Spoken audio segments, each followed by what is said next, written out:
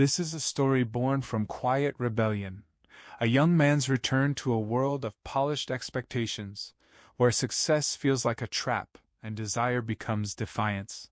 This is The Graduate by Charles Webb, a tale deeply inspired by the author's own post-college drift, his disillusionment with the emptiness of affluent Southern California suburbia, and a real-life encounter with an alluring older woman connected to his father's circle. At just 24, fresh from Williams College, Webb channeled his personal unease, autobiographical elements of his privileged upbringing in Pasadena, and that charged, fleeting fantasy into a short novel that captured a generation's quiet alienation. First published in 1963, the book initially sold modestly, around 20,000 copies, but went on to sell more than 1 million copies worldwide, its legacy amplified far beyond its understated debut. Charles Webb, a reclusive, anti-materialist novelist who lived true to his principles by rejecting wealth and donating earnings, made this his defining debut. He later wrote works like The Marriage of a Young Stockbroker, adapted into a 1971 film, and New Cardiff, which became the 2003 movie Hope Springs, but The Graduate endures as his most iconic achievement. The story reached legendary status when it was adapted into the groundbreaking 1967 film directed by Mike Nichols, starring Dustin Hoffman as Benjamin Braddock, Anne Bancroft as Mrs. Robinson, and Catherine Ross, an Oscar-winning classic that defined an era and launched careers. This story narrated from my own perspective, not a verbatim reading of the text. Any visuals created with today's technology may not match every scene exactly, but they will help you visualize the moments, so bear with the artistic interpretation. By the end, you may find yourself reflecting on the subtle pressures that shape a life, the temptations that derail us, and the raw courage it takes to forge your own uncertain path. And at the end, I'll share fascinating facts about the book, its adaptations, behind-the-scenes insights from the film, and a few fun discoveries most readers never notice. The story begins.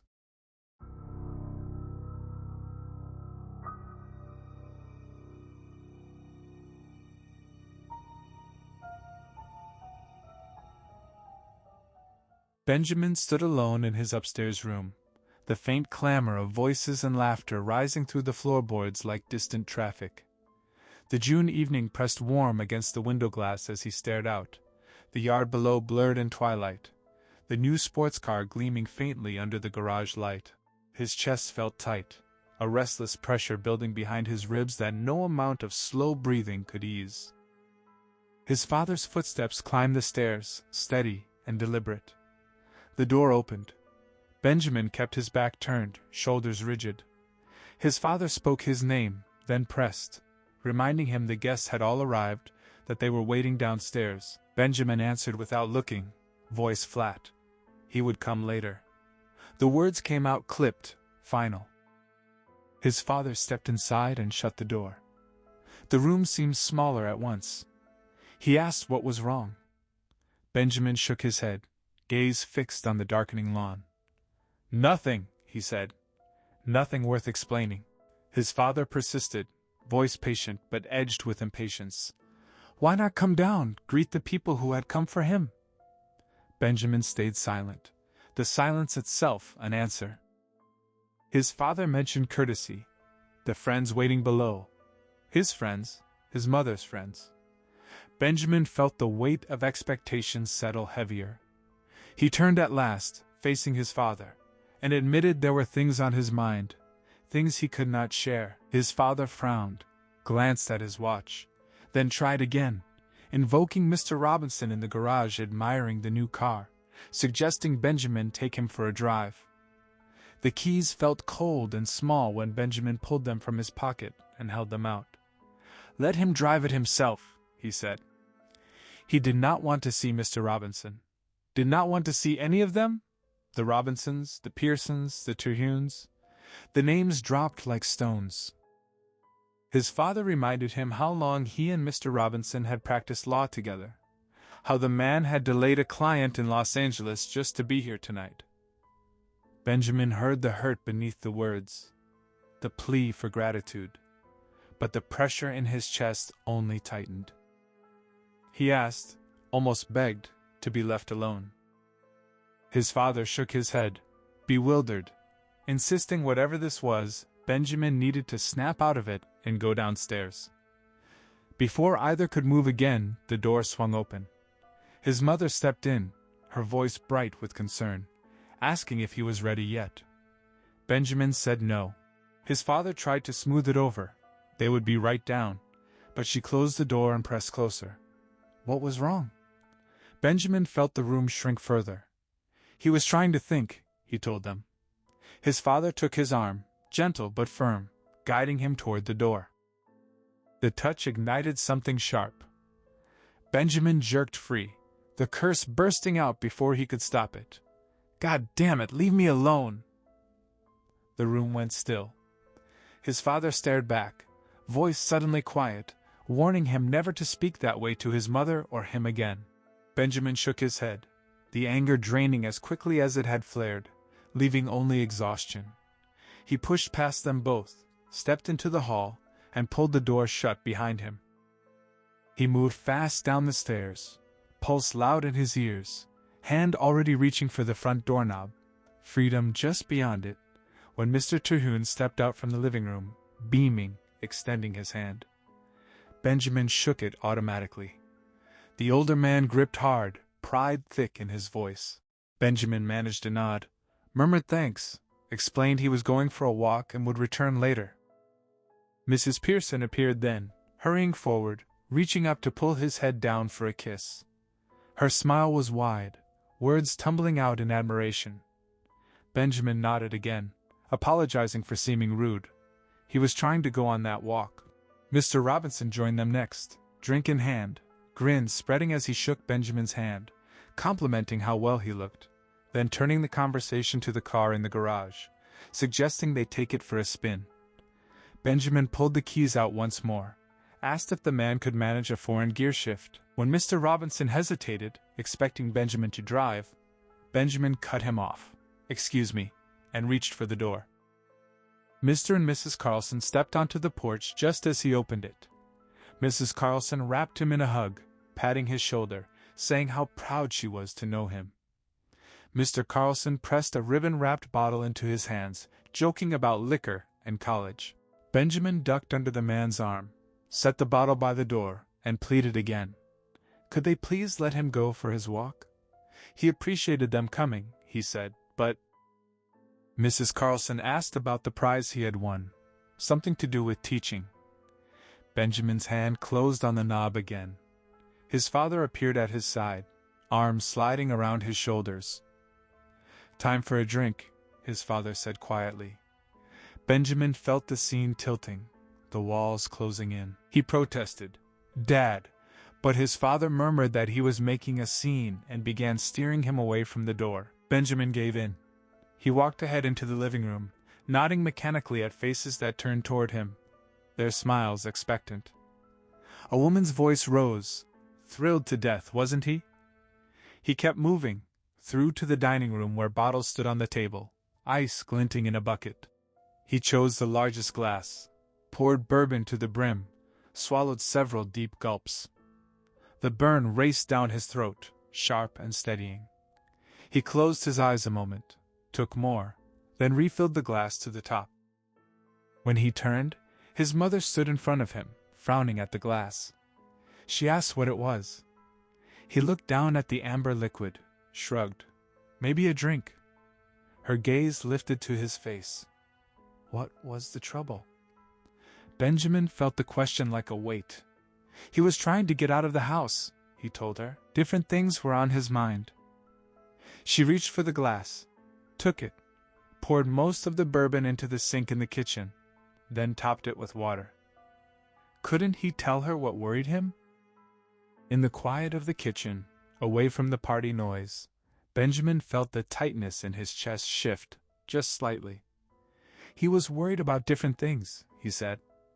A little worried about his future, about what he was going to do.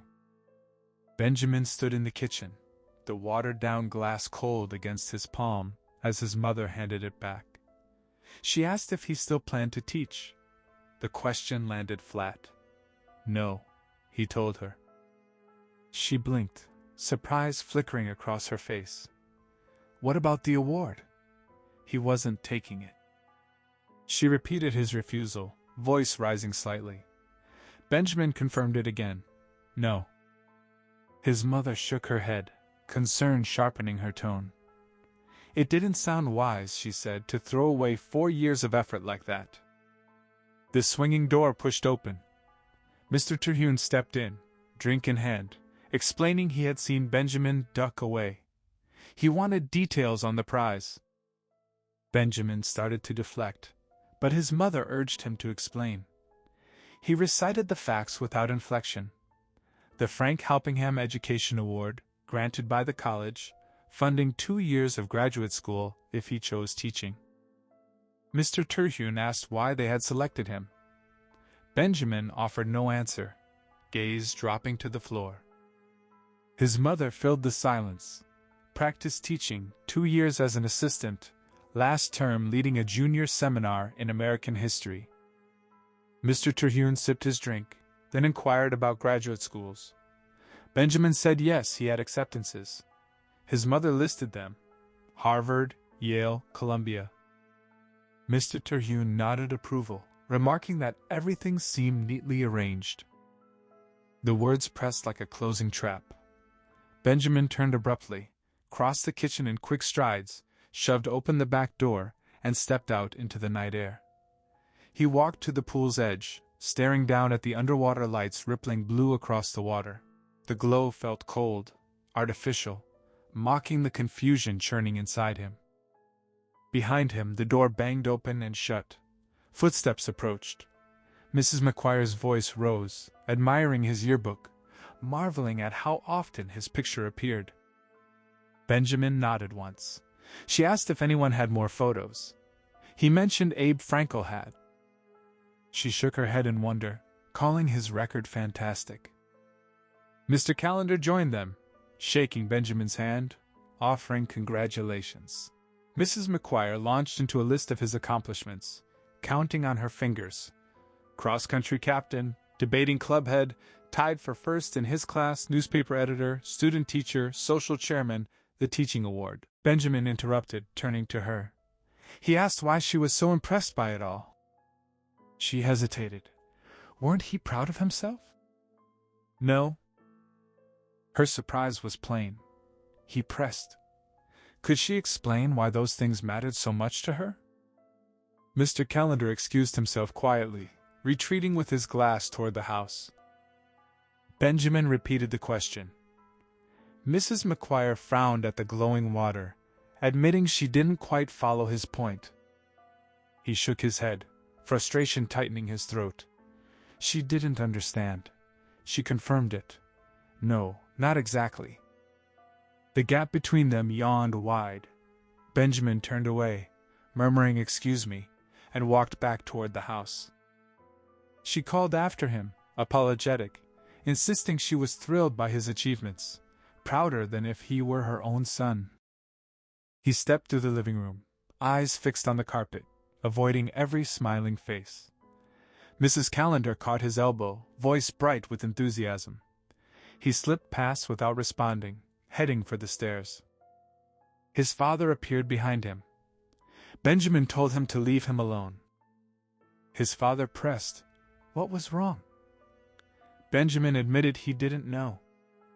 His father took his arm, guided him down the hall into a bedroom, closed and locked the door.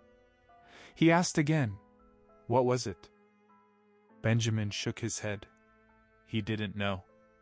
Something felt deeply wrong. His father waited. Benjamin burst out. Everything had turned grotesque. The people inside, his father, himself, the house. A sudden, overwhelming feeling he couldn't explain. His father suggested he was simply wound tight after 4 grueling years. Benjamin shook his head. Those years had been nothing. All the achievements, the distinctions, the knowledge, suddenly worthless to him. His father frowned, asking why. Benjamin had no answer. He crossed to the door. He needed to be alone, to think until he understood what was happening. His father tried once more. Benjamin unlocked the door, insisting he had to figure it out before he lost his mind. He stepped into the hall. Mr. Robinson stood there, hand extended, mentioning a waiting client in Los Angeles. Benjamin shook the hand mechanically, accepted the pride expressed, waited until the man left, then climbed the stairs to his room. He shut the door, sat at his desk, stared at the rug for a long stretch. Then he rose, moved to the window, gazed at the streetlight's pale circle. The door opened behind him. Mrs. Robinson entered, drink and purse in hand. She paused, realizing this wasn't the bathroom. Benjamin directed her. Down the hall, at the end. She nodded, but remained in the doorway, studying him. He repeated the directions.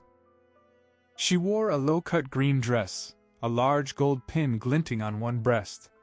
She asked if the graduate didn't deserve a kiss. Benjamin shook his head. He was distraught, he explained. Sorry to be rude, but he had things on his mind. She crossed the room anyway, leaned in, and pressed a kiss to his cheek. He said it was good to see her, repeated that the bathroom was at the end of the hall. She lingered, then walked to his bed, sat on the edge, sipped her drink, and asked how he was. Benjamin repeated his apology. He wasn't feeling congenial.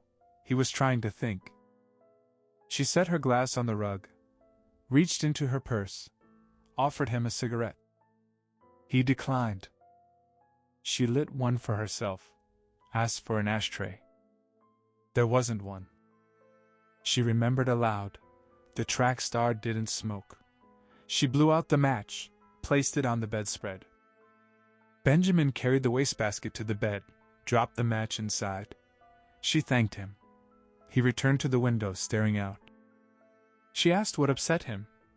Some personal things, he said. She offered to talk about them. They wouldn't interest her, he replied. She sat on the bed, smoking quietly, tapping ashes into the basket. She guessed girl trouble. He told her he was simply disturbed about things in general and asked her to stop. She finished her cigarette, asked to extinguish it in the basket. He nodded. She ground it out, folded her hands in her lap. The room stayed silent. He reminded her the bathroom was at the end of the hall. She knew, yet remained watching him. He moved to the door. "Excuse me," he said. He would take a walk. She called his name. He paused. She beckoned. "Just a minute." He protested the rudeness but stepped back. She took both his hands and looked up at him steadily. What did she want? She asked him to drive her home. Her husband had taken the car. He pulled out the keys and offered them. She could borrow the car. He would collect it tomorrow. She raised her eyebrows. Didn't he want to take her himself? He insisted he needed to be alone and asked if she could manage the foreign gear shift. She shook her head. No. After a moment, he pocketed the keys. "Let's go," he said. Downstairs, his father stood saying goodbye to the Terhunes. Benjamin announced Mrs. Robinson needed a ride home and would return quickly. She complimented the party, took her coat, and followed him through the house to the garage. He started the engine. She slid in beside him. She asked what kind of car it was. He didn't know. They drove the miles in silence. He stopped at the curb before her house. She brushed hair from her forehead, turned, and smiled. "Thank you," she said. "Right," he answered. She stayed seated. He killed the engine, walked around, and opened her door. She thanked him again. Would he come inside until she turned on the lights? He asked why. She didn't feel safe in the dark house. He frowned but followed her up the walk. She unlocked the door, flicked on the hall light, then asked him to walk ahead to the sun porch. Couldn't she see now? She still felt uneasy. Please. He led the way down the hall and 3 steps to the sun porch. She entered behind him and switched on a lamp. "Thank you. You're welcome. She offered bourbon. He refused, reminding her he had driven her home but had pressing matters on his mind. Could she understand? She nodded. He turned to leave. She asked again what he drank. He repeated himself. She apologized for persisting, but said she didn't want to be alone tonight. Why not? Lock the doors, he suggested. He would wait until they were secured. She wanted him to sit until her husband returned, but he wanted solitude. She knew that, yet she didn't. Was she afraid in her own house? Yes. Couldn't she simply lock the doors? She nodded toward a chair behind him. When was her husband coming? She didn't know. Benjamin sat. He would stay until then leave. Good night. She offered company. No. A drink? No.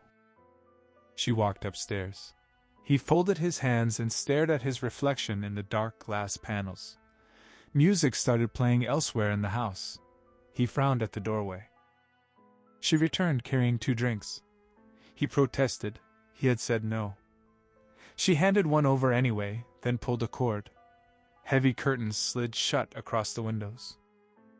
He shook his head and set the glass on the floor. She sat on the couch beside his chair. The room fell quiet. Was she always this afraid of being alone? She nodded. Yes. Why not lock up and go to bed? She said she was very neurotic. He frowned, tasted the drink, and set it down. She asked if she could pose a question. He nodded. What did he think of her? He shook his head. What? She pressed. He had known her nearly his whole life. Surely he had formed some opinion. This conversation felt strange. He had told his father he would be right back. No opinions at all? None, he said, glancing at his watch. Her husband would arrive soon, so please lock the doors and let him leave. Benjamin? What? Did he know she was an alcoholic? He shook his head. No, he didn't want to discuss it. Did he know? No. Never suspected? Benjamin rose from the chair, the words tasting bitter as he spoke. This was none of his business, he told her. He had to leave now. She repeated her question about whether he had ever suspected she was an alcoholic. He said goodbye and moved toward the door. She told him to sit down. He refused. He was leaving. She stood and placed a hand on his shoulder, urging him again to sit. He stepped back, insisting he needed to be alone. She mentioned her husband would likely return quite late, several hours perhaps. Benjamin felt the implication hit him like cold water. He retreated another step, murmuring, "Oh my God." Then, "Oh no," realization flooding through him. What was wrong? She asked. He stared at her a moment longer, then turned to one of the drawn curtains. He asked if she had really expected, if she had thought he would do something like that. Like what? She said. He gestured helplessly. What did she think? They were alone in her house, music playing, drinks in hand, both already drinking, and now she was sharing personal details while her husband was hours away. So? She replied. He faced her squarely. She was trying to seduce him, wasn't she? She frowned, then sat back on the couch. No, she said with a small smile. She hadn't thought of it. She felt rather flattered that he... Benjamin pressed his hands over his face, mortified. Mrs. Robinson, he said, would she forgive him? For what? For what he had just accused her of. It was the worst thing he had ever said to anyone. She told him it was all right to sit down. He sank back into the chair, still apologizing, explaining he liked her. Didn't think of her that way, but he was so mixed up. She forgave him easily. They would forget it right now. Finish the drink. He lifted the glass from the floor, took several large swallows, the burn steadying nothing inside him.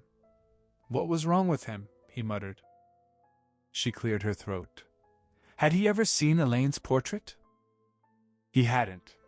She had it done last Christmas. Would he like to see it?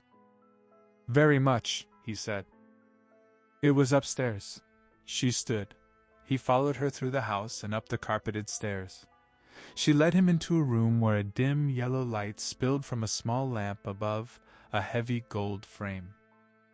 The portrait hung alone on the wall. Benjamin studied it, nodding. Elaine was very good-looking, he said. Mrs. Robinson sat on the edge of a single bed in the corner. He stepped closer, arms folded, examining the face. He hadn't remembered brown eyes. He tilted his head. She really was beautiful. She said his name quietly. He turned, smiling. Come here, she said. He walked to the bed. She placed a hand on his sleeve, then rose slowly until they faced each other. Benjamin? Yes? She turned her back. Would he unzip her dress? His arms dropped. He stepped back sharply. She said she thought she would go to bed. Good night, he answered, heading for the door. Wouldn't he unzip it? He'd rather not. She turned, frowning. Did he still think she was trying to seduce him? No, but he felt strange about it. He should get downstairs. She smiled. He had known her all his life.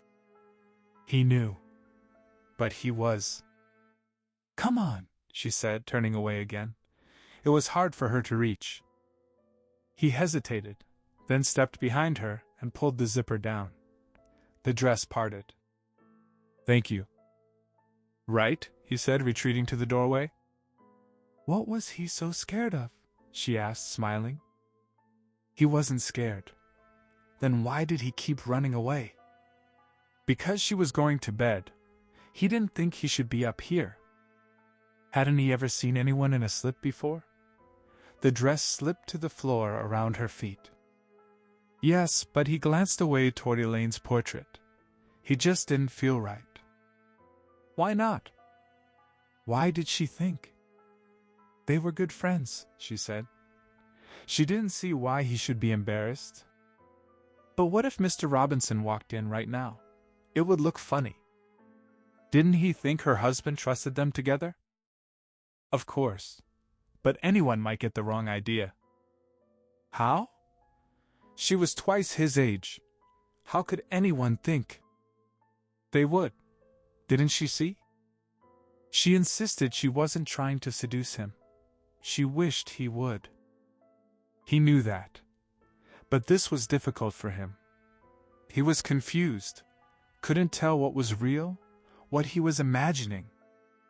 Would he like her to seduce him? What? Was that what he was trying to tell her? He was going home now. He apologized again, hoped she could forget what he said. He turned and hurried down the stairs. She called after him. What? Would he bring up her purse before he left? He shook his head. No, he had to go. Please, she said. Where was it?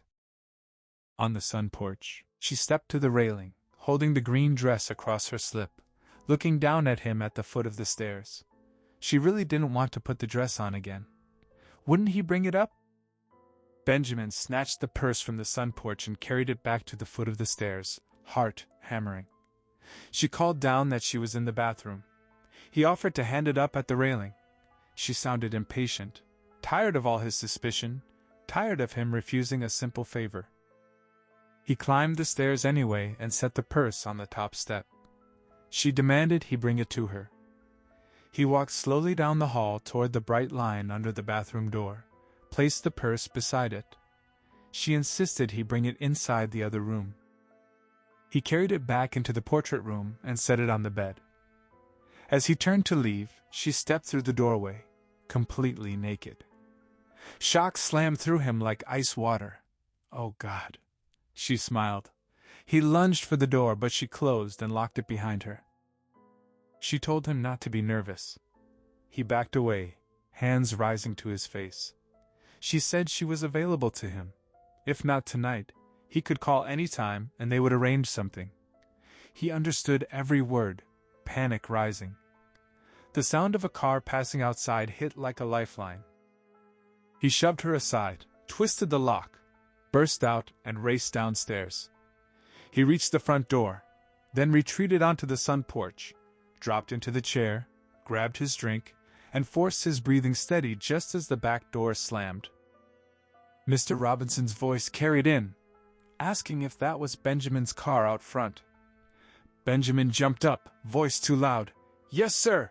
He had driven Mrs. Robinson home because she asked, and he was waiting downstairs until Mr. Robinson returned. Mr. Robinson thanked him, amused at the idea of standing guard. Benjamin's hands shook as Mr. Robinson reached for his glass, offering a refill. He refused. He had to go. Mr. Robinson frowned, noticing he looked shaken. Benjamin blurted that he was just worried about his future, upset about his future. Mr. Robinson took the glass anyway and left for a nightcap. Benjamin exhaled hard, paced the porch with hands in his pockets until the man returned. He thanked him, voice flat. Mr. Robinson sat close, sipped, then asked his age. Benjamin said 20, turning 21 next week. Mr. Robinson guessed he had skipped grades in school. Yes, sir. Mr. Robinson offered a cigarette. Benjamin took it, let the older man light it. Mr. Robinson called it a hell of a good age, wished he could be young again. He warned Benjamin he would never be young again, that he seemed too wrapped up in worry right now. He advised sowing wild oats, having fun with girls, taking things easy, because life would bring plenty of worry later anyway. Find a nice girl eventually, but until then, enjoy. Benjamin kept glancing at the door, nerves raw. Mr. Robinson said he had watched him grow up, felt almost like a father, and hoped Benjamin would take the friendly advice. Mrs. Robinson reappeared in the green dress and gold pin, perfectly composed. Benjamin sat back down quickly. She took her seat on the couch and picked up her drink. Mr. Robinson told her he had just advised Benjamin to sow a few wild oats and enjoy himself. Did she think that was sound? She nodded. Benjamin drained his glass in one go and stood. He had to go. Mr. Robinson told him to wait. He wanted Benjamin to take him for a quick spin in the new car out front once he finished his drink. Mrs. Robinson suggested maybe Benjamin was tired. Mr. Robinson looked straight at him. Tired, Ben? Benjamin lifted the empty glass to his lips, letting the last ice cubes clatter against his teeth before setting it down with a quiet click. Mrs. Robinson offered another drink. He refused. No. Mr. Robinson pressed, encouraging him to enjoy a few flings this summer, grinning that he looked like the sort of young man who had to beat the women off. Benjamin reached for the glass anyway, fingers unsteady. Mrs. Robinson asked again if he was sure about another.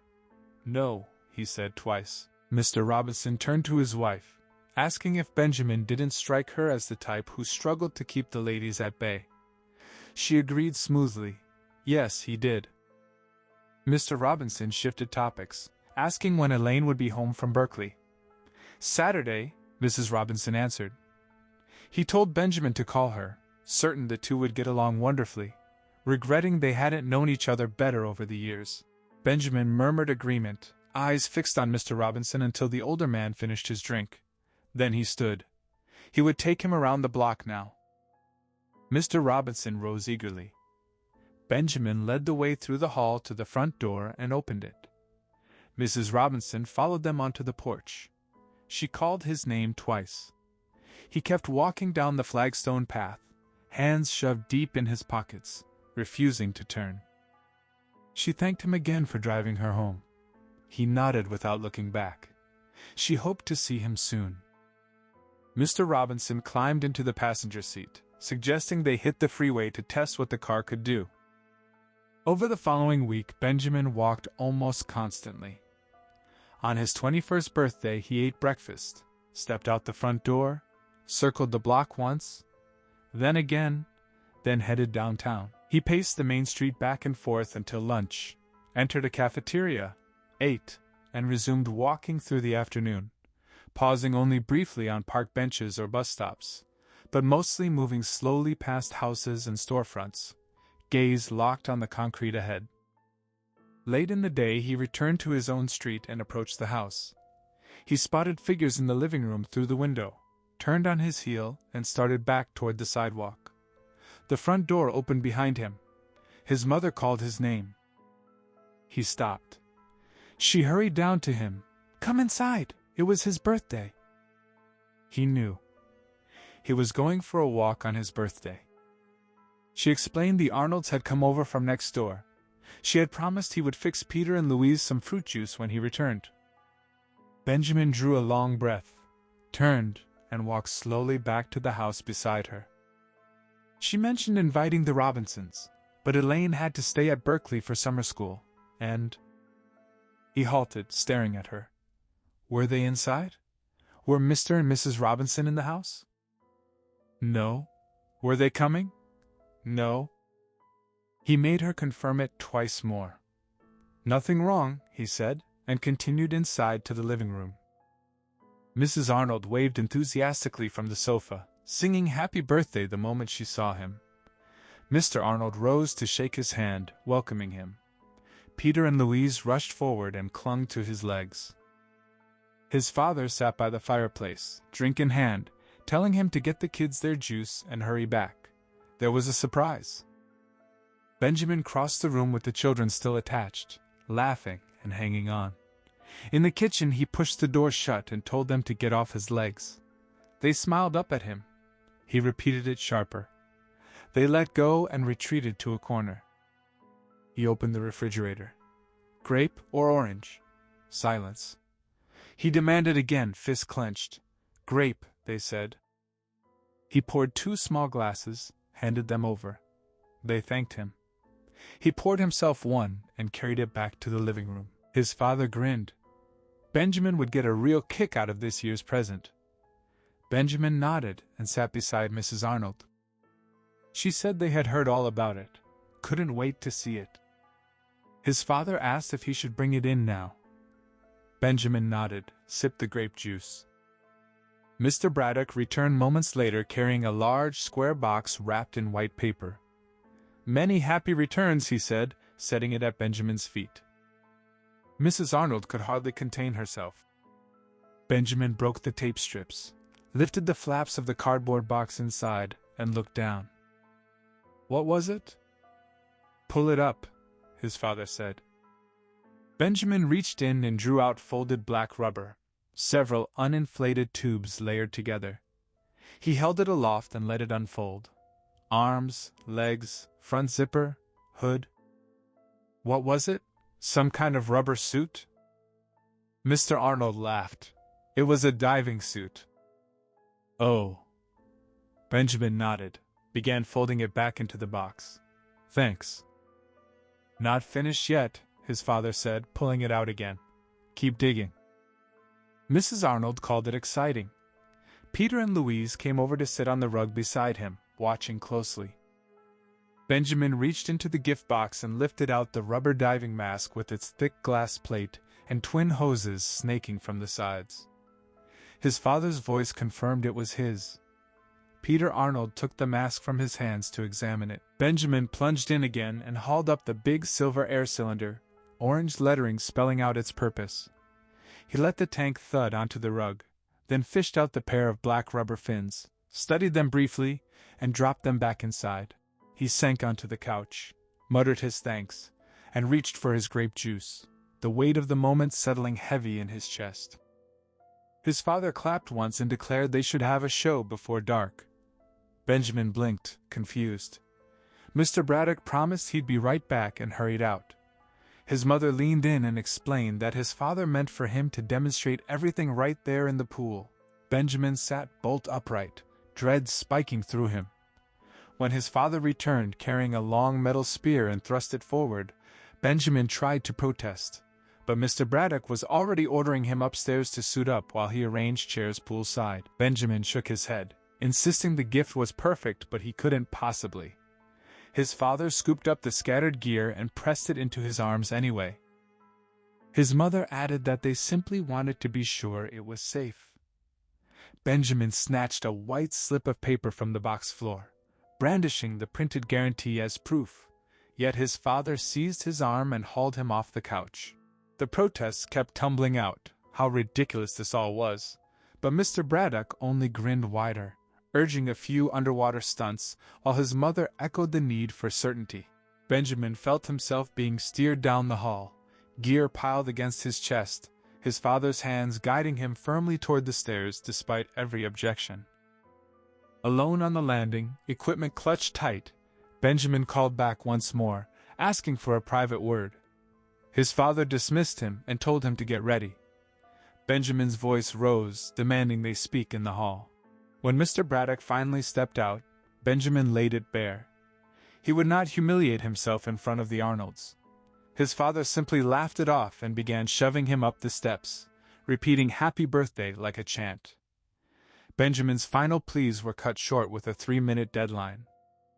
He stood frozen on the stairs a moment, arms full, then trudged upward into the bathroom and dumped everything on the floor. Jesus, the word burned inside him as he kicked off his shoes, stripped, and sat on the toilet. He wrestled the rubber legs over his own, forced his arms through the sleeves, zipped the suit across his chest, and tugged the black hood down tight. Just as he turned to head downstairs, his gaze drifted through the bathroom window into the backyard. Shock hit him like cold water. There sat the Arnolds and his mother in metal chairs beside the pool, the 2 children racing across the grass. At the far side waited the Louises with their teenage daughter, plus an unfamiliar couple holding drinks, and at the rear fence the back neighbors with their son. Benjamin cracked the window and called down. His father was dragging the last chair into place. Benjamin shouted again for a quick word.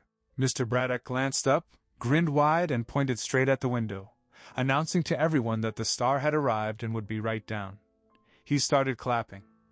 The whole crowd joined in, laughter, applause rolling up toward him. The Lewis girl whispered to her mother, who whispered back, both chuckling. Benjamin slammed the window shut, heart hammering, then gathered the fins, tank, and mask, and carried them downstairs through the living room to the back door. He stood there staring out at the assembled guests until his father burst inside, urging him forward. Benjamin asked if this truly amused him. Mr. Braddock leaned out and hollered that the suited performer was ready, begged half a minute, then stepped back in and began fitting the mask over Benjamin's face, strapping the cylinder to his back, and connecting the hoses. He checked the airflow, knelt to slide the fins onto his feet, stood grinning, and returned outside. A fresh wave of applause and cheers greeted the announcement that the boy would now perform spectacular underwater feats of skill and daring. Mr. Arnold laughed about pennies at the ready. The children took up the chant for the show to begin until their mother quieted them, and sudden silence fell across the yard. Benjamin cleared his throat, chin tucked low so he could see through the glass plate, and walked slowly toward the pool's edge. One flipper snagged under his other foot. He nearly toppled. The kids burst out laughing again. Mrs. Arnold scolded that it wasn't funny. Mr. Arnold called a light warning about the bends on the way up. Benjamin stepped onto the shallow end stairs and descended until he stood on the pool floor. His father rushed over with the spear. Benjamin stared back through the mask, snatched the weapon, turned, and trudged down the sloping bottom toward the deep end. Water climbed his black suit, chest, neck, then chin. The fins scraped the floor. He exhaled hard, thrashed his arms, but the air tank kept him stubbornly afloat. His head refused to sink. The children's laughter rang louder.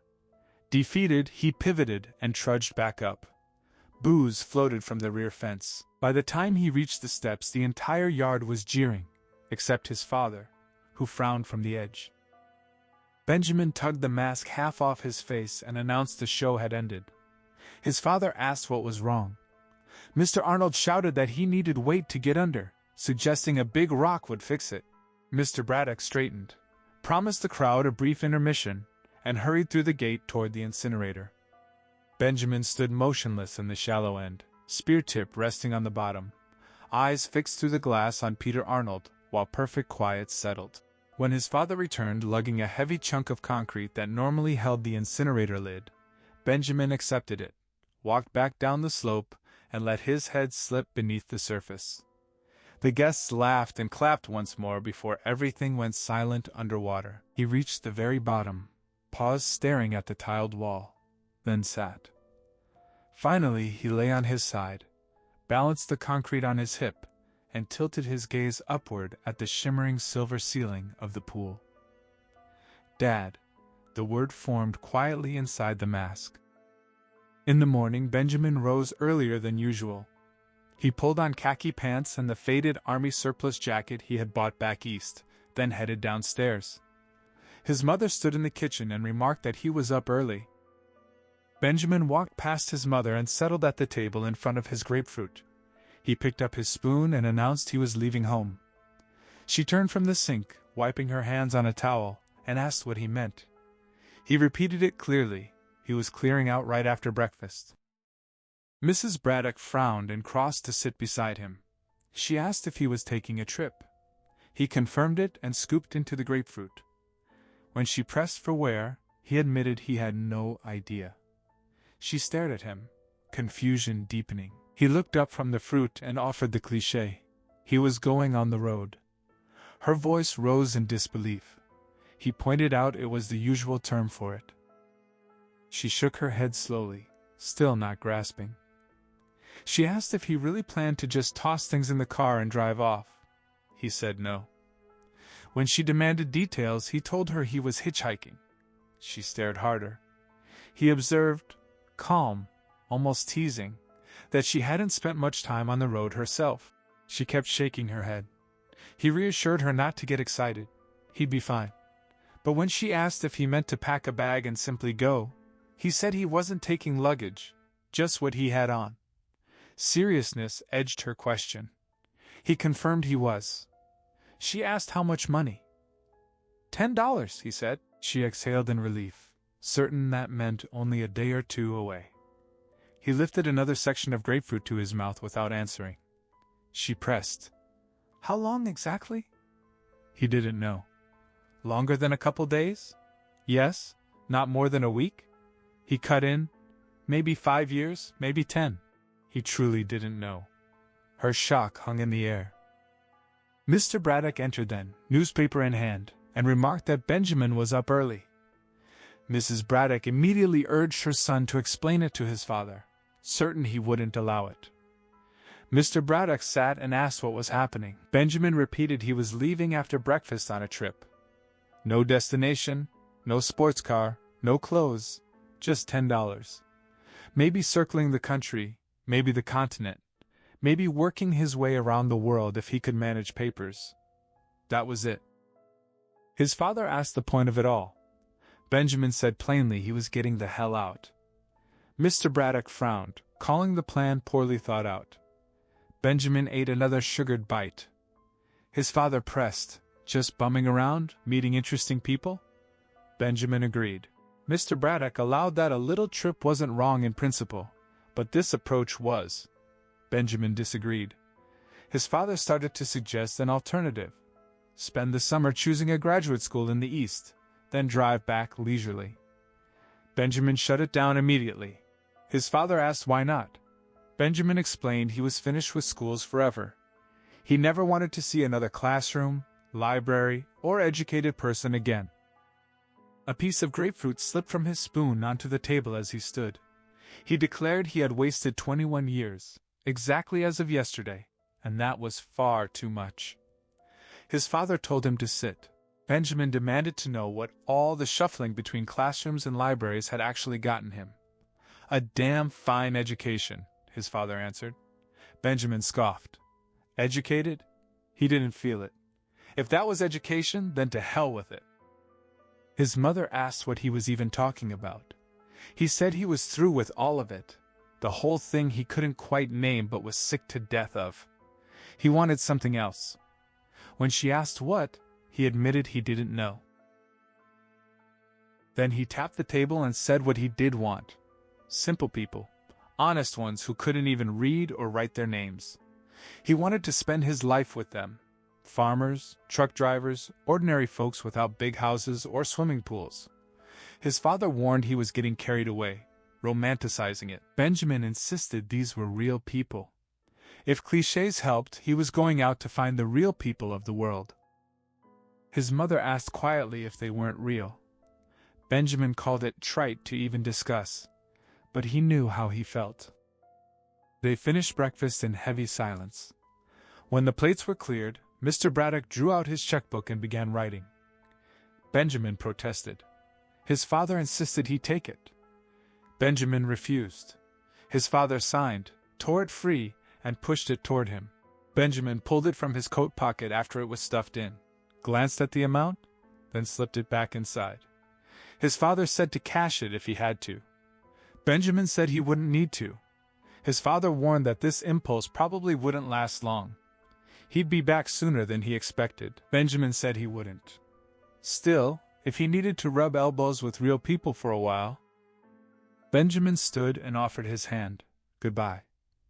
His father shook it and told him to call collect if trouble came. Mrs. Braddock asked if he might be back by Saturday. The Robinsons were coming for dinner, and it would be so much more fun with him there. Benjamin only said her name, the word heavy with everything left unsaid. Benjamin stepped through the front door past his father, the house air cool and still against his skin after weeks of dust and smoke. Exhaustion pulled at every muscle. His legs felt leaden as he crossed to the foot of the stairs. His father grinned, noticing the faint beard shadowing his jaw, and remarked on it lightly. Benjamin muttered that it would come off tomorrow. Mr. Braddock asked how he was. Tired, Benjamin answered. Bone-deep tired. His father pressed for details on the trip. Not great, Benjamin said, already starting the slow climb upward, each step heavier than the last. His father called after him. Benjamin halted halfway, head dropping forward between his shoulders, the weight of sleepless nights pressing down. He told his father he was too tired even to think straight. Still, his father asked where he'd gone.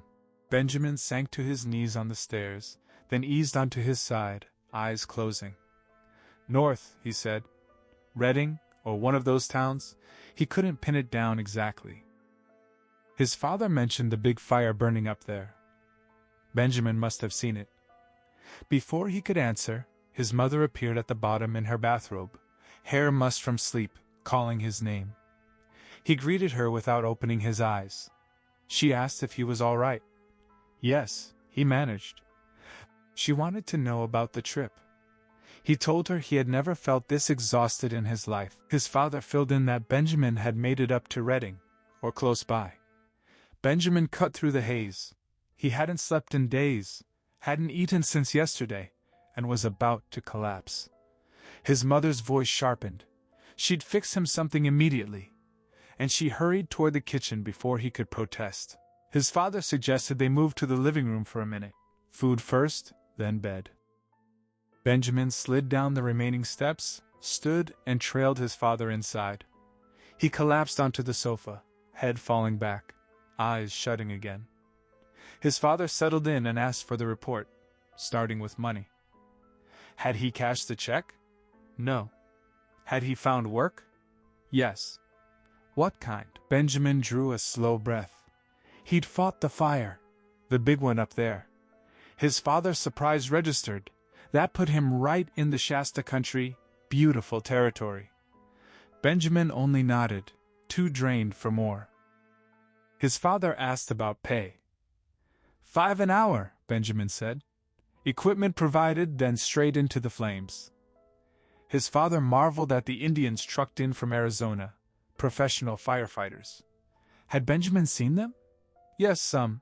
His father shook his head in quiet awe, calling it real excitement, then pressed for more. Benjamin stayed silent. Rides had come easy, no trouble. He'd stayed in hotels. His father allowed that maybe the trip hadn't been such a bad idea after all. Any other jobs? Benjamin admitted he'd washed dishes, cleaned roadsides. Now the fatigue was turning sickening. Had he met interesting people? No. He'd talked to plenty, none worth remembering. His father probed about the Indians. Did they speak English? They tried, Benjamin said. His father started another question, but Benjamin cut him off. The trip had been a complete waste, and he didn't want to discuss it. His father sounded surprised. Why call it a bore when he'd been battling that fire? Benjamin answered flatly. Even the fire had been boring. Surprised. Why call it a bore when he'd been battling that fire? Benjamin answered flatly. Even the fire had been boring. Silence stretched. His father tried again, gently asking for more. People he'd met, rides he'd caught. Benjamin's voice flattened. Mostly queers had stopped. 5 a day on average. One he'd had to hit and jump from the car.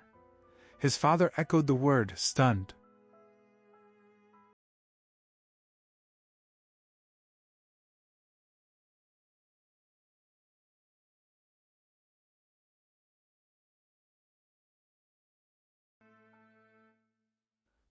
Benjamin asked if he'd ever seen a queer Indian while trying not to let his own clothes catch fire. His father frowned harder, asking if that had really happened. Benjamin pressed on, voice dull. He'd done the full tour. Talked to farmers about their crops. What else was there? Talked to tramps, drunks, whores. One had stolen his watch. His father's voice dropped. Had he spent the night with her? With them, Benjamin corrected. Yes, a few. It grew on you. He couldn't recall the exact number. One in a hotel, one at her place, one behind a bar. His father stared down at the rug, then looked up. Is this true, Ben? Benjamin added that one had been in a field. His father echoed the word in disbelief. Benjamin clarified it had been a cow pasture around 3 in the morning. Ice coating the grass while cows moved around them in the dark. His father said it didn't sound good at all. Benjamin agreed it hadn't been. His father urged him to get checked by a doctor. Benjamin only repeated how tired he was. His father asked if that one had taken the watch. No, Benjamin said. The hotel one had. Mr. Braddock shook his head, at a loss for words, and asked where he'd even found these women. Benjamin told him bars. They'd approached him directly. He pleaded to be allowed to sleep. His father supposed he'd done plenty of drinking on the trip. Benjamin nodded. His father pressed the point. Benjamin answered flatly that he wouldn't have ended up in a frozen field full of manure with a woman if he'd been sober. His father exhaled in shock. His mother returned carrying a glass of milk and a sandwich on a plate, setting them before him. She sat and asked to hear everything about the trip. Benjamin shook his head and reached for the food. She pressed for details on what he'd done. He said not much. She urged him to tell her anyway. He kept it brief. Some nice scenery, a decent enough time, and now he was home. She checked again that he was all right. Yes. She noted how exhausted he looked. His father told her to go on to bed. He wanted a few more minutes with Benjamin. She hesitated, then left. Alone with his father, Benjamin felt the question settle on him. How did he feel about things now? Benjamin asked what things. His father clarified. Did he feel more ready to settle down and take life easy? Benjamin nodded. His father confirmed it. Yes. Plans? Benjamin said he planned to take it easy, just relax. His father sounded pleased and assumed that meant loafing around home for a while. Benjamin confirmed exactly that. His father encouraged him to rest up and call a girl who'd like to see him. Benjamin said he planned to. He sat finishing the sandwich and milk while his father watched from across the room, glancing up repeatedly then back at the floor. Finally his father spoke. Benjamin sounded disillusioned. Benjamin apologized. His father asked if he truly was disillusioned or just tired. Benjamin stood, wiped his mouth with the back of his hand, and said he didn't know what he was and didn't much care. He excused himself, walked out, climbed the stairs, and went straight to bed. 2 days after returning, Benjamin made up his mind to begin the affair with Mrs. Robinson. He ate dinner with his parents, then went upstairs, showered, shaved, shined his best shoes, and dressed in a suit and tie. Downstairs again, he told them he was heading to a concert in Los Angeles and showed them the newspaper announcement. He climbed into his car and drove to the Hotel Taft. The hotel sat on a hill in one of the finer neighborhoods. Benjamin followed the curving street past large, expensive homes, until he passed beneath an archway marked Taft Hotel and turned into the long driveway. He slowed behind a line of cars, most with chauffeurs, waiting for the doorman to assist passengers. When he reached the entrance, an attendant opened his door. Benjamin thanked him and stepped out. Others his age crossed the broad pavilion toward the doors, some in suits, most in summer tuxedos with white jackets. A girl in a shiny white dress with an orchid on her wrist walked arm in arm with her date and disappeared inside. Benjamin followed. Just past the entrance, a man smiled, pointed across the lobby, and directed him towards a main ballroom. Benjamin said he wasn't with that group. The man apologized. Benjamin nodded, crossed the thick white carpet, and paused at the ballroom doorway, taking in the numbered tables, couples searching for seats or chatting across them. 2 women and a man stood just inside greeting arrivals, shaking hands, then assigning tables. The nearest woman introduced herself as Mrs. Singleman and extended her hand. Benjamin shook it, explaining he wasn't part of the party. She introduced her sister, Miss DeWitt, who wore a large purple corsage and offered her hand with a smile. Benjamin shook it too, still trying to clarify he wasn't staying. She pointed out her husband, Mr. Singleman, who shook Benjamin's hand warmly and offered to find him a table. Benjamin thanked them but insisted he was only there to meet a friend, then nodded and retreated back into the lobby. Across from the ballroom he spotted the veranda room bar. He crossed over, entered, and found an empty corner table beside the long window overlooking the lighted grounds, trees, and shrubbery. Though he rarely smoked, he bought cigarettes with his first drink and lit several while staring out, occasionally catching reflections of new arrivals in the glass. After a few drinks he tipped the waitress and left for the lobby telephone booths. He looked up the Robinsons' number, memorized it, and stepped inside one.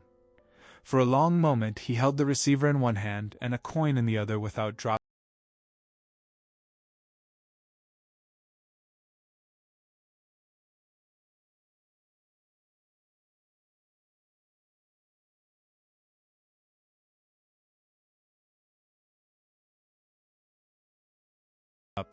Lit another cigarette, and sat frowning at the booth wall while he smoked it down. He stubbed it out, moved to the next booth, and dialed Mrs. Robinson. When she answered, he told her he didn't quite know how to say this, but he'd been thinking about that night after the graduation party. She recognized his voice.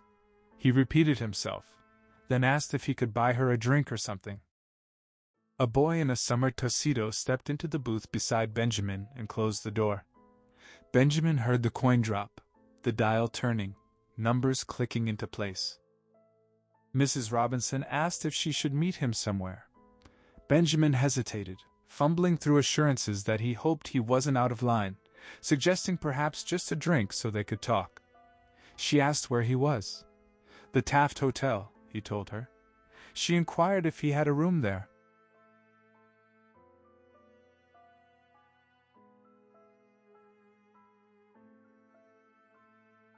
He startled. No, he hadn't, and quickly backtracked, urging her not to come if she was busy or uninterested. She asked for an hour. He stammered that she didn't have to. Maybe another time. But she said she'd be there in an hour and hung up. Exactly 60 minutes later she appeared in the veranda room. She wore a neat brown suit, white gloves, and a small brown hat. Benjamin sat at the corner table staring out at the hotel grounds and didn't notice her until she stood directly across from him. He startled upright, leg knocking the table, and managed a rushed greeting. She asked to sit. He hurried around to pull out her chair. He watched her peel off the gloves and tuck them into her handbag on the floor, then cleared his throat and returned to his seat. She asked how he was. Very well, he said, eyes fixed on a spot in the center of the table. Silence stretched between them. She requested a drink. He agreed eagerly, scanned for the waitress across the room. She was taking another order. He whistled softly, waved, but she turned away. He started to rise, apologizing that she hadn't seen him. Mrs. Robinson reached across and rested her hand on his wrist, telling him there was time. He nodded, sat back, and kept his gaze locked on the waitress until she finally turned toward the bar. He waved again. She saw him this time. Mrs. Robinson approved quietly. They drank in near silence. Benjamin lit cigarettes one after another, stared out the window, occasionally drumming his fingers on the tabletop. She remarked that he'd been away. He confirmed the trip. She asked where. North, he said. She asked if it had been fun. He nodded. Yes, it had. She smiled across at him for a moment. Darling, she said softly. He answered. She told him he didn't have to be so nervous. He admitted he was, shaking his head. It was hard to act suave under the circumstances. She leaned back, sipped her martini, and asked him to tell her about the trip. He said there wasn't much. She pressed. What had he done? He mentioned fighting the big forest fire up there. Perhaps she'd read about it. She nodded. He added it had been exciting to be right in the middle of it. They'd even had some Indians helping. She asked if they'd put it out. He explained others were fighting too. Yes, it was under control by the time he left. She said good. He drained his glass quickly and offered to buy her another. She lifted hers, still nearly full. He nodded awkwardly. She said his name. He answered. She asked him again to try not to be so nervous. He insisted he was trying. She asked if he'd gotten them a room. He hadn't. She asked if he wanted to. He hedged. He could, or they could just keep talking, have another drink. He'd be happy either way. She offered to get it herself. He refused. No, he'd do it. She asked if he wanted to now. He wavered. She suggested he should. He agreed, rose, took a few steps, then turned back, apologizing for being so awkward. She said she knew.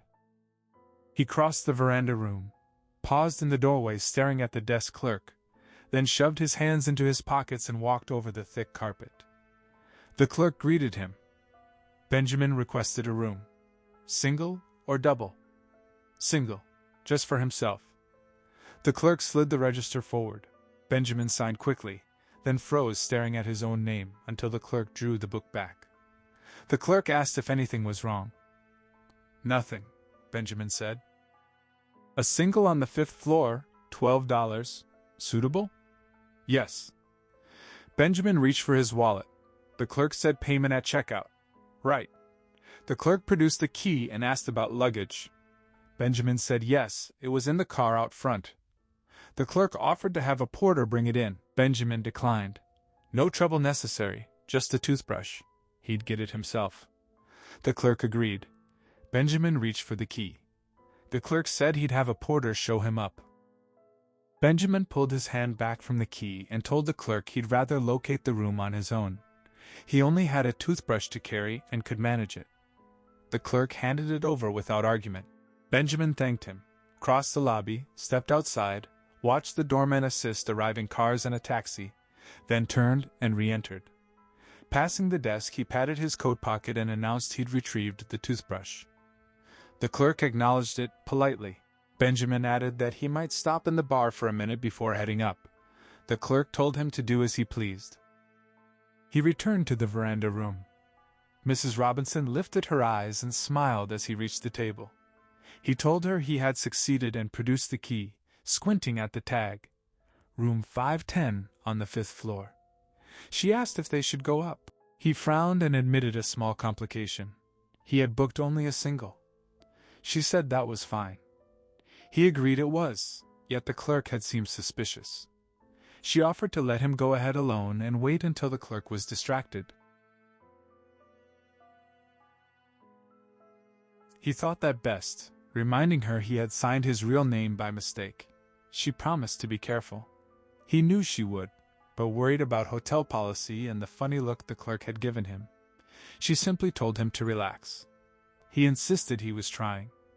She said she would be up in 10 minutes. He repeated the time, nodded, and hurried away. 10 minutes later, a knock sounded on the door. Benjamin had just pulled the heavy curtains across the window. He crossed the carpet quickly and opened it. They stood facing each other a moment before he began nodding and remarked that she had found the room without trouble.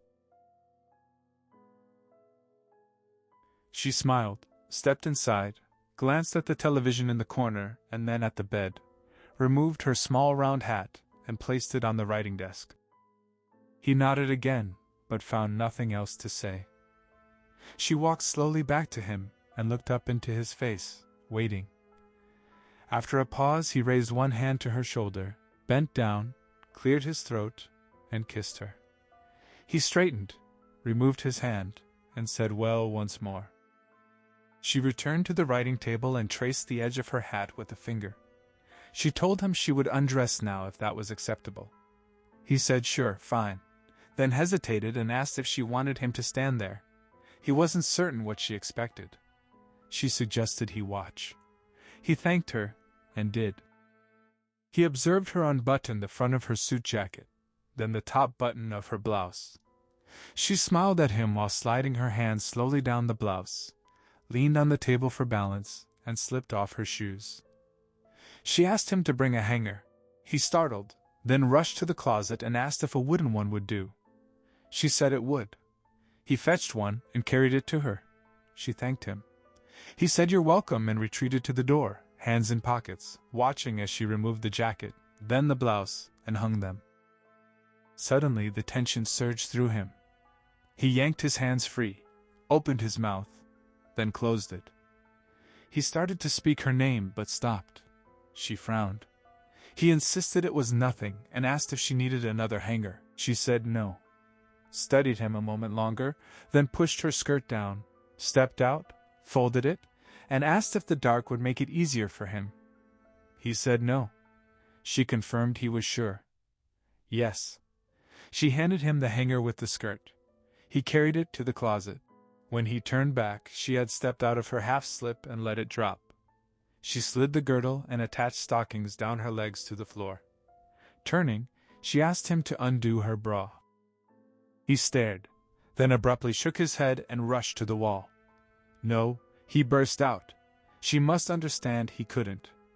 She watched him, then walked to the bed, sat, scooted back against the headboard, crossed her legs, and reached behind herself to unhook the bra. She observed that he didn't want to. He insisted he did want to, but couldn't. He was sorry he had called her. He felt terrible for bringing her here like this. Yet he liked being with her. It wasn't that. Perhaps they could do something else together. Could they go to a movie? Could he take her to a movie? She frowned and asked if he was trying to be funny. He swore he wasn't, but he had no idea what to say because he had her here and didn't know what to do. She finished the thought for him, and he didn't know what to do. He knew he couldn't do this. She asked why not. For God's sake, he said, she must realize why. She shrugged and supposed he didn't find her particularly desirable. He stepped toward the bed, denying it vehemently. That had nothing to do with it. She began to speak, but he cut in. He meant it. She was the most attractive woman among all his parents' friends. He found her desirable. But he could not stop imagining his parents. He spread his arms. She asked what they would say. He had no idea, but they had raised him, given him a good life, and they deserved better than this. Better than their son climbing into bed with the wife of his father's partner. She nodded. He pressed on. It had nothing to do with her, but he respected his parents. He appreciated what they had. Benjamin heard her speak his name as she lifted her gaze to him. She asked whether he would consider her too bold for venturing a deeply personal question.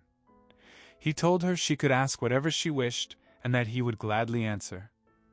Then her words cut straight to whether he remained untouched. Disbelief flared inside him. She offered him the choice to stay silent. He frowned hard and repeated the question back at her.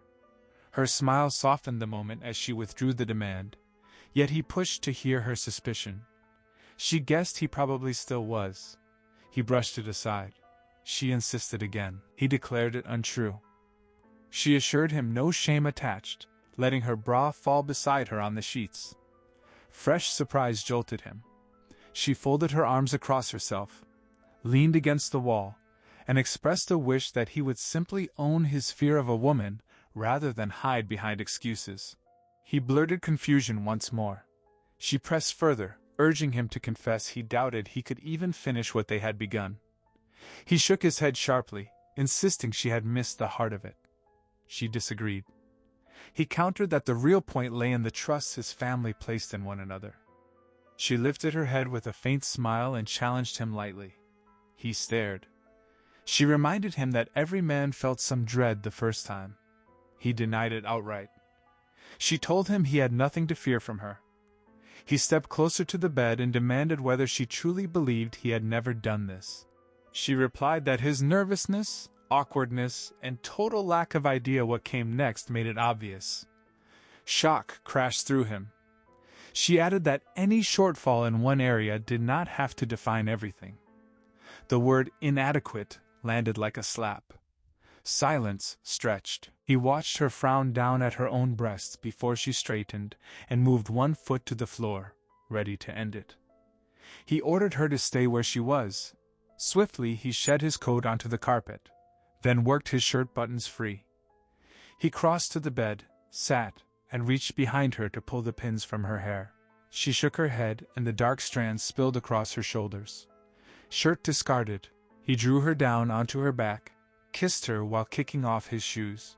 Her palms rose to frame his face, nails raked upward through his hair, and both arms locked around him, crushing him close until he felt the soft press of her breasts beneath his chest and the tremor running through her muscles. She broke the kiss to bury her mouth against his neck and slid one hand down between them to his belt buckle. Twice she breathed the same urgent word. He raised his head enough to see her closed eyes and parted lips. Reaching for the lamp, he clicked it off while savoring the sting of her earlier judgment. She freed his belt, shoved his trousers down his legs. He rose over her and began the affair. Mid-September marked the final day Benjamin could claim the Frank Halpingham Education Award. He honored the quiet ending alone. After his parents retired, he carried a bottle of bourbon to the pool, sipped it steadily, and smoked, grinding the early cigarettes into the concrete before lofting the rest skyward to watch them hiss out in the glowing blue water. Long after midnight, he flung the empty bottle in, stood, and walked slowly upstairs to bed. Most of his hours stayed inside the house. He rose late, pulled on his bathing suit, and ate breakfast by himself unless his mother happened to linger in the kitchen. Afterward, he retrieved the old rubber raft from the garage cupboard, inflated it despite the cracks, and kicked it into the pool from the edge where it waited each day. He descended the shallow end steps, sometimes cradling a beer can, drank while seated on the raft, then tossed the empty aside and settled in to float for the entire afternoon, either on his back with hands folded over his stomach or on his stomach with arms trailing in the water. Unless rain fell, he remained there until dinner, rising only hourly to reinflate when the water crept up around his chest. Each evening he joined his parents at the table, adding a shirt with sleeves rolled to the elbows after his father required more than swim trunks. If he did not drive to the Taft Hotel afterward, he carried beer into the den and watched television, starting with beer while his parents were awake and switching to bourbon once they slept. He timed the drinks so the last movie ended just as his glass emptied, letting him shut off the set and climb straight into bed. Some nights he lingered on test patterns or the flag image after the anthem. Once or twice he dozed and woke to spilled liquor, but usually the calculation held. One evening, an hour past dinner, his father entered the den while Benjamin stared at the screen. Benjamin glanced over, then returned his eyes to the picture. The door closed. The television went dark under his father's hand. Benjamin scowled. His father sat behind the desk and studied the ashtray on the chair arm for a long stretch before asking quietly what was happening. Benjamin answered that until seconds earlier he had been watching television. His father admitted he had no idea what to say. Benjamin echoed the uncertainty. His father pressed for the problem. Benjamin claimed he saw none beyond the sudden interruption and shut down. His father urged him to open up and explain what was wrong. Benjamin insisted nothing was wrong at all, only that his father had burst in, killed the show, begun wringing his hands, and started pleading. When his father asked whether all hope had vanished, Benjamin exhaled in disbelief and lit another cigarette. His father listed the pattern: sleeping through days, drinking and viewing through nights, vanishing after dinner until the next day, and called it a complete tailspin. Benjamin repeated the phrase flatly. His father reminded him they were his parents. Benjamin acknowledged it.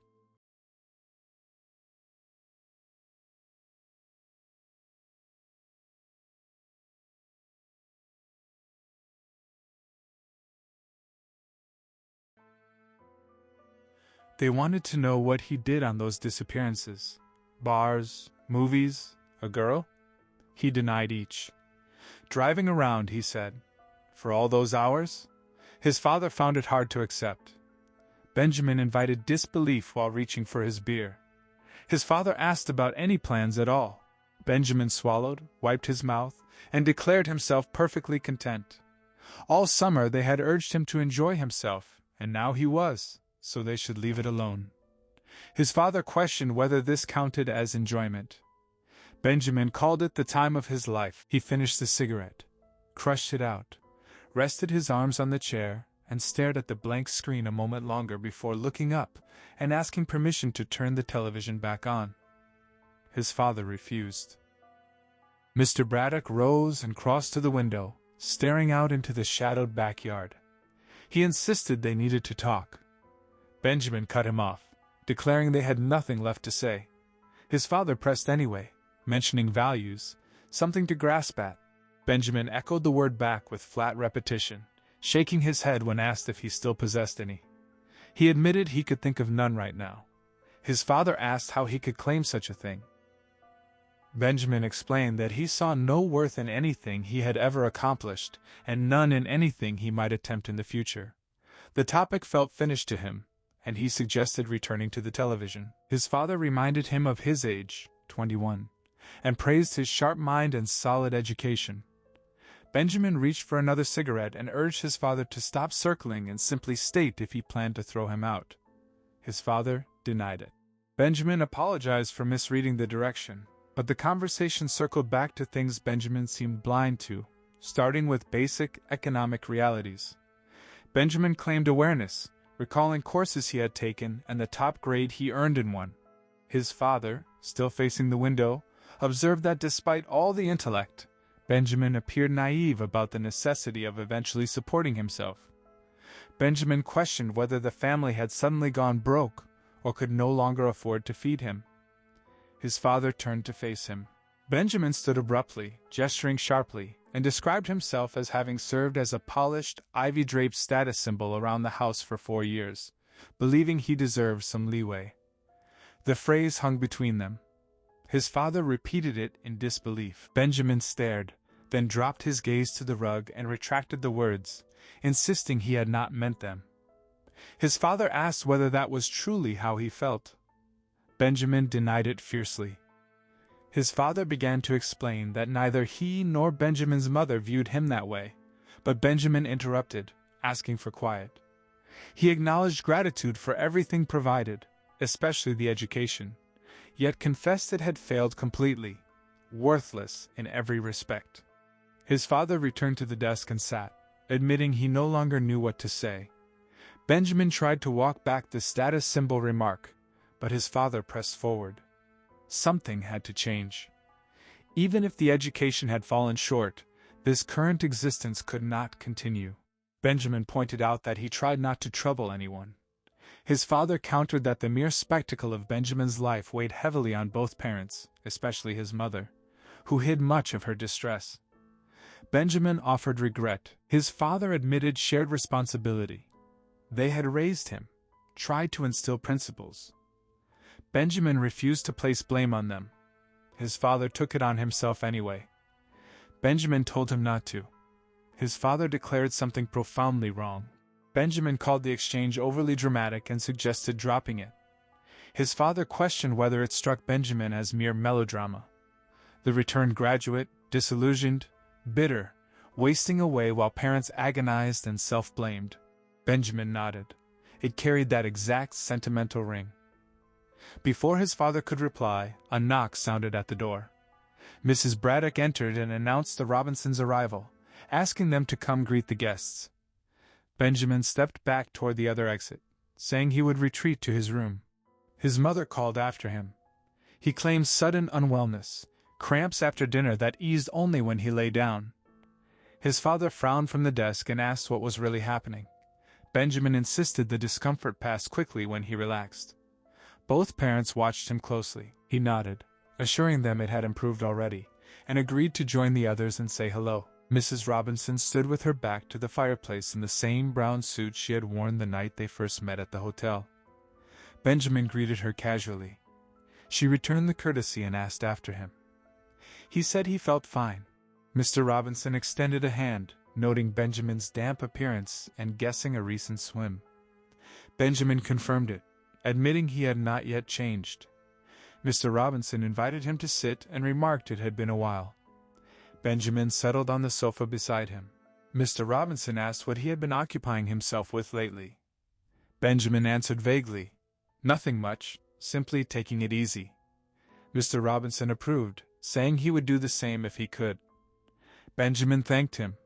Mr. Robinson inquired about plans. Benjamin described them as indefinite. Mr. Robinson observed that the old teaching ambition seemed abandoned. Mrs. Braddock interjected that she still believed Benjamin would pursue it someday. Benjamin allowed it might happen, though it remained too early to say for certain. Mr. Robinson agreed it was wise to take time. Then he shifted to the girl situation, asking whether Benjamin had reconnected with any high school acquaintances. Benjamin shook his head. "No real dating lately." Mr. Robinson teased what might be wrong with him, winking toward Benjamin's mother and suggesting there must be someone hidden away.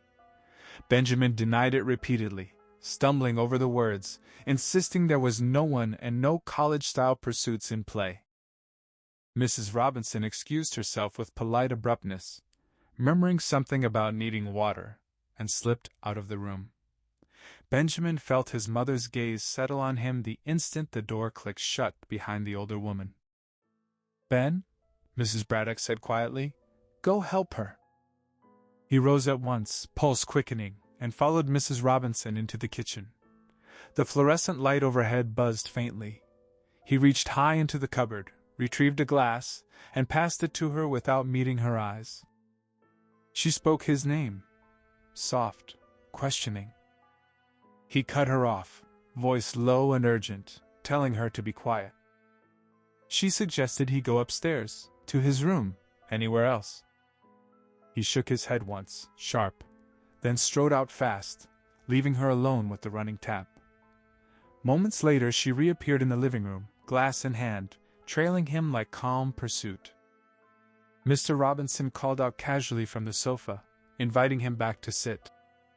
Benjamin obeyed, sinking down beside the man. Mr. Robinson mentioned Elaine, how she would be home for Thanksgiving, and pressed him to call her this time, really call her.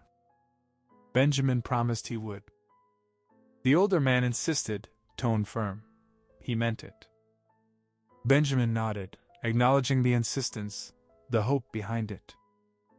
Mr. Robinson went on, convinced the two of them would get along splendidly.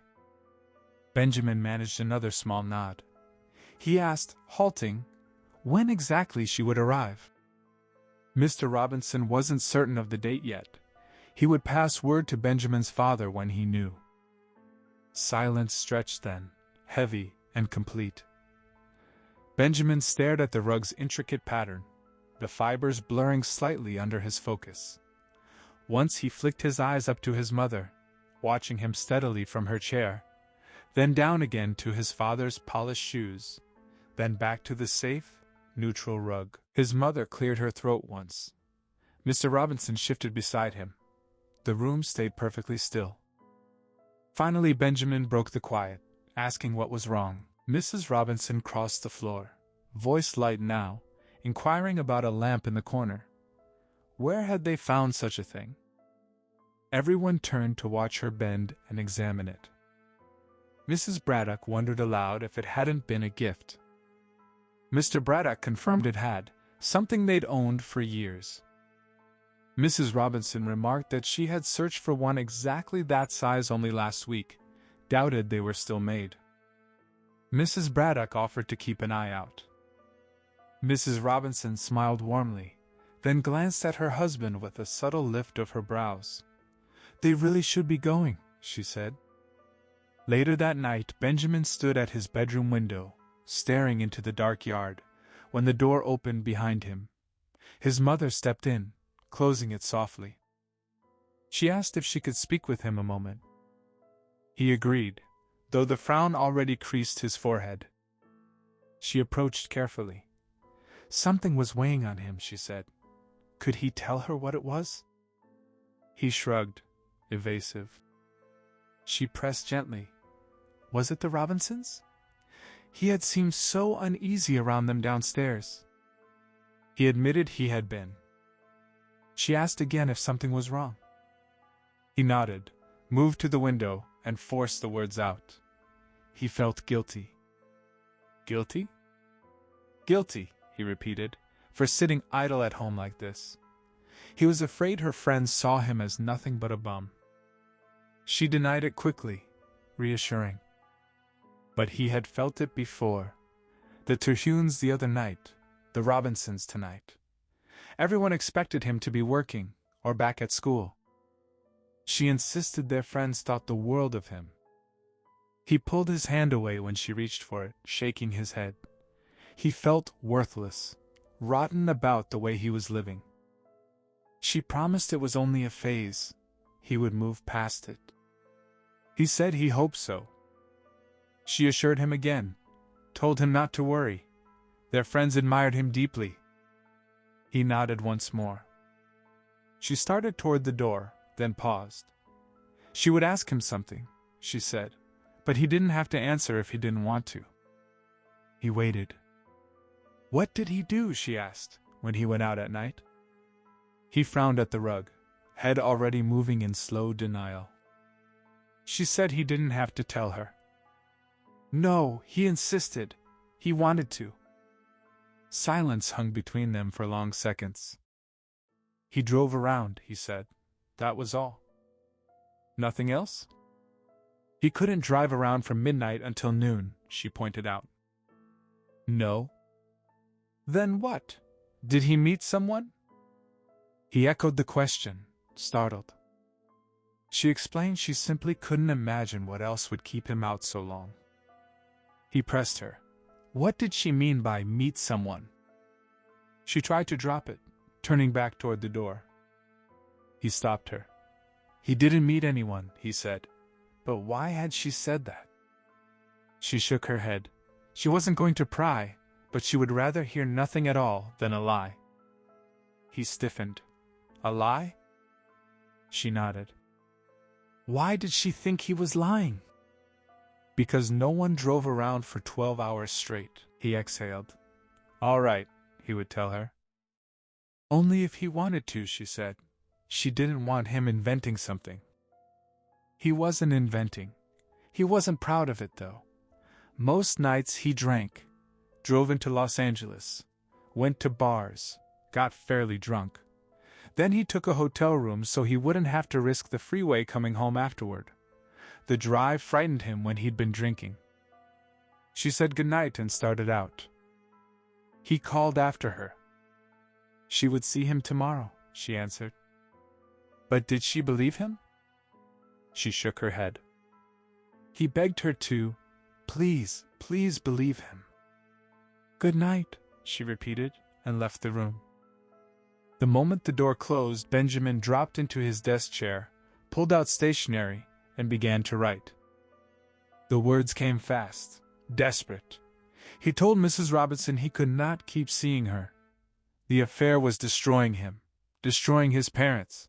He was coming apart, a nervous wreck. His life was spiraling downward and he had to stop it, right now. He felt despicable, filthy in everything he was doing with her.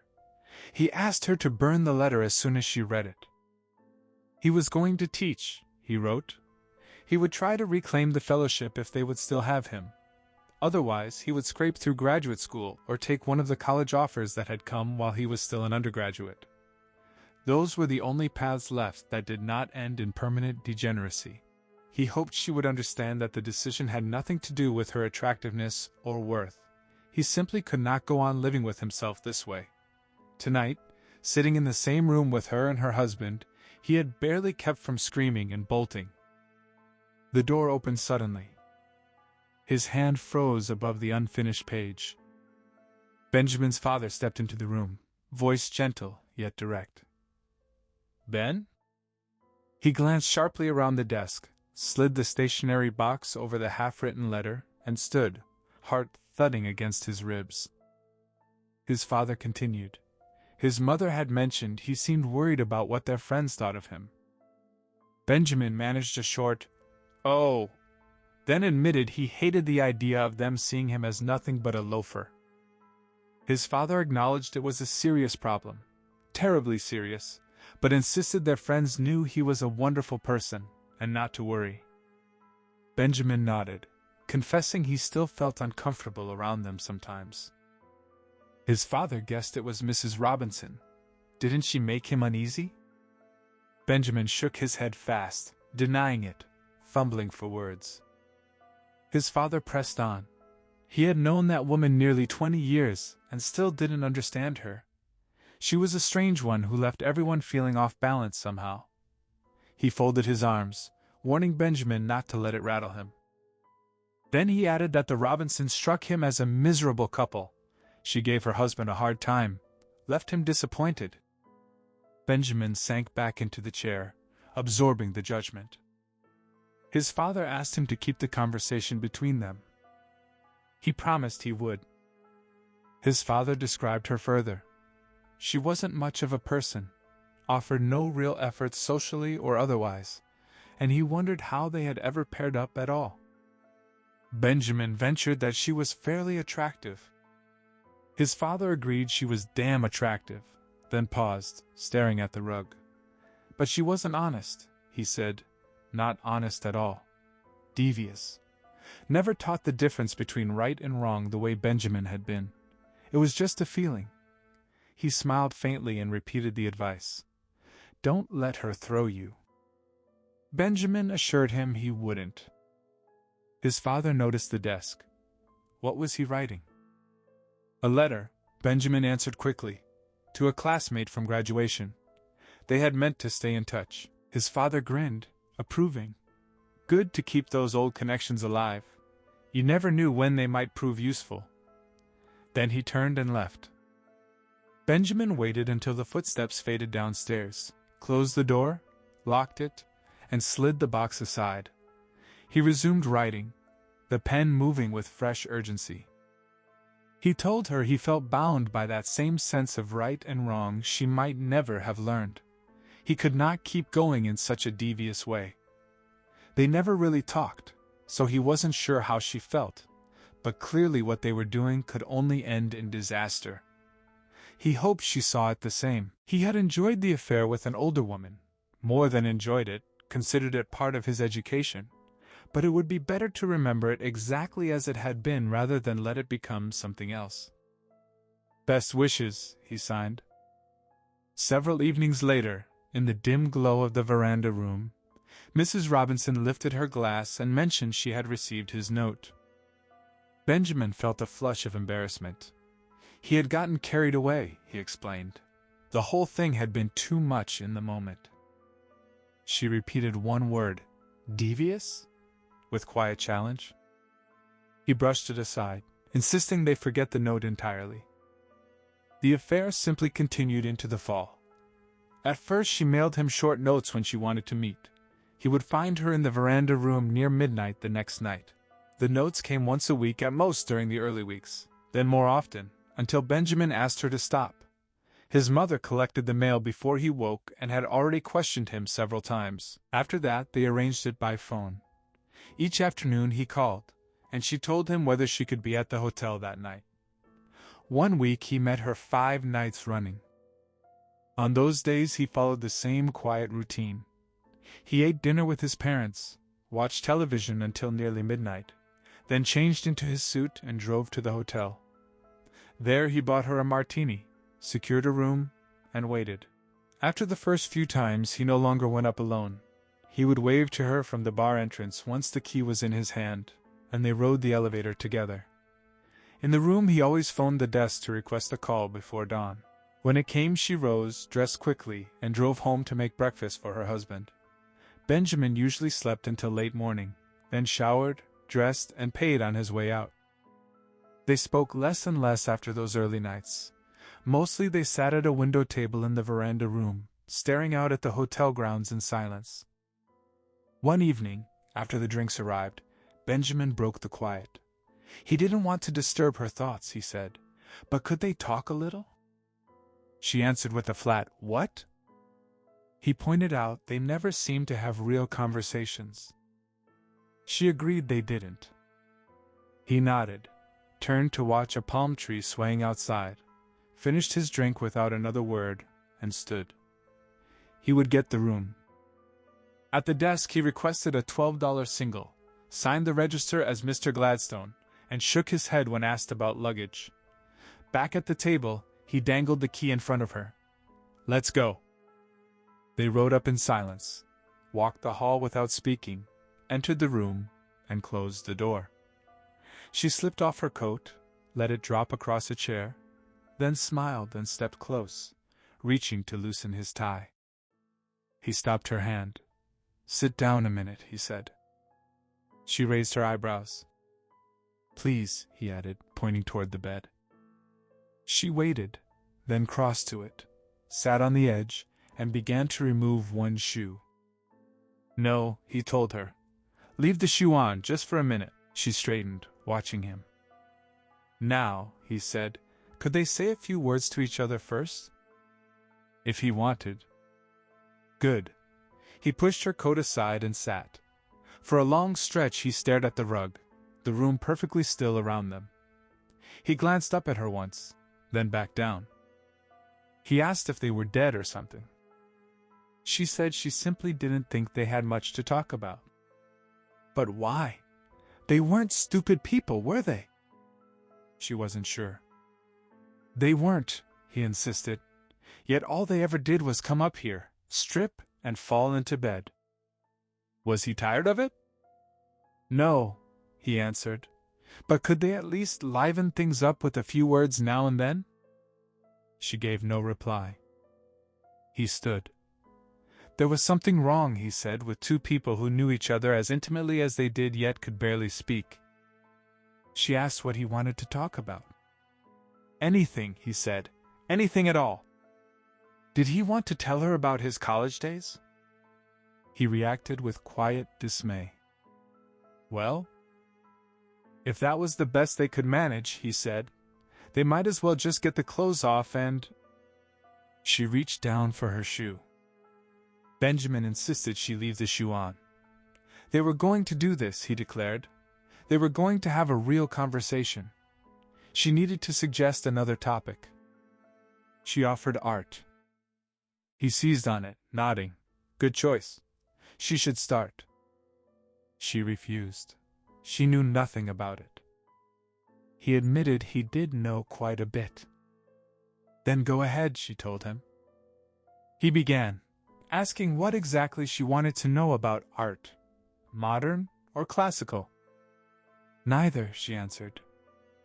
She wasn't interested in art at all? No. Then why suggest it? She didn't want to. Benjamin dropped his gaze back to the rug, defeated. Could he take his clothes off now? No. Another topic. She glanced up at the ceiling, then proposed he tell her about his day.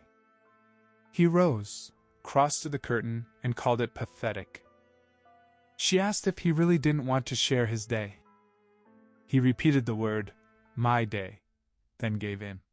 He got up around noon, ate breakfast, drank some beers afterward, went out to the pool, inflated his raft, floated on it in the water. She interrupted. What was he talking about? He explained the routine. Most afternoons he drifted on that raft. She murmured, understanding. He continued. Dinner, 2 quiz shows on television, half a movie. Then he came here. Now her turn. Tell him about her day. Did he really want to hear it? Yes. She started the same way. She got up, ate breakfast, went shopping, read a novel in the afternoon. Which novel? She couldn't remember. Then she fixed dinner for her husband and waited until... There, Benjamin cut in, spinning to point at her. Her husband. That was something worth talking about. Him? Everything about him, Benjamin pressed. He knew nothing of how she managed this, how she slipped out at night, what risks she took. No risks, she said simply. None at all? She shook her head. But how? How did she leave the house? She just walked out. Right through the door? Yes. What about her husband? What did she tell him? He was asleep. Always? She called the topic dull. Please, Benjamin urged. How could she be sure he wouldn't wake and follow her one night? Because he took sleeping pills. Every night? 3 at 10 o'clock. What if he forgot? What if they failed? He never forgot. Now could they... No, wait, Benjamin said. He needed to picture it. At 10 he could imagine Mr. Robinson swallowing the 3 pills. He cleared his throat. And the car noise? What if... The driveway was on her side of the house. Benjamin's face lit up. They were talking. Actually talking! Calm down, she said. He sat again, eager to continue. Could he undress while they talked? She agreed. Thank you. So the driveway on her side meant they didn't share a bedroom. They didn't sleep together at all? No. How long had that been the case? About 5 years. Benjamin exhaled in disbelief. No. What? 5 years without sleeping with her husband? Now and then, she corrected, when he got drunk a few times a year. How few? New Year's Eve. Sometimes his birthday. Benjamin shook his head. This was fascinating. Was it? So she didn't love him. She wouldn't say she... Enough talk, Benjamin. Wait. She wouldn't say she loved him. Not exactly. But she didn't hate him. No, she didn't hate him. Undo my bra. She backed toward him. He reached up and unfastened it. She didn't hate him. Didn't love him. That's right. Then how did she feel about him? She didn't. That sounded like a terrible situation. Did it? If she hated him, at least there would be feeling. She nodded, slipped out of her slip. But she must have loved him once, when they first met. No. What? She had never loved him. But she married him. Yes. Why? She told him to guess, peeling her stockings down. He couldn't. Try. His money? Again. She was lonely? No. His looks? He was handsome enough. Think harder. Benjamin stared at her foot, frowning, then shook his head. Unless she hadn't had to marry him, had she? Don't tell Elaine, she said. Oh, no. She nodded. She had to marry him because she was pregnant? Was he shocked? Well, he had never pictured her and Mr. Robinson as the sort of people who... All right, she said. Now let's go to bed. Wait, how did it happen? What? Benjamin pressed her for the circumstances anyway, voice low with stubborn curiosity. She answered without enthusiasm. He asked for the setup. Was he already a law student then? She nodded. And she had been a student too at college. Yes. What had she studied? She frowned, wondering why he needed every detail. Because he was interested, he said. What was her major? Art. Art? She nodded. He noted she must have lost interest somewhere along the years. Kind of. So, an art major and a law student. How had they even met? At a party? A dance?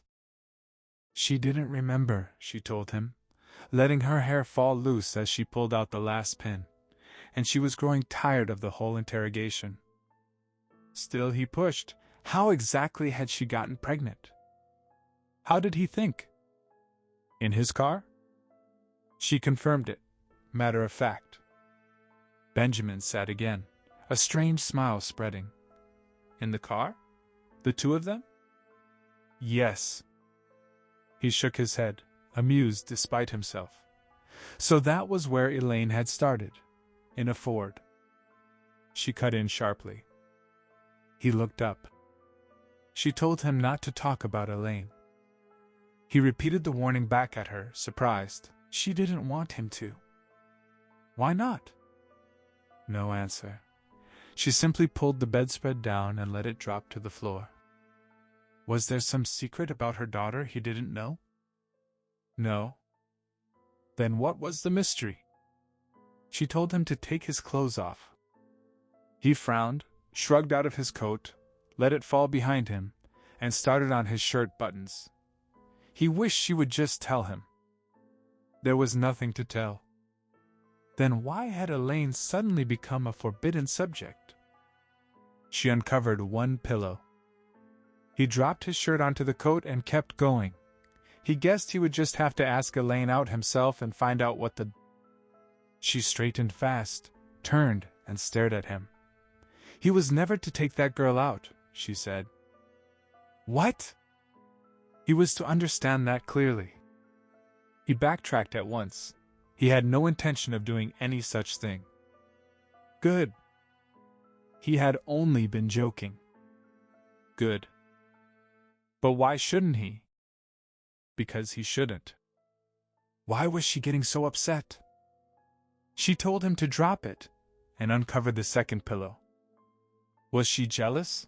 Afraid Elaine might steal him away? No. Then what was it? She shook her head.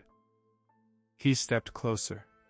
He needed to know why she felt so strongly about this. She had her reasons. He demanded them. No.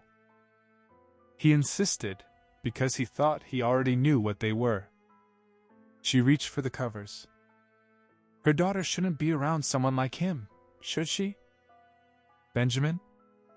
He wasn't good enough for Elaine to even associate with, let alone talk about. Let's drop it. They weren't dropping it.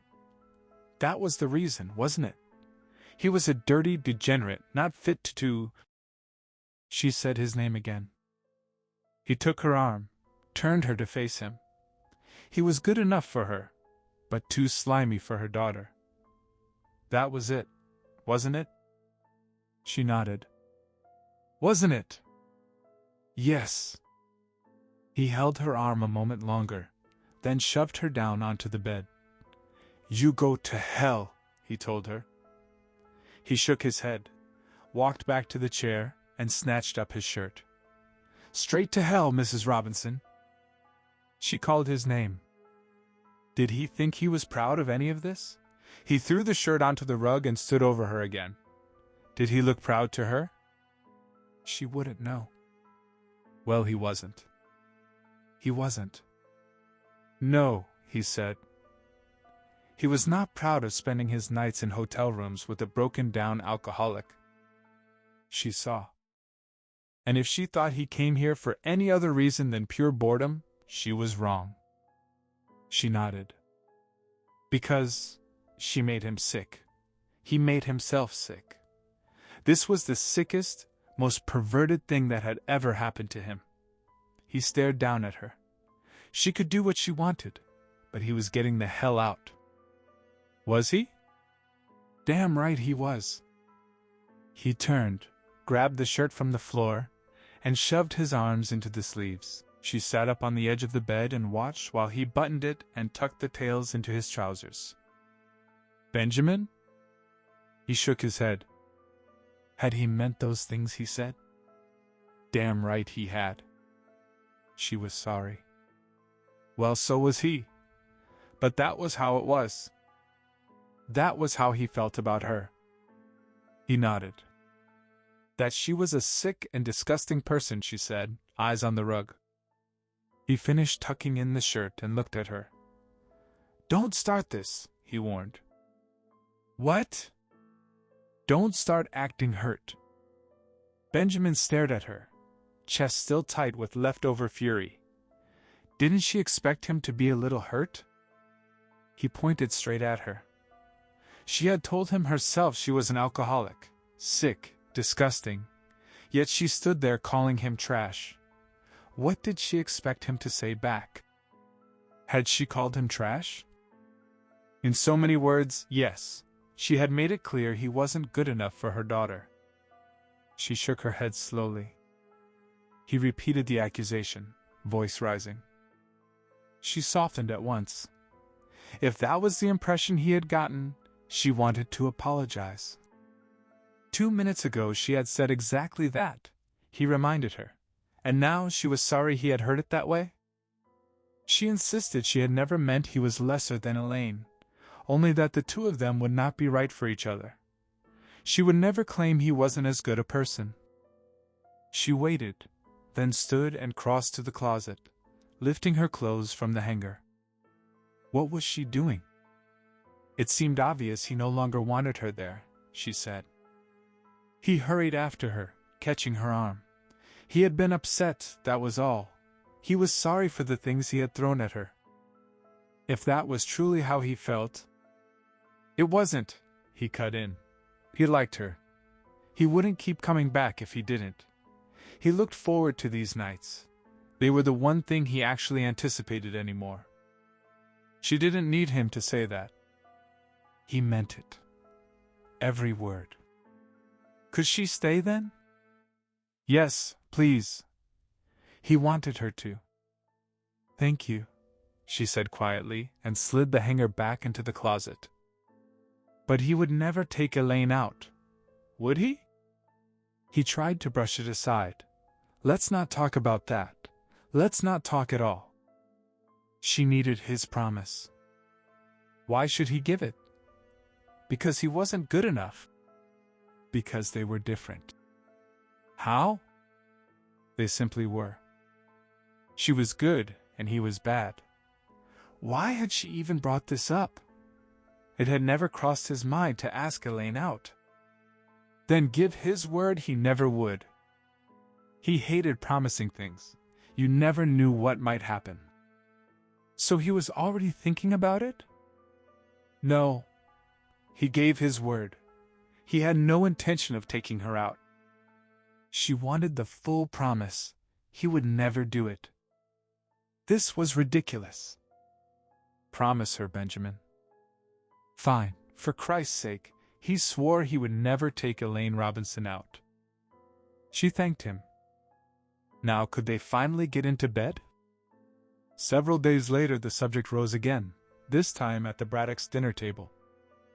His father announced Elaine had returned from school that afternoon, home for the holidays. Benjamin sprinkled salt onto his meat without looking up. His father pressed him. It might be a nice idea to ask her out. Benjamin's hand froze above the plate. What? A simple dinner sometime next week would be a good gesture. Why should he? Because his father would like him to. And why would his father like that? The Robinsons had shown interest in him, done things for the family. This would keep relations smooth between the two households. Weren't they already smooth? They could be smoother. His mother leaned in. Didn't he think Elaine was a terribly attractive girl? Yes, he did, but that wasn't the point. She was one of the prettiest. Mother, she was beautiful, Benjamin interrupted, setting the shaker down hard. But he and Elaine did not get along. How could he know? Because he had taken her out once before, in high school, 5 years ago.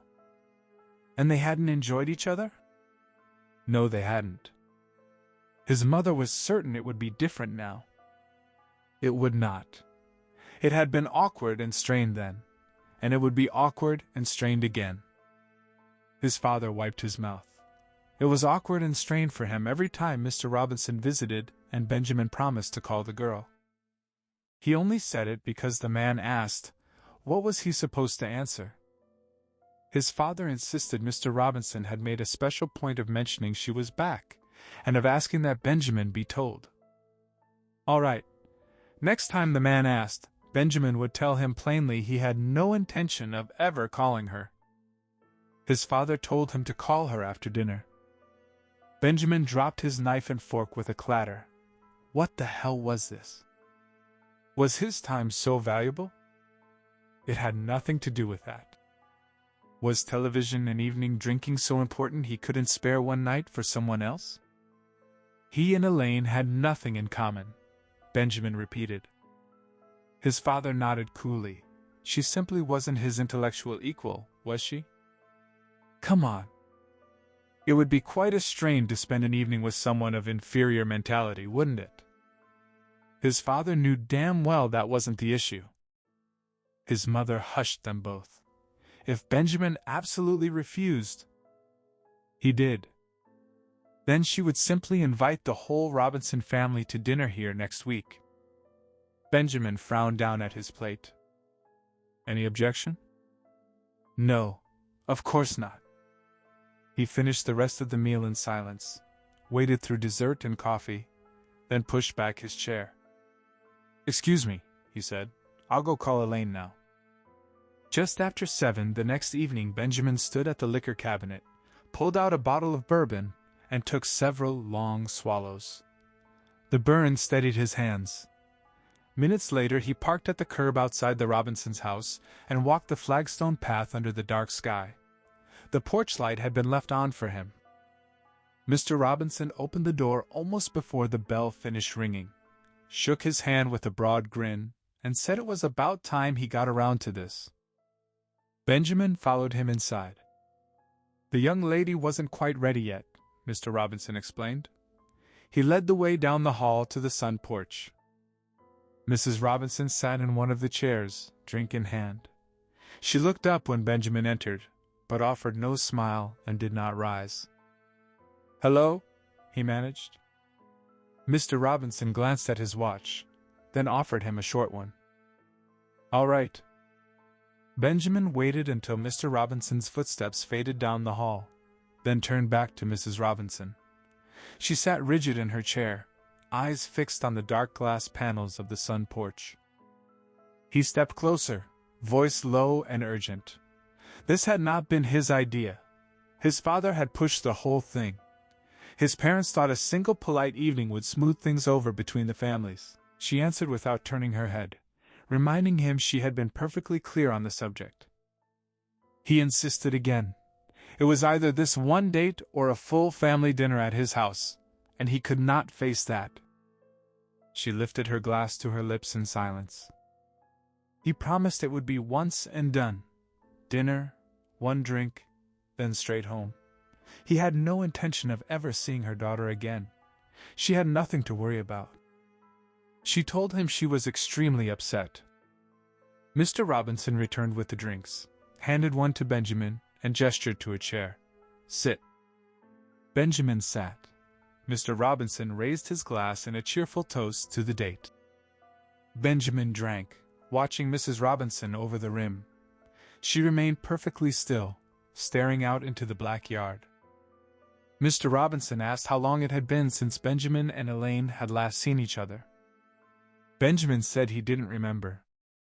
Elaine appeared at the porch entrance in a neat brown dress, green coat draped over her arm, one hand struggling with a small gold earring. She smiled. Benjamin glanced at her, then dropped his eyes to the floor.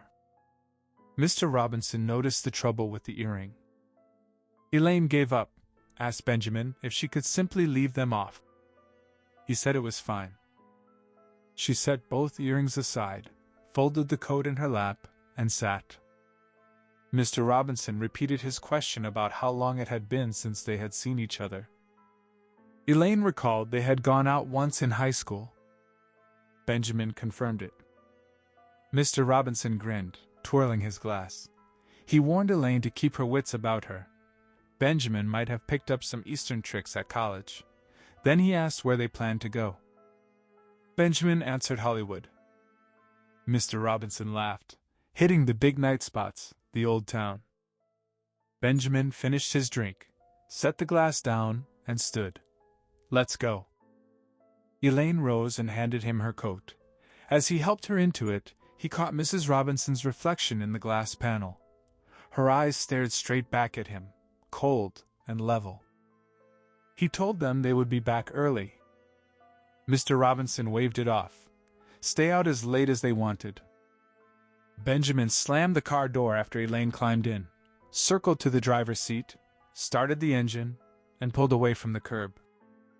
Elaine mentioned her mother had been in a strange mood all day. Benjamin asked what she meant. Elaine said her mother seemed lost in a trance, as if something heavy weighed on her mind. Benjamin pressed the accelerator hard down the ramp and onto the freeway. Elaine noted he didn't know her mother well, and worried he might think she was rude. Benjamin asked if she was apologizing for her. No, Elaine said. She simply didn't want him to get the wrong impression. It was only this odd mood today. Benjamin floored the gas, swerved into the fast lane. A horn blared behind him. He checked the mirror and cut across traffic. Elaine asked if he was still living at home. He said yes. Any prospects, jobs, graduate school? None. She asked about the prize he had won. He told her he had thrown it away. She repeated the words in disbelief. He confirmed it. Why? He sped up behind the car ahead and leaned on the horn. The driver waved angrily for him to stop. Benjamin stayed inches off the bumper, honking steadily until the man finally changed lanes. Benjamin shot forward. Elaine asked if anything was wrong. No. Did he always drive like this? Yes. She turned her face to the windshield and stayed quiet. The first club was the Club Renaissance, empty except for one man in the corner. A waiter brought 2 drinks. Benjamin asked if she wanted dinner. She said she would love some. He ordered a menu for her only. The waiter returned. Elaine changed her mind and sent it back. The next club, the Interior, had a band playing. They found a table. Benjamin ordered more drinks and asked if she wanted to dance. She asked if he did. He shrugged and stood. They danced briefly. Then he dropped his hands, nodded toward the fresh drinks, and pushed back through the crowd to the table. The third club offered a strip show. Elaine checked her coat. Benjamin crossed the room and chose a table directly beneath the stage. He sat and nodded at the chair across from him. Elaine hesitated. He told her to sit. She asked if he really expected her to sit with the back of her head against the stage. He said yes. She suggested a table farther back would be better. Elaine hesitated, then slid into the chair across from him. Benjamin ordered drinks, shoved his hands deep into his pockets, and slouched low to watch the stage. A small band played off to one side. Center stage, the stripper bent forward, back to the audience, grinning at them through her legs. She flexed her buttocks in rhythm with the music for a long stretch, then straightened and pranced across the platform. Pink cords dangled from the shiny cups covering her nipples, each ending in a large pink tassel. She swung them in wide arcs as she moved. The waiter set 2 fresh drinks on the table. Elaine asked Benjamin to drink hers. Why? She just wished he would. Was she already drunk? Yes. He lifted her glass, drained it in one go, and placed it empty in front of her again. Why didn't she watch the show? She sat perfectly straight, eyes fixed on him across the table. Benjamin? What? Did he dislike her? No. Why would he? She didn't know. He settled back with his own drink. On stage, the woman had stopped swinging the tassels and now held them out straight. She faced the crowd, let them drop, and the band fell silent except for the drummer's slow roll. She swayed side to side, faster and faster, until the tassels circled her breasts in perfect loops. Applause broke out. Benjamin clapped slowly, hands held forward. She was missing a great effect, he told her. Elaine turned briefly to watch the tassels whirl, then face forward again, hands folded in her lap, gaze lifted into the smoky air above his head. How did she like that? No answer. Could she do it? No. The dancer caught one tassel and reversed its direction. Now they spun in opposite circles. More applause. She raised her arms, bent slightly forward, and walked to the edge of the stage. Elaine was the only one whose chair still faced away. The woman bent low over her, letting the pink tassels swing directly in front of Elaine's face. She winked at Benjamin, arms still extended. Laughter rose from the back of the room. Benjamin sat up sharply, set his drink down, frowned at the dancer, then at Elaine. She remained rigid, staring upward past him while the tassels crossed her vision every few seconds. Tears streamed down her cheeks. He stood abruptly, reached out, and stopped the swinging tassels with his hand. A boo came from the rear. He took Elaine's hand and led her quickly across the room to retrieve her coat. Outside on the sidewalk, he said her name. Would she let him take her home now, please? Elaine, he was sorry.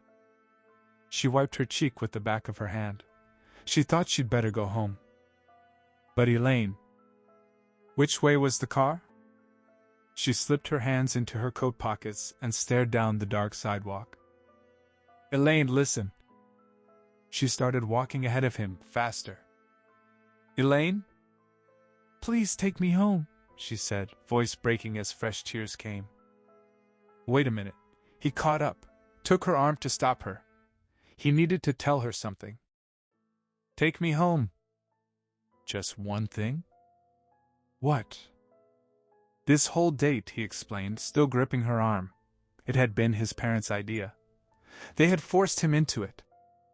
Oh, that was nice of him to tell her. That was why he had acted this way. He wasn't like this. He hated himself when he was. Could they go home now? Couldn't they at least have dinner? Or sit somewhere and talk? No, she wanted to go home. But he wanted to talk to her first. People were looking, she said. He glanced around, then drew her off the sidewalk against the building wall. Could she please? No, she couldn't. Could she try? No. He looked down at her a moment, then wrapped his other arm around her, pulled her close, and kissed her. They stood motionless for long seconds until she finally turned her face aside and cleared her throat. People were still staring, she whispered. He tried again. She turned away. She didn't want to do this in public view. They would go to the car. Could they get something to eat? He took her hand and led her down the block to a restaurant. They were seated at a table in the back. The moment they sat, Benjamin reached across and took her hand again. Elaine. What? Was she all right now? Yes. Could she understand he wasn't like he had been earlier? She nodded. The waitress appeared with her pad. What did she want? A hamburger. Right, 2. The waitress left. Benjamin kept his eyes on Elaine, shaking his head slowly. Elaine. He just wished she could see that wasn't him at all. Was he sick or something? Sick? Why was he in such a poor mood? He didn't know. It was this frame of mind he had been trapped in since graduation. She spread her napkin in her lap. They sat in silence until the food arrived. Benjamin lifted his hamburger, then set it down untouched. He had felt this overwhelming urge to be rude ever since leaving school. She suggested he go back then. He would flunk out. She began to eat. Benjamin picked his burger up again, raised it to his mouth, hesitated, and lowered it once more. He felt badly. He wanted to apologize. Because that wasn't who he was. She nodded. He looked at the untouched hamburger, then finally lifted it and took a bite. It was past midnight when they pulled up in front of the Robinsons' house and parked. They sat quietly for several moments. Then Elaine turned toward him with a small smile. Would he like to come in? She could fix him a drink, or coffee. He shook his head. Actually, he wasn't too thirsty. She nodded. Silence settled again. Well, maybe she'd better go in now. Benjamin took her hand.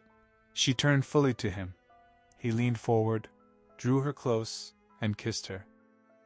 Benjamin sat rigid behind the wheel, the engine still ticking faintly in the quiet car, every muscle locked as Elaine's soft voice reached him through the dark. She asked if the house wouldn't be more comfortable. He felt the words land like stones in his stomach. The thought of stepping inside that house, of risking any sound, any light, any chance of footsteps on the stairs, sent a cold surge through his chest. He answered that he didn't want to wake anyone, the excuse thin even to his own ears. Elaine reached for the door handle anyway, calm and certain, insisting they could go in without disturbing a soul. Panic flickered sharper. He caught her hand, pulled it back, the warmth of her skin against his suddenly too much and not enough. He pressed. Why the house? Why now? Searching for any reason that might keep them here, sealed in the car's small cocoon. She only repeated that it would be more comfortable, her tone patient, puzzled. He felt her frown settle on him like judgment. She asked if something was wrong, why he was resisting so hard. The question pinned him. He scrambled for deflection. Maybe they could drive somewhere else, do something different. Anything to move them away from that doorway, that hallway, that bedroom upstairs. She agreed easily. Relief washed through him, brief and brittle. He turned the key. The engine caught with a low rumble that felt like escape. She asked where they were headed. A bar, he said, mind racing for any place that wasn't here. He groped for a name. Any name. She suggested the Taft Hotel. The name struck him like a slap. He stared at her, pulse hammering in his throat, every nerve screaming no. He tried to stall, couldn't remember if there was even a bar, said it was too far. She corrected him. Only a mile. Let's just check. He shook his head, words tangling, insisting they should see if it even existed. Inside, dread coiled tighter. Every excuse sounded hollower than the last. They ended up walking through the veranda room doors anyway.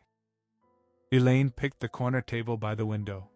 Benjamin helped her with her coat, movements mechanical, eyes darting toward the entrance.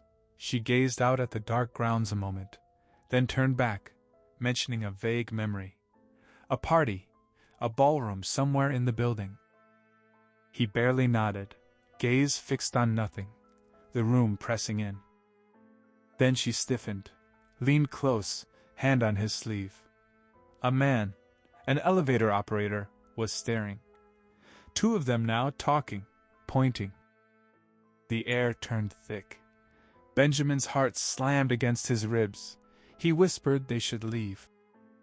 A waitress appeared without warning, setting 2 martinis on the table and vanishing. Elaine frowned, confused. She asked what was happening. He cleared his throat, forced the lie out. He'd ordered them quietly as they passed her. She didn't believe him. Her voice sharpened. She hadn't seen him say anything. He insisted, louder, desperate for her to drop it. "Drink it, please." She stared at the glass, said it wasn't what she wanted. Fury and shame erupted together. He snatched the martini, drained it in one long swallow, the burn doing nothing to steady him. She asked again, what was happening? Why was he like this? He muttered that he simply didn't like the place. She pressed, "Then why lie about the drinks?" He denied it again, voice cracking. She asked why he was so upset. The question broke something. He surged to his feet, the table rocking, grabbed her coat, fumbled money onto the cloth, seized her hand. "Come on." He towed her through the room, past the lobby clerk who smiled and greeted him by the wrong name, Mr. Gladstone. Benjamin rushed by without a glance, pulse roaring in his ears. Outside, across the pavilion, into the parking lot. He yanked the car door open, thrust the coat at her. "Get in." She hesitated. He snapped, "Please, just get in." She slid inside.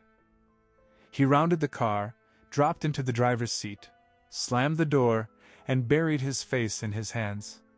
His whole body shook. He couldn't stop it. After a long silence, he spoke her name, voice raw. He liked her. So much. Did she believe that? She nodded. He pressed. Did she really? Yes. He told her she was the first person in forever he could stand to be near, the first thing that hadn't felt empty. His life was nothing, a waste. He pulled his hands away, shook his head, apologized, reached for the keys. He'd take her home. She watched him start the engine, then spoke his name again. He paused, hand on the key. She asked, quiet, careful, if he was having an affair with someone. The question froze him. He stared at his own fingers, knuckles white. She apologized at once, said it wasn't her business. He turned the key back. The engine died. For several heartbeats he sat motionless, then lifted his eyes to the windshield, voice low. It just happened. A shabby thing on top of everything else. Could she understand? She nodded. He asked what she thought of him now. She shrugged, only that he'd had an affair. What else was there to think? He searched her face. Didn't she despise him? She took his hand again, eyes on their joined fingers.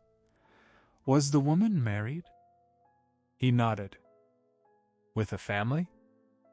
A husband. A son. Had they found out? No. Was it over? Yes. She shook her head. Then why would she despise him? He turned to her fully. What if it was someone she knew? Would she hate him then?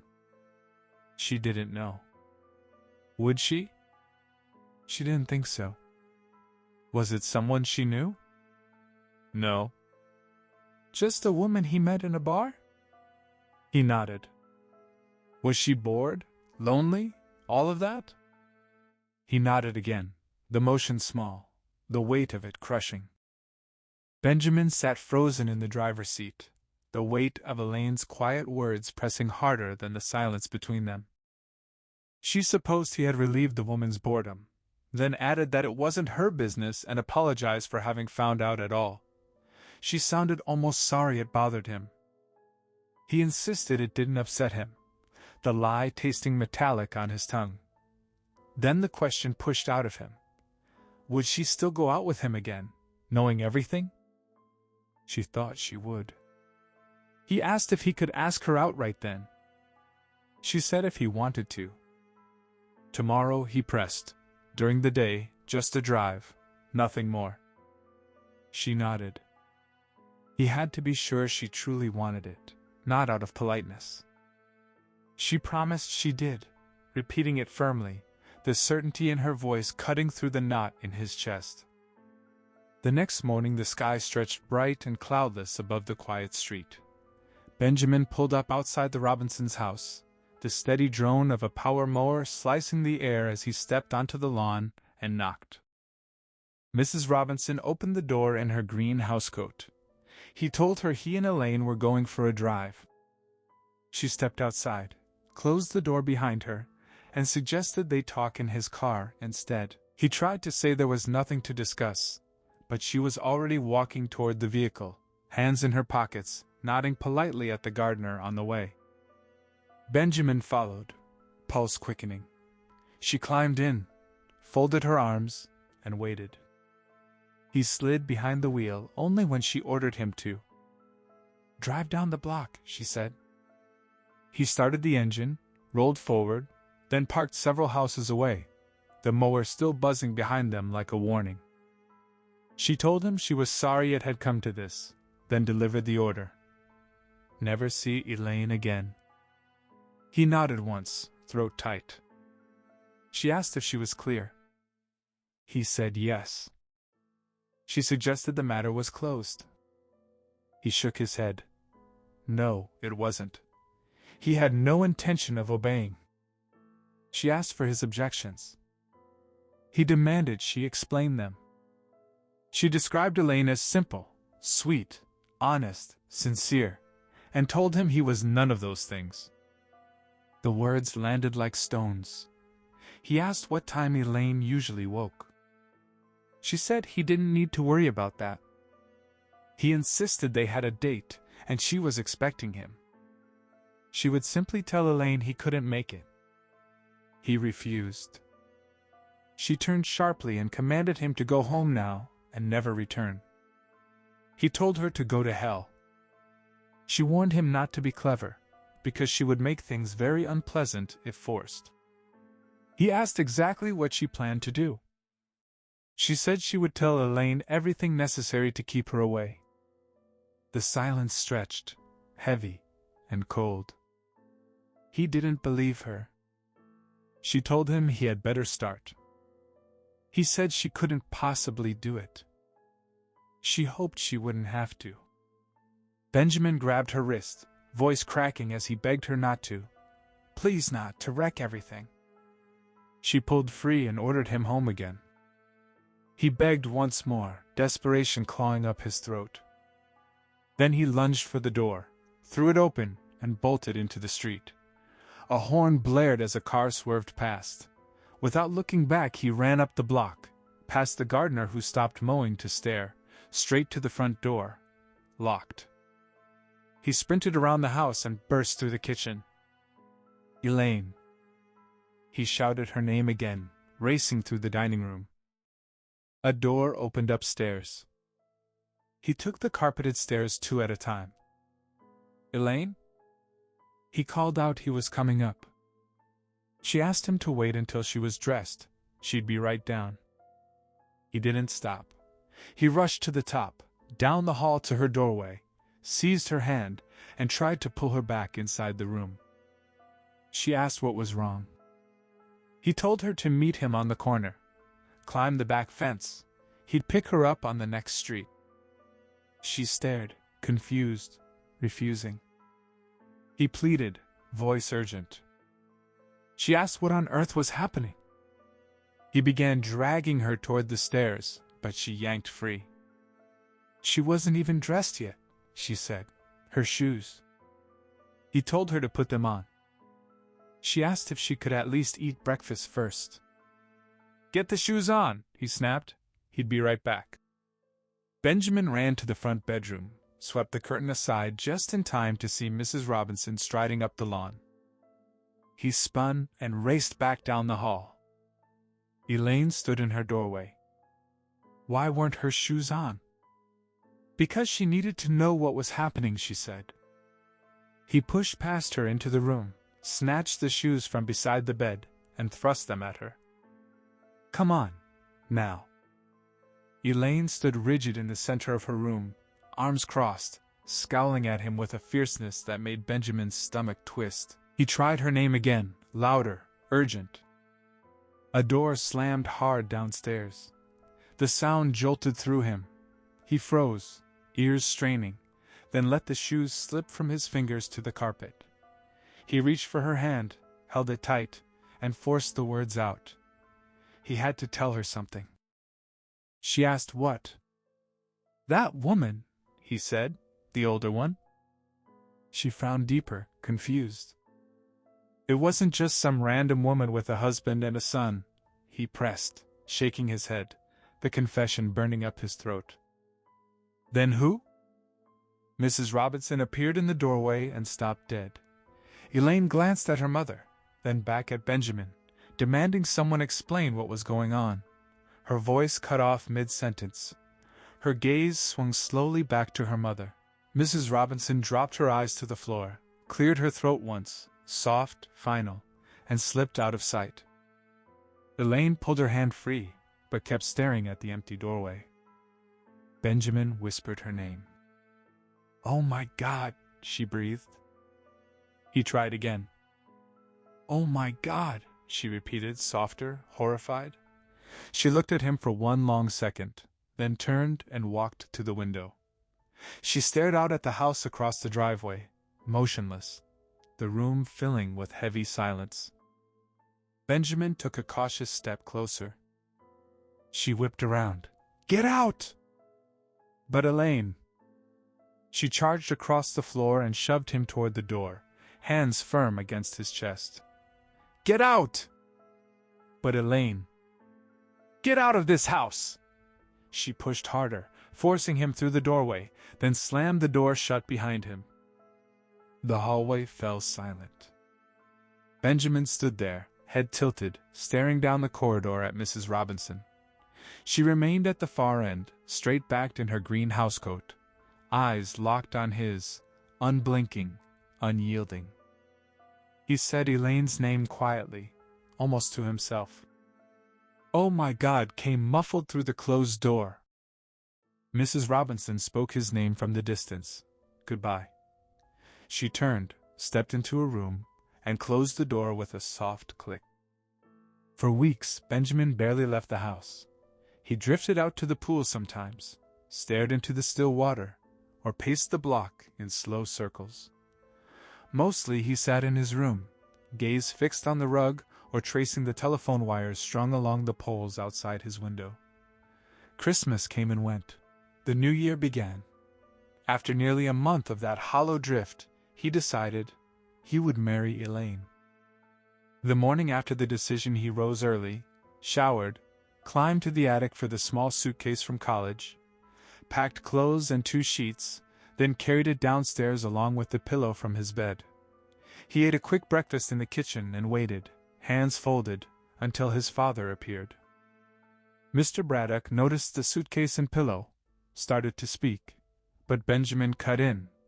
He was going to marry Elaine Robinson. His father froze, then repeated the words back, stunned. Benjamin said it again. Mr. Braddock moved slowly to the table and sank into the chair opposite. "Are you serious?"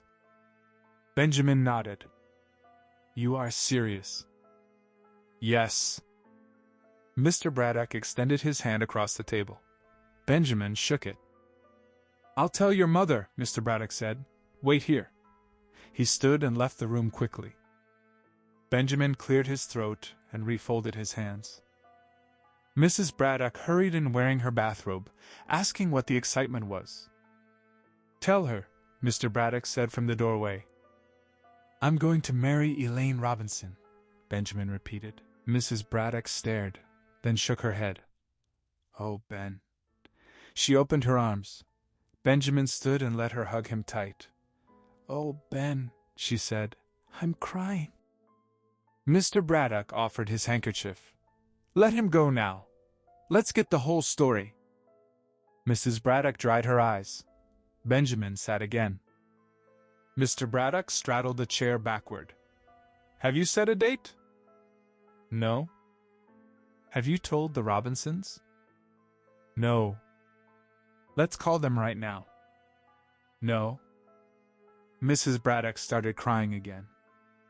Benjamin cleared his throat. "I should tell you. Elaine doesn't know yet."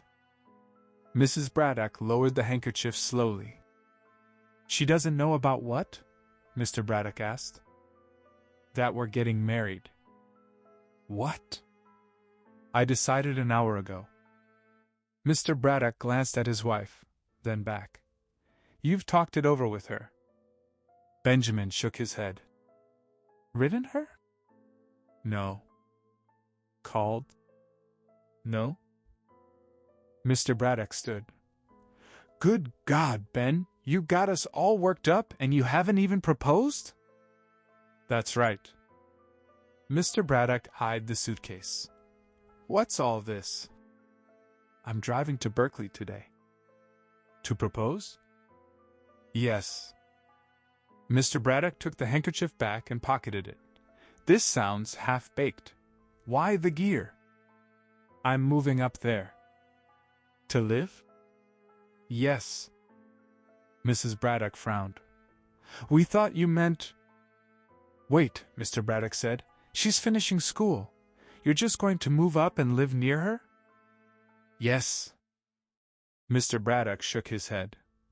You can't do that, Ben. That's what I'm doing. Write her a letter. Call her. But you can't barge in and pester the girl because you've got nothing else. I love her, Benjamin said. He leaned down, kissed his mother's cheek, then lifted the suitcase and pillow. Mr. Braddock stepped forward. Listen, I'm sure you do. It's fine, you and Elaine, but good God, man. Benjamin reached the door. You hardly know her, his father pressed. How do you know she wants to marry you? She doesn't yet. Does she even like you? No. For God's sake, Ben, you can't just barge into her life like this. Benjamin pushed open the door of his parents' house, the words slipping out before he could second-guess them. He'd send his address. His father started to speak his name, but Benjamin was already stepping away. Late afternoon lights slanted across Berkeley as he eased the car through jammed streets, students weaving between bumpers like minnows. He found the main drag, parked in front of a modest hotel, and climbed out. For a long moment he watched the sidewalk tide of backpacks and laughter, then shouldered inside. The desk clerk glanced up over his newspaper. Benjamin asked if any rooms remained for the night. The man nodded. And phones in the rooms? Some had them. Good. Benjamin turned for his bag, then paused and returned. Any quiet restaurants nearby? Down at the corner, the clerk said. Benjamin walked the short block, studied the menu taped to the glass, then stepped inside. He scanned the center tables and side booths until a waitress approached. He asked if he should reserve for dinner later. She said he could. Did it crowd around 8? Hard to say. He decided to book one anyway. Braddock, Mr. Braddock, for 2.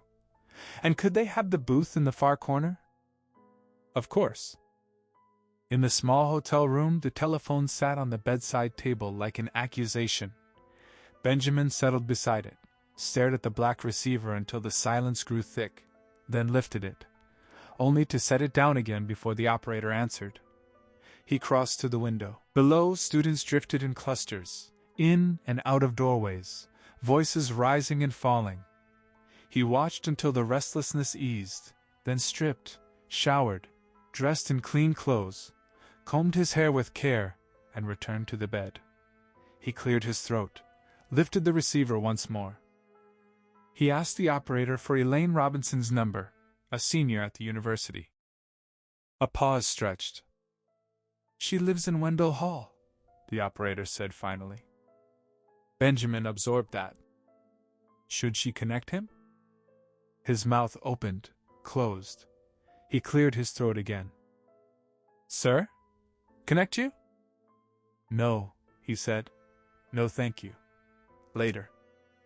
He ate alone in the hotel coffee shop, lingered over coffee until the clock reached 8, paid, and stepped outside.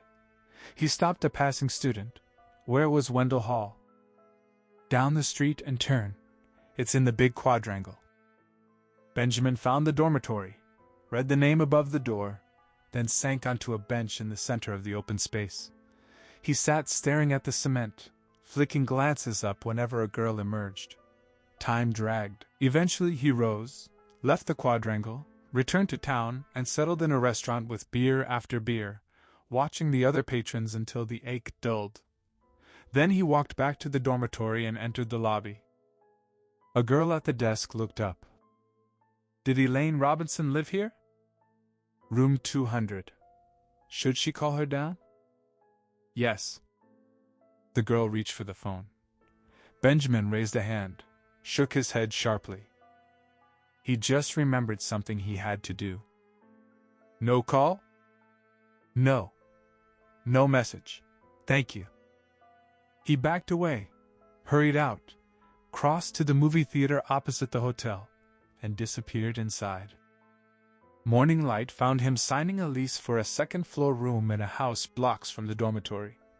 He drove to a used car lot, accepted $2,900 in cash for the car, carried the bills back to the room, tucked them in a desk drawer, and lay on the bed staring at the ceiling through the long afternoon.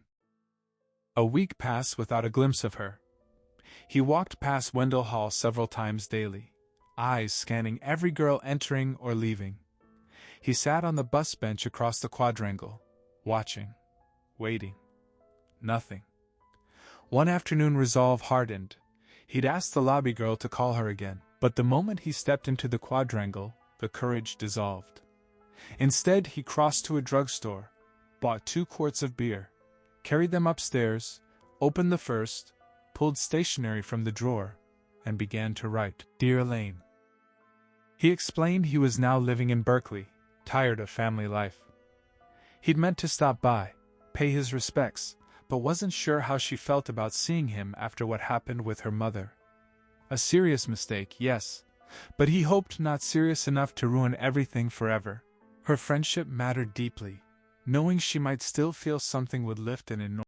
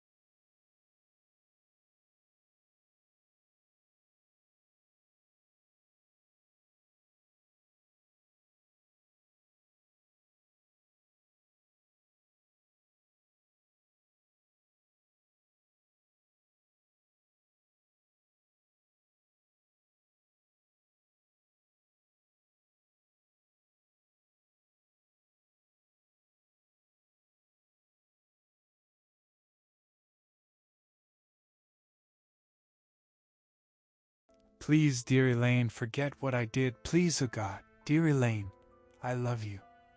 I love you, forget what I—" He left it unfinished, lurched to the bed, and slept. The next day he saw her. He stepped out of the university cafeteria after lunch, and there she was, crossing the wide pavilion below, books cradled in her arms. He froze, watched until she passed the building, then hurried down the steps and fell in behind her, keeping several students between them. She moved quickly. He followed her up steps, into a large building. She paused at a drinking fountain. He stopped and watched her drink. Then down a long hall. She turned into a classroom doorway. Benjamin hurried past, glanced inside. She was setting books on a seat armrest, speaking to someone beside her. He halted just beyond the door. He asked a girl entering how long the class lasted. An hour. Outside, benches stood under trees. Benjamin bought a newspaper from the cafeteria, then drifted from bench to bench for the full hour, smoking, skimming headlines, eyes lifting toward the entrance every few seconds. A bell rang. Students streamed out in clusters. Benjamin moved beside a tree, scanning faces. Elaine appeared, books in arms, laughing with another girl. They stopped at the top of the steps. Elaine said something, laughed again, then parted from her friend and started down alone. Benjamin tucked the paper under his arm, shoved hands into pockets, cleared his throat, and walked straight toward her, gaze fixed ahead. At the last moment he stopped and turned. Elaine halted abruptly, staring. Benjamin looked down at the pavement, throat working. "Well," he managed finally. "Elaine." She said nothing. "Well," he repeated, nodding slightly, still not meeting her eyes. How are you? Are you fine?" Benjamin felt a sudden jolt as a passing student bumped him from behind. He turned with a quick, automatic smile and nod, then cleared his throat again and dropped his gaze to a spot on the pavement beside Elaine's shoes. The words came halting, thin. He thought he might run into her. Thought he remembered she was studying up here. He risked one brief glance upward. She stood frozen. Books clutched tight. Eyes locked on him. He looked down fast. "Let's see what time it is," he muttered, twisting to check the clock tower beyond the buildings. Yes. Well, he had to go now. Goodbye. He wheeled away, colliding with one student, then another, weaving desperately through the crowd until he broke free and hurried past the cafeteria toward the street. A horn blared. He jumped back onto the curb. 2 blocks later he stopped, spun around, and retraced the same stretch, halting dead center on the sidewalk to stare at the passing traffic. Another shoulder knocked him sideways. He drifted to the nearest wall, raised both hands, and pressed them over his face, the world narrowing to the dark behind his palms and the roar of his own pulse. Several days later, on a rainy Saturday afternoon, Benjamin walked the broad street lined with stores and dripping awnings. He spotted her at the bus stop, thin transparent raincoat, small plastic hat over her hair. He stopped cold, hands sliding from his pockets, and stared for a long time without moving. Then he ducked into the nearest restaurant, slid into a window table, and ordered a bottle of beer. When it arrived, he drank it fast. Large painted letters on the glass sometimes forced him to tilt his head around a huge green M to keep Elaine in view at the curb. Mostly he sat straight, letting the letter block her completely. He finished the first and ordered another. While he drank, a bus pulled up. He rose quickly, peered over the M. The doors opened. Elaine shook her head at the driver. The bus rolled on. The waitress asked if that would be all. "One more," he said. "Where's the men's room?" "In the rear." He hurried back, used the facilities, combed his hair with steady fingers, returned, and drained the second bottle in long pulls. Then he stood, walked out into the rain, and approached Elaine from behind. She stood at the curb's edge, gazing across at a storefront. Several feet away he stopped, cleared his throat twice, and smiled. "Elaine?" he said, leaning forward. She turned sharply. He nodded. He was just out walking. Thought it was her. "Hey!" He spun. The restaurant man stood in the doorway, menu held overhead against the rain. "Want to pay for your beer?" Benjamin hurried back, fished out dollar bills, handed them over. The man crumpled them and asked if that was some college trick. Drink and walk out. "No," Benjamin said. "Sorry." He returned to Elaine. She asked what he was doing in Berkeley. He told her he was living here, temporarily. She frowned, then looked down the street. "Waiting for a bus?" he asked. She nodded. Where might she be going? The city? He leaned forward, spotted the bus several blocks away through the rain. He might ride along, if she wouldn't mind too much. "Hey!" The man was outside again, menu still shielding him. "Your change." Benjamin smiled. "Keep it." The man frowned, holding the coins out. Benjamin crossed once more, took the money, thanked him, pocketed it, and stepped back beside Elaine to wait in silence until the bus hissed to the curb and opened its doors. Inside it was crowded. They couldn't sit together. Elaine chose a seat near the center beside an old woman with a closed umbrella in her lap. Benjamin squeezed past and wedged himself between two old men on the wide rear bench. Beyond the long bridge over the bay, the bus sped along the causeway into the terminal. Benjamin rose and followed Elaine out the front door onto the platform. He walked beside her along the ramp into the main hall. Where might she be headed from here? She was meeting someone. A date? Yes. He dodged around an oncoming man, then caught up again. Right here in the terminal? No. Where? At the zoo. Benjamin repeated the word, the zoo, then cleared his throat, the sound small against the terminal noise. He asked if they had a pretty good one here. Elaine said she'd never been. He admitted he hadn't either, then offered, tentatively, that he might ride out with her, keep her company on the way. They waited on the next platform in silence. Benjamin kept his hands buried in his pockets, squinting up through the rain, craning occasionally past the waiting crowd for any sign of the bus. When it arrived, he followed her aboard and settled beside her on the first free seat.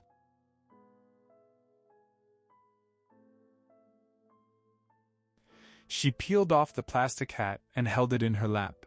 He smiled, said it wasn't much of a day for the zoo. She agreed quietly and turned to watch the rain-streaked buildings slide past the window. They rode several stops without speaking. Benjamin stared at the back of the seat ahead. Elaine kept her face to the glass, tracing the wet streets and blurred storefronts. Then she turned to him and asked again, what was he doing here, in Berkeley? Why living here? He nodded, said he was just there temporarily. Was he going to school? No. Then what was his reason? For living there? He looked down at the seat again. He was very interested to know what it was like. It seemed an interesting place. Was he working? No. He'd sold his car. Could live on the money for now? But what did he do? Different things. What different things? He'd sat in on a few classes at the university. But he wasn't enrolled. No. Still, the professors were very fine. Elaine waited, then turned back to the window. Benjamin dropped his gaze to his lap. It was sure a wet day for the zoo, he said again. At the entrance the place felt almost empty. Rain glistened on the black asphalt paths. Most animals stayed hidden. Benjamin stopped just inside beside her and asked what time she was supposed to meet him. He should be here, she said. They stood near a large bird sleeping on a high perch under the cage roof. Benjamin glanced up at it, nodded to himself, then turned back. Her date was a little late, he suggested. Maybe the rain held him up. When the man arrived, he strode briskly through the entrance in a light tan raincoat, pipe held by the bowl in one hand. Benjamin asked if that was him. Elaine turned, smiled, and walked forward. The man slipped the pipe stem between his teeth and extended both hands. Benjamin trailed a few steps behind and stopped as they greeted each other. The man kept smiling at Elaine, then looked up over her shoulder and raised his eyebrows. Benjamin nodded and smiled back. Elaine stepped aside and introduced Benjamin Braddock. He'd ridden the bus with her. Carl Smith. Carl extended his hand. Ben? Good to meet you, Carl, Benjamin said, stepping forward to shake. Carl released the grip and turned back to Elaine. A bit wet for animals, he said. Benjamin nodded, glanced skyward. When he looked down again, Carl had his arm around Elaine's back and was guiding her toward the entrance. Benjamin called after them, Good to see you. Have a good time. Real good to see you, Ben, Carl answered, lifting the pipe in a quick gesture. Thank you, Benjamin said. He watched them disappear through the gate, then shoved his hands into his pockets and wandered the empty paths alone. He stood a long time in the rain staring at the hippopotamus enclosure, then bought a small bag of peanuts and ate them slowly on the bus ride back to the terminal. Twice the next week he passed her on the street, always on the opposite side. Each time he only smiled and waved, said nothing. Then one morning she stopped. She said something he couldn't catch over the traffic. "Just a minute," he called. He stepped off the curb, threaded between idling cars at the light, and reached her side. "Hi," he said, smiling. She told him she wanted to talk. "Fine," he said. Where did he live? Right on this street, actually. He pointed down the sidewalk. "What number?" 408. Would he be there this afternoon? Yes, he would. She'd come by. He nodded. Well, he hoped he'd be there. She frowned. Would he be there or not? Yes, definitely. She knocked in the middle of the afternoon. Benjamin was at his desk, paperback open in front of him. He set it face down, crossed the room, paused to clear his throat, and opened the door. "Elaine," he said. "Well, come in." "No." "What?" She wanted to ask him a question. Then she was going. He hoped he could answer it. She said he could. What was it? Why was he here, Benjamin, in Berkeley? He smiled. Well, Elaine? Could he tell her that? Well, Elaine, he thought he had, didn't he? He hadn't. But could she come in, please? No? She couldn't come into the room? She didn't want to see him, didn't want to be in the room with him. Now why was he here? Benjamin turned halfway, shook his head. Elaine? Tell her. But Elaine, wouldn't she come in?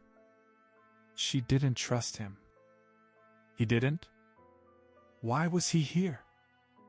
Because he was, he said, hands dropping hard to his sides, still not meeting her eyes. Was it because she was here? What? Had he moved up here because she was here? He opened his mouth, closed it, shook his head again. Had he? I don't know, he said. He didn't know why he moved up here. Would she come in, please? Benjamin, she said, stepping partway through the doorway, I want yes or no. Did you move up here because I was here or not? He turned toward the desk. Did he? What did she think? He said, fists clenching at his sides, then rising over his head. She thought he did. Benjamin slammed his fist down on the desk, the wood cracking loud under his knuckles. Elaine stood just inside the doorway, eyes fixed on the back of his head. She told him he could go now. He turned, stunned. She wanted him to leave. Leave this town. Leave her alone. Leave everything. He faced her fully. She stared straight into his eyes and said he was the one person she never wanted to see again. His hands rose to cover his face, the darkness behind his palms sudden and complete. She demanded he promise he'd be gone by morning. But Elaine, promise. He dropped his hands, stared at her a moment, then spun and slammed them down again on the desk. All right. She insisted he promise. All right. Elaine shook her head and watched him lean there, breathing hard. Elaine? She stayed silent. He dropped suddenly into the chair, buried his face in his arms. Elaine? I don't want to talk to you. Elaine! The word tore out of him into the crook of his elbow. I love you! The room went perfectly still. He felt her stand there longer, eyes on the back of his neck, then heard her steps move to the center of the floor and stop. How could you do that? She said, voice low and shaking. He kept his head down. How could you do that? Still, he didn't answer. How could you possibly rape my... Her hands flew up over her face. Benjamin lifted his head slowly, frowning at the grain of the desk. What? She asked into her palms if he just hated everything. He rose, turned toward her. Rape her? She lowered her hands enough to look at him over her fingers, eyes wet, tears tracking down. Did you say rape her? She gave no answer. No, he said, stepping forward. She stepped back. No.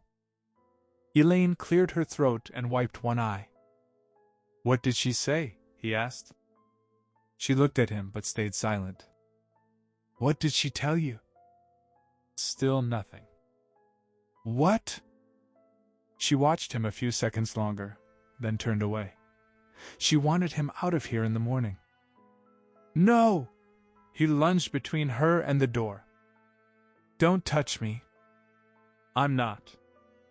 Then get away from the door. Elaine, he said, voice cracking. I swear to God I won't touch you. But please, please tell me what she said. Why? Because it isn't true. Is it true you slept with her? Yes. All right then. Get away from the door. Elaine? She told me you dragged her up to the hotel room, got her passed out, and then raped her. Oh no. Now I want to go. Dragged her up? He stared. She said I dragged her up there? She said you took her up, but she was drunk and didn't know what was happening. At the Taft? That's right. But could you tell me a little more? Why? Elaine, I'm leaving in the morning. I give you my word. But this is something I have got to know. She waited, then cleared her throat. I'll tell you, then I'll go. Yes. She cleared her throat again. She said she was having a drink in the hotel with a friend. You saw her there. That's not true. Benjamin, please get away from the door. What else? I don't want to talk about it. Please. When she came out, you were waiting in the parking lot. Oh my God. Then you stopped her from getting into the car and said she was too drunk to drive home. Benjamin, I want to go now. Then what? You said you'd get her a room for the night. You took her up and ordered drinks until she passed out. Then in the morning you... Elaine shook her head. Let me out, Benjamin. In the morning, he echoed. In the morning you told her she was having an affair with you. Elaine? Now let me out. Elaine, that makes me sick. Let me go, please. She cleared her throat and wiped her eye again. Elaine, that's not what happened. What happened was, there was this party. I don't want to hear this. My parents gave me this party when I came home from college. I drove your mother home from it. I don't want to hear this, I said. Elaine, it's the truth. I don't care. She stepped toward the door. Please move. He stayed planted. I drove her home from the party, Elaine. Please, may I go now? Then we went upstairs to see your portrait. When we got up there, she started taking her clothes off. Benjamin, this is my mother! Then I went downstairs to get her purse. I took it back up. Then I put it on the bed and was walking out, and she came walking in, without any clothes on. She came. Elaine screamed. The sound tore through him. He stared until it ended, then kept staring while she lifted her hands, covered her face, and slowly lowered them again, holding them trembling in front of her. He stood a moment longer, then scanned the room, grabbed a wooden chair from the corner, and set it in the center where she stood. He rushed out the door and down the hall to the bathroom. A boy watched from his doorway at the far end. It's all right, Benjamin said. He filled a glass with water, carried it back quickly, but before he reached his room, the landlord came up the stairs and blocked him. Who screamed? The man demanded. It's all right. Who screamed up here? Mr. Barry, it's all right. Who was it? A visitor. But it's all right now. Whose visitor? Mine. What did you do to her?" "Excuse me." Benjamin tried to move around him, but the landlord stepped in front of the door. "She's all right," he said. "She was upset and she screamed. Now I'm taking her some water. I've called the police." "Oh my God. What did you do to her?" "God damn it." Benjamin pushed past him and into the room, closing the door. "Here." He gave her the glass. "What's happening?" "Nothing." Benjamin heard the voice cut through the closed door, demanding to know who lingered in the hall. He answered that it was only his landlord, then turned and stepped out, drawing the door shut behind him before Mr. Barry could crane for a look inside. Two students clustered at the far end of the corridor, one leaning far over the upstairs banister. Benjamin called out that everything was fine now and told them all to return to their rooms, but no one moved. He glanced back at Mr. Barry and urged him to phone the police again and cancel their arrival. Mr. Barry pressed for an explanation of what had happened. Benjamin told him she had simply grown upset and screamed, insisting the police be called off at once. When the landlord demanded the reason for her distress, irritation flared inside Benjamin, and he answered sharply that it was none of the man's business. The front door of the rooming house flew open below, and heavy footsteps charged up the stairs. A policeman appeared, asking who had summoned him. Mr. Barry admitted it was him. Benjamin tried to wave the situation away, repeating that everything was all right. The landlord pointed out there had been a girl screaming inside the room. The officer fixed his stare on Benjamin and asked what had occurred. Benjamin explained that a friend had been visiting, had become upset during their talk, and had screamed, but that the matter was settled now.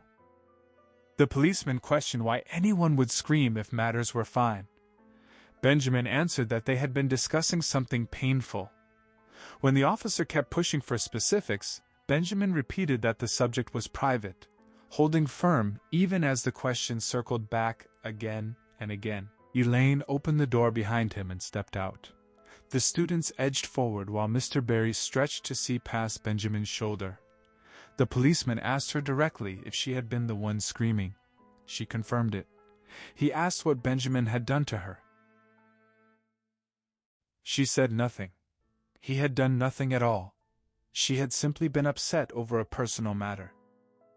Benjamin broke in, insisting once more that the matter was private and pleading for the officer to accept it. The policeman frowned at him and demanded his name. After a beat, Mr. Barry supplied it. Benjamin Braddock. The officer asked if he was a student. Benjamin said no. When pressed on what he was, he answered that he was simply a resident here. The questions turned to his occupation. Benjamin admitted he had none. The policeman repeated the demand with rising suspicion, then accused him of getting smart when Benjamin refused to budge. Still, Benjamin held his ground. He had no occupation. The officer scanned the watching students, then waved them back to their rooms. They retreated and closed their doors. Benjamin assured the man there would be no more trouble. After a long, measuring stare, the policeman nodded and told him he would take his word for it this time. Benjamin watched the officer descend the stairs and leave the building. Mr. Barry spoke his name. Benjamin turned. The landlord announced he wanted him gone within a week. Disbelief hit Benjamin hard, and he asked why. Mr. Barry started down the stairs without answering. Benjamin followed, pressing for a reason.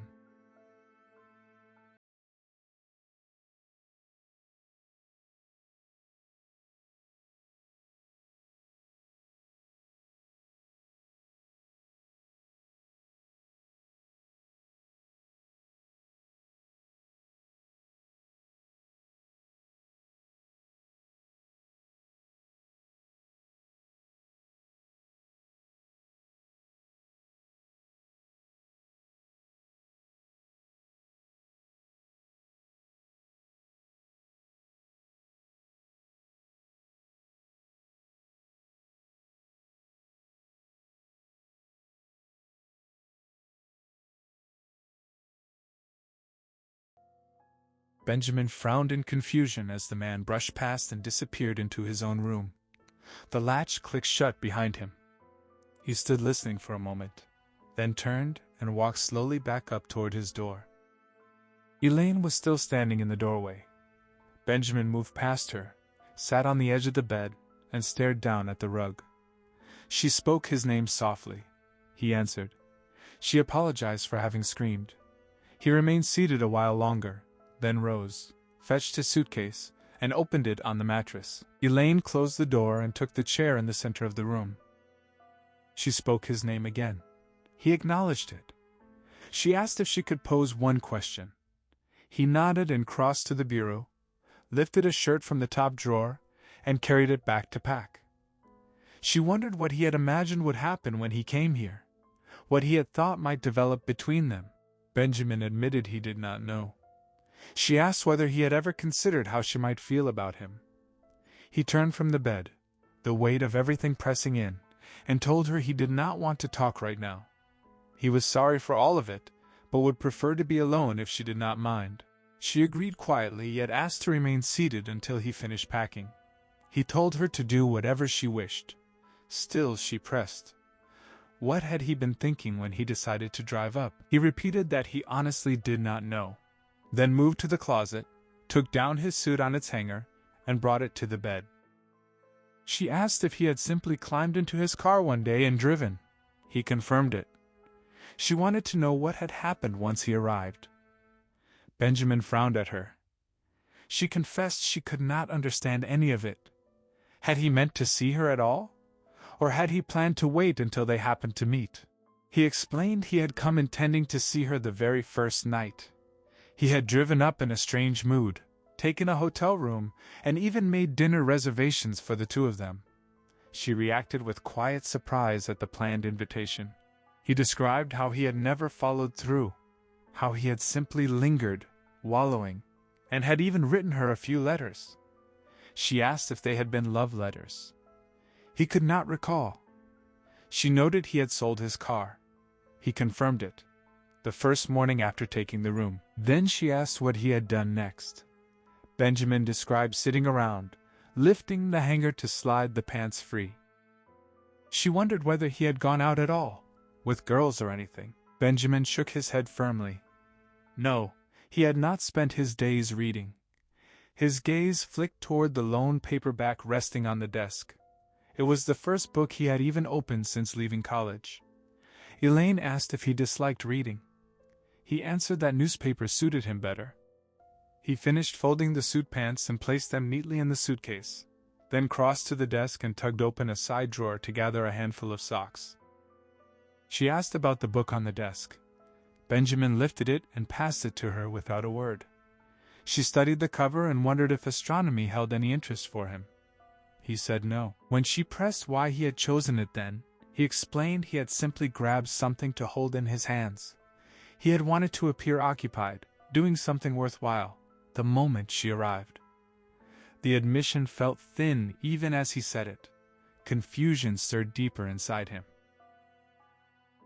He shook his head, muttered that he had no idea what he was doing anymore, and asked aloud where his belt had gone. He returned to the bureau, rummaged through the top drawer, then the next, then the bottom. Nothing. He moved to the desk, pulled open every side drawer in turn, and finally the wide one beneath the desktop. His fingers closed around the thick bundle of cash. He shoved it into his pocket. Elaine noticed and asked if that was the money from selling the car. He confirmed it, $2,900 originally, now down to about $23 or $24. She sounded surprised that he kept it loose in a drawer. He assured her it was safe enough there. He shut the drawer, crossed the room, and opened the closet door wider to let in light. Frowning at the shadowed floor, he dropped to his hands and knees and peered beneath the bureau. She asked what he was searching for. Still the belt, he answered. He had two, one on, one missing. His hand swept under the furniture and came up with a dusty marble. He examined it briefly, then slid it back into the darkness and stood, brushing grime from his palm onto his trousers. He explained the missing belt had belonged to his grandmother. He dragged the bed away from the wall. Something red caught his eye, a plastic ruler coated in dust. He lifted it, tapped it against the bed frame to knock off the grit, and dropped it into the suitcase atop the socks. Elaine spoke his name again. He answered. She asked what he planned to do now. He shook his head and pushed the bed back into place. She repeated the question. Frustration tightened in his chest. He told her he did not know. She asked if he meant to go home. No. Where then?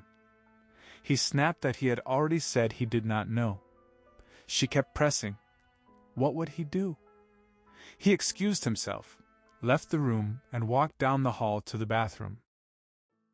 The cold water ran over his hands. He dried them on the nearest towel and returned. Shutting the door behind him, he met her gaze. She asked once more what he would do.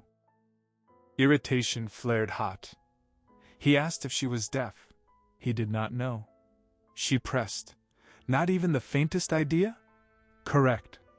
He held her eyes a moment longer, then turned back to the closet, shoved the door wide again, and pulled down a hanger. He bent and scraped one end of it across the dusty floorboards in slow, aimless strokes before dropping it and straightening. She asked about tomorrow. Did he at least know what he would do then? No. Would he take a bus? A train? He told her sharply that if he knew, he would tell her, but he did not, so the questions had to stop.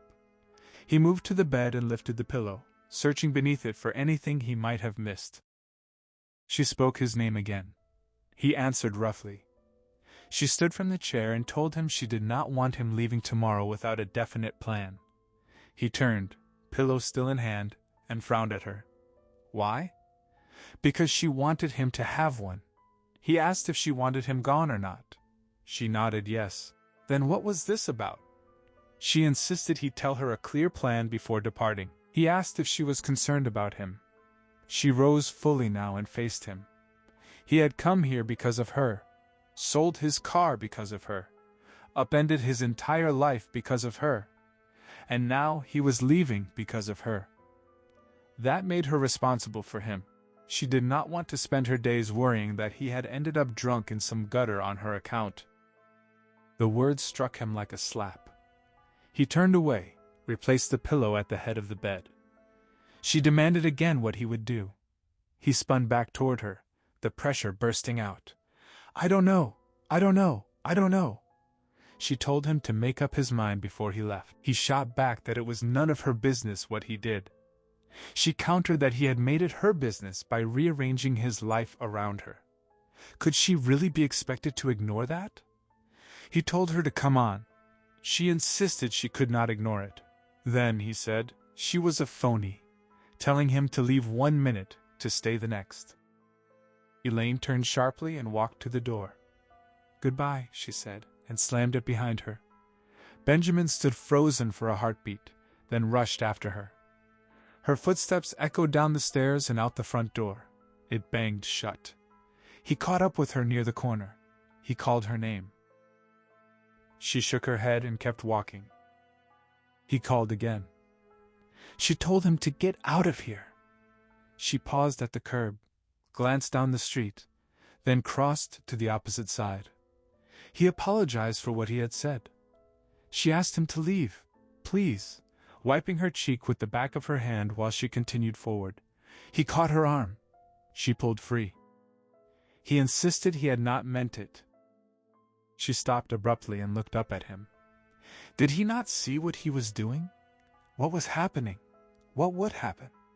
He frowned, asked what she meant. She gave no answer. He dropped his gaze to the sidewalk. Anyway, he repeated, he had not meant it. A student passed them carrying a book. Benjamin glanced at the stranger, then back at Elaine. Well, he said. Benjamin asked if she wanted him to stay around until he figured out his next move. She told him to do whatever he wished. He pressed further.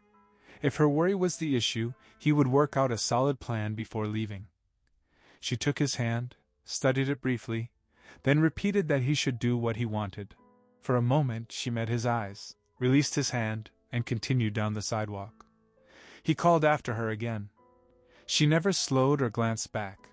He promised he would form a definite plan. Still, she walked on. He called once more, assuring her he would phone in a day or two once he had something clear. She rounded the corner and disappeared. Several evenings later, Benjamin stepped into the phone booth at the corner of his block after dinner in the university cafeteria. When she answered, he identified himself and said he was still in town. Silence stretched on her end. He repeated it. She said she had heard him. He waited. She asked if he had any plans yet. He admitted he did not. The line stayed quiet while he stared down through the glass at a scrap of paper in the gutter. He cleared his throat. He asked what she wanted him to do. More silence. He told her he no longer knew where he stood, whether she wanted him gone or wanted him to remain. She asked if he lacked a mind of his own. He confirmed he had one. She told him to use it. He reminded her she had said not to leave until he had plans. She noted he still had none. He explained he had considered a trip through Canada but had lost interest. She asked what she was supposed to do about him. He asked what she meant. She raised her voice. About him. He reminded her she had said she would worry without a definite plan.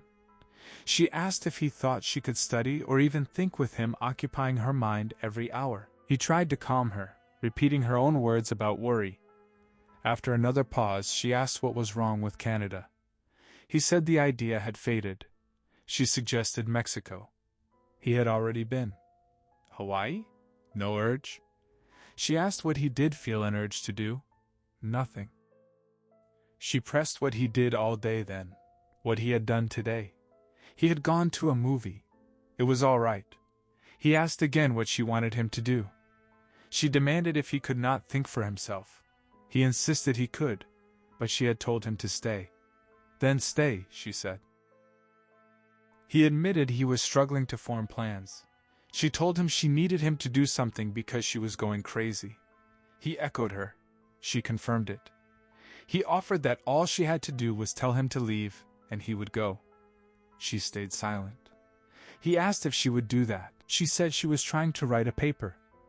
He asked her to please just tell him she wanted him gone. She asked if he was simple. He said he was not. She demanded what more she had to spell out for him. He answered she had to say either go or stay. She questioned whether she really did. He said yes. If she planned to worry, he should not leave until he had a plan. Did she intend to worry? She asked what he thought. Did he believe she would even have answered the phone if she did not care? He shouted the choice again, go or stay. She called him simple. He denied it. She asked if he could not see how she felt. He asked her to tell him. She hung up. 2 hours later, Benjamin snapped the locks on his packed suitcase and set it on the floor. He walked down the hall, brushed his teeth, returned with the brush and paste, tucked them inside, undressed, pulled on his pajamas, and climbed into bed. Sometime deep in the night, he woke. He turned over, drifting toward sleep again, when he heard a throat clear softly inside the room. He sat up and asked what it was. No answer. He called hello into the darkness. Silence. He sat frowning into the black for a long moment. Suddenly the light clicked on. Elaine stood just inside the doorway, her hand on the switch. He blinked against the glare. She kept her fingers on the switch and said nothing. He sat up straighter and asked what was happening. She lowered her hand. He repeated the question. When she still gave no reply, he pushed the covers aside, rose in his pajamas, and crossed the room toward her. She shook her head. He stopped a few feet away, leaning forward slightly, and asked if she had been crying. She cleared her throat quietly, but remained silent. He took another step and asked what was wrong. She spoke his name. He answered. She asked him to kiss her. He paused, then closed the final distance, raised his arms slowly around her, and bent to press his mouth to hers. They stood motionless for a long time. Finally, she slid her arms around him, and they remained like that until he lifted his head. Still frowning past her into the hallway, he asked if she would marry him. She shook her head. He asked if she would not. She said she did not know. He asked if she might. She nodded. He confirmed she might marry him? She asked what time it was. He told her to wait, kept one arm around her, and reached sideways to close the door. He repeated the question about the time.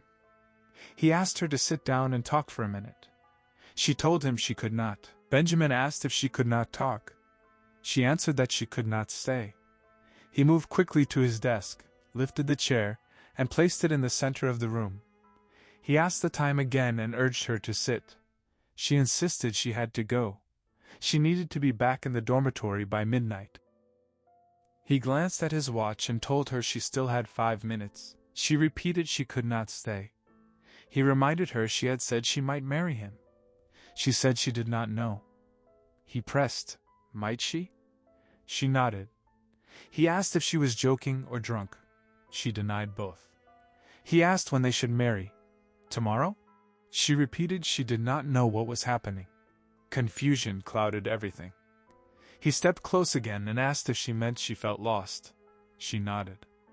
He told her not to be. They were getting married. She said she could not see how. He insisted they simply could. She announced she was leaving now. He caught her arm and asked if she was serious. She said she would think about it. He asked if she really would. She confirmed yes. He turned her to face him and kissed her once more. When he drew back, he asked if they could meet again. She nodded. Tomorrow? Tomorrow night, she said, then goodbye. She slipped out and closed the door behind her. Benjamin stared at the closed door for several long seconds, then crossed to the window and pushed it open. He called down to her on the sidewalk below. She stopped and looked up. He asked again if she was joking now. No. He reminded her she would think it over by tomorrow night. She nodded once more. He watched until she disappeared down the street, then turned back into the room. His gaze settled on one wooden leg of the chair standing alone in the center. Finally, he walked over and sank into it. A quiet exclamation escaped him as he reached up to tug at his earlobe. Sometime while he slept, a telegram slid under his door. In the middle of the morning, he rose, picked it up, examined both sides, tore it open, and read the message. Mrs. Robinson had learned from his parents that he was in Berkeley. She demanded he leave immediately and telephone her today to confirm, warning of serious trouble if he failed to contact her. He read it twice, once before dressing, once after, then placed it on the desk.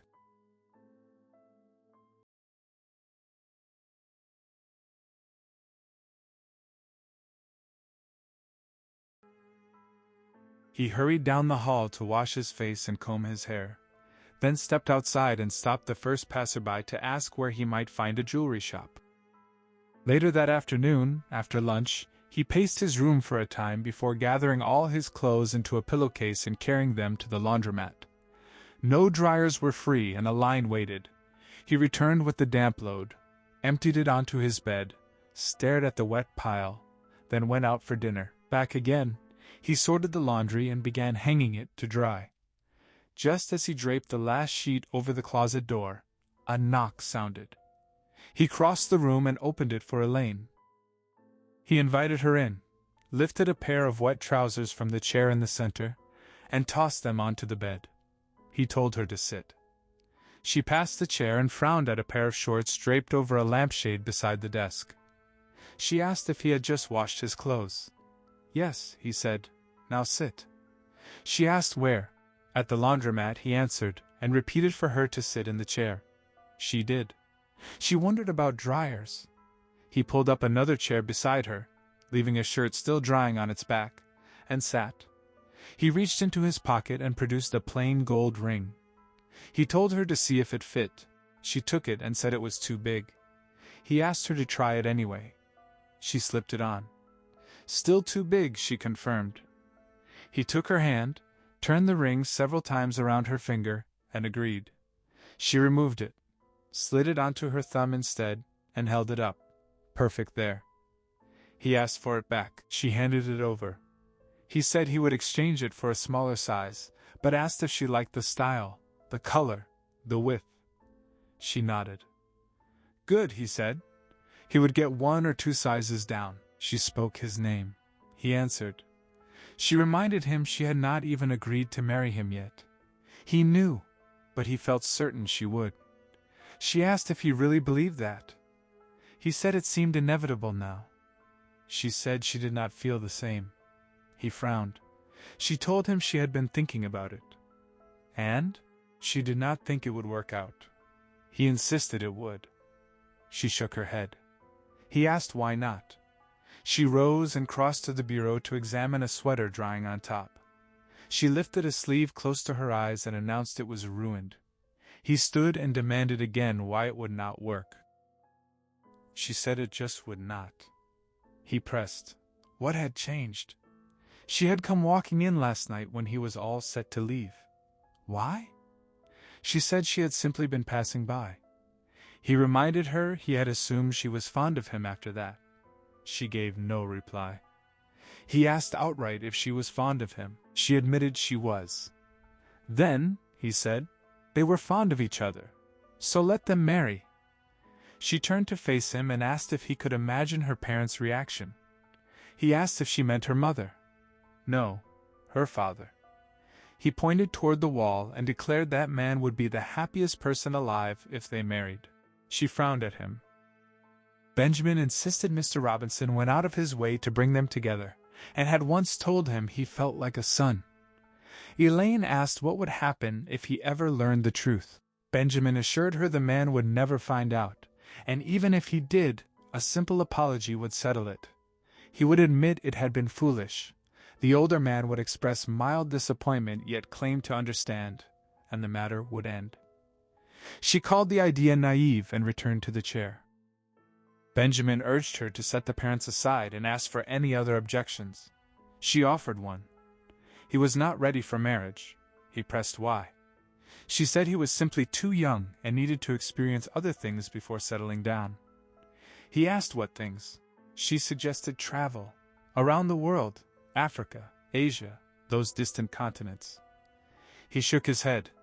He felt no urge to see them and asked where this notion had suddenly come from. She answered that sitting idle in this room, or in a room with her if they married, felt like wasting his life. He told her plainly he had no intention of roaming the globe to stare at strangers and demanded once more whether she would marry him. She said she did not know and claimed she had no further objections. Then let us marry, he said. She stared down at her knee in silence. He took her hand and began laying out the steps. They would go for blood tests first thing in the morning.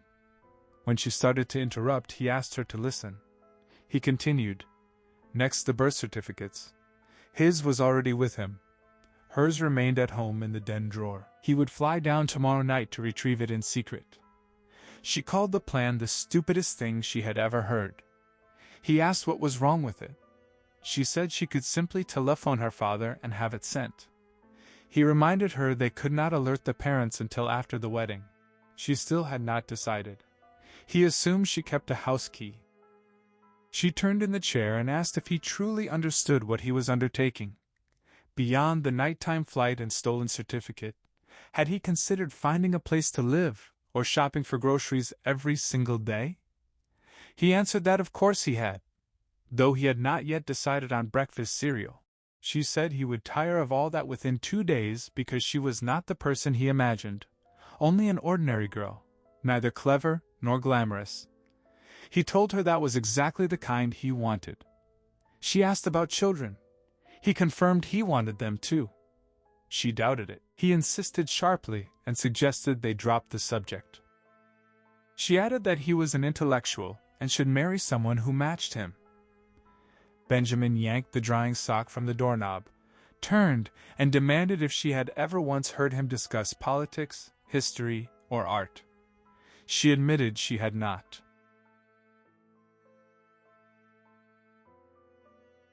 He threw the sock to the floor, crossed the room, and dropped into the chair again. He repeated the question. Again she said no. Then he asked straight out whether she would marry him. She shook her head. Benjamin walked to the bed and fell back onto the damp laundry scattered across the mattress, staring at the ceiling. He asked for any remaining objections. She said she wanted to finish school first. Her father might refuse to pay the tuition once they were married. Benjamin rose from the bed, resolve hardening inside him as he declared he would cover the cost himself. Her quick challenge about scraping by on whatever remained from his car sale only tightened his jaw. He dropped into the chair beside hers, outlining their path forward. Marriage tomorrow, or the day after at latest, once the birth certificate was in hand. Then a teaching post right here at the university. She met the idea with disbelief, but he pointed straight down at the floor, insisting it was settled. He would work as a teaching assistant while earning his degree. Her doubt sharpened. He leaned forward, explaining that Harvard and Yale had already admitted him, that Eastern colleges had extended teaching offers, and that this place would seize him in minutes. The reminder of his old reluctance toward teaching landed like a sting, her tone suggesting he lacked any real inspiration, yet he shook his head, brushing the notion aside as nothing more than myth. He took her hand then, sealing the decision. They were getting married. Still, she hesitated, searching his face, questioning why she drew him so strongly. He answered simply, she was reasonably intelligent, she was striking. When she self-consciously touched her ears, he frowned at them a moment before reassuring her they were fine.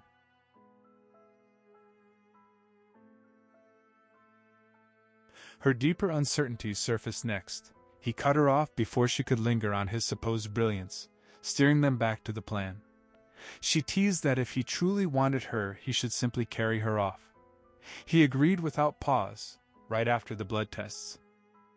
They sat in waited silence a few moments longer, then he nodded. Morning would bring the tests. He confirmed her 10 o'clock schedule and told her he would wait outside the dormitory. But she added she needed to see Carl first, the boy from the zoo. The words hit Benjamin like cold water. She had told Carl she might marry him. He stood abruptly, shock coursing through him as she insisted the matter was none of his business. He pressed harder, learning several others had proposed as well, including Carl's recent one. Each detail fed his rising agitation, the casual suggestion they would make a good team, the setting in Carl's apartment, her visit there. She rose suddenly, declaring the conversation over and heading for the door to study. He followed, still demanding clarity on their wedding. Her vague answer hung between them as she stepped outside. The front door slammed shut behind her, the echo ringing in his ears. The following noon, Benjamin finished lunch in the school cafeteria, the food doing nothing to loosen the knot still lodged in his chest. He walked to Elaine's dormitory and asked for her, only to learn she was out. He waited in the quadrangle, minutes stretching into nearly half an hour with no sign of her return, then turned and made his way slowly back to his own room. Elaine sat waiting on the edge of his bed, back perfectly straight, a letter resting in her lap. He started to explain where he had been searching, but she held the letter out to him in silence. He carried it to the desk, lowered himself into the chair, slid the 2 sheets of white stationery from the envelope, and began to read the words from her father. Benjamin's gaze lingered on the final lines of the letter, the signature stark against the white paper. He crumpled the sheets into a tight ball and shoved them deep into his coat pocket, the paper crackling against his fingers. He crossed to the bed in 3 quick strides and reached for her hand. She looked up, startled, asking what he meant. He repeated it firmly. They were getting married now. Her eyes searched his face. She asked if he had truly read every word. He confirmed he had, then urged her again to come with him. She pressed him. What did he have to say about it all? He admitted the insult stung, nothing more. She rose slowly, incredulity hardening her voice as she echoed his words back at him. He insisted they leave at once. She pulled away, reminding him her parents were divorcing, that their fathers were ending a long partnership. He reached for her hand again. She asked if he felt even a fraction of remorse for the wreckage he had caused. He answered flatly that he did not. Shock flashed across her face. She shook her head slowly, warning that if he ever spoke to her again, she would call the police. She turned toward the door. He stepped in front of her, blocking the way. She spun back, crossed to the window, and shoved it open to the fire escape beyond. He lunged after her and slammed the window shut, gripping her wrist. He told her to listen. He did care. How could he not?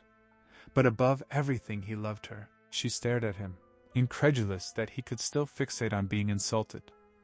He apologized for the remark, insisting marriage was all that mattered now. She sank back onto the bed, repeating that her parents were divorcing because of this. He sat beside her, acknowledging the tragedy in their lives, accepting his share of responsibility, yet insisting what truly counted was the two of them. She questioned whether their parents meant nothing. He explained her father's view was distorted. He called Benjamin disreputable, dishonest. She asked what else he expected. Benjamin insisted he was neither. She reminded him this was her father speaking. He countered that the man simply lacked the true picture, painting Benjamin as evil when he was not. She demanded the letter. He handed it over after a moment's hesitation, urging her to trust her own feelings instead of her father's. She smoothed the crumpled pages, folded them carefully, and slipped them back into the envelope. He stood, pressing that they should go for the blood tests immediately. She told him he had no right to demand it. He begged. She said he had no right even to beg. She moved toward the door. He followed, pleading that they marry first, then she could study afterward. She refused.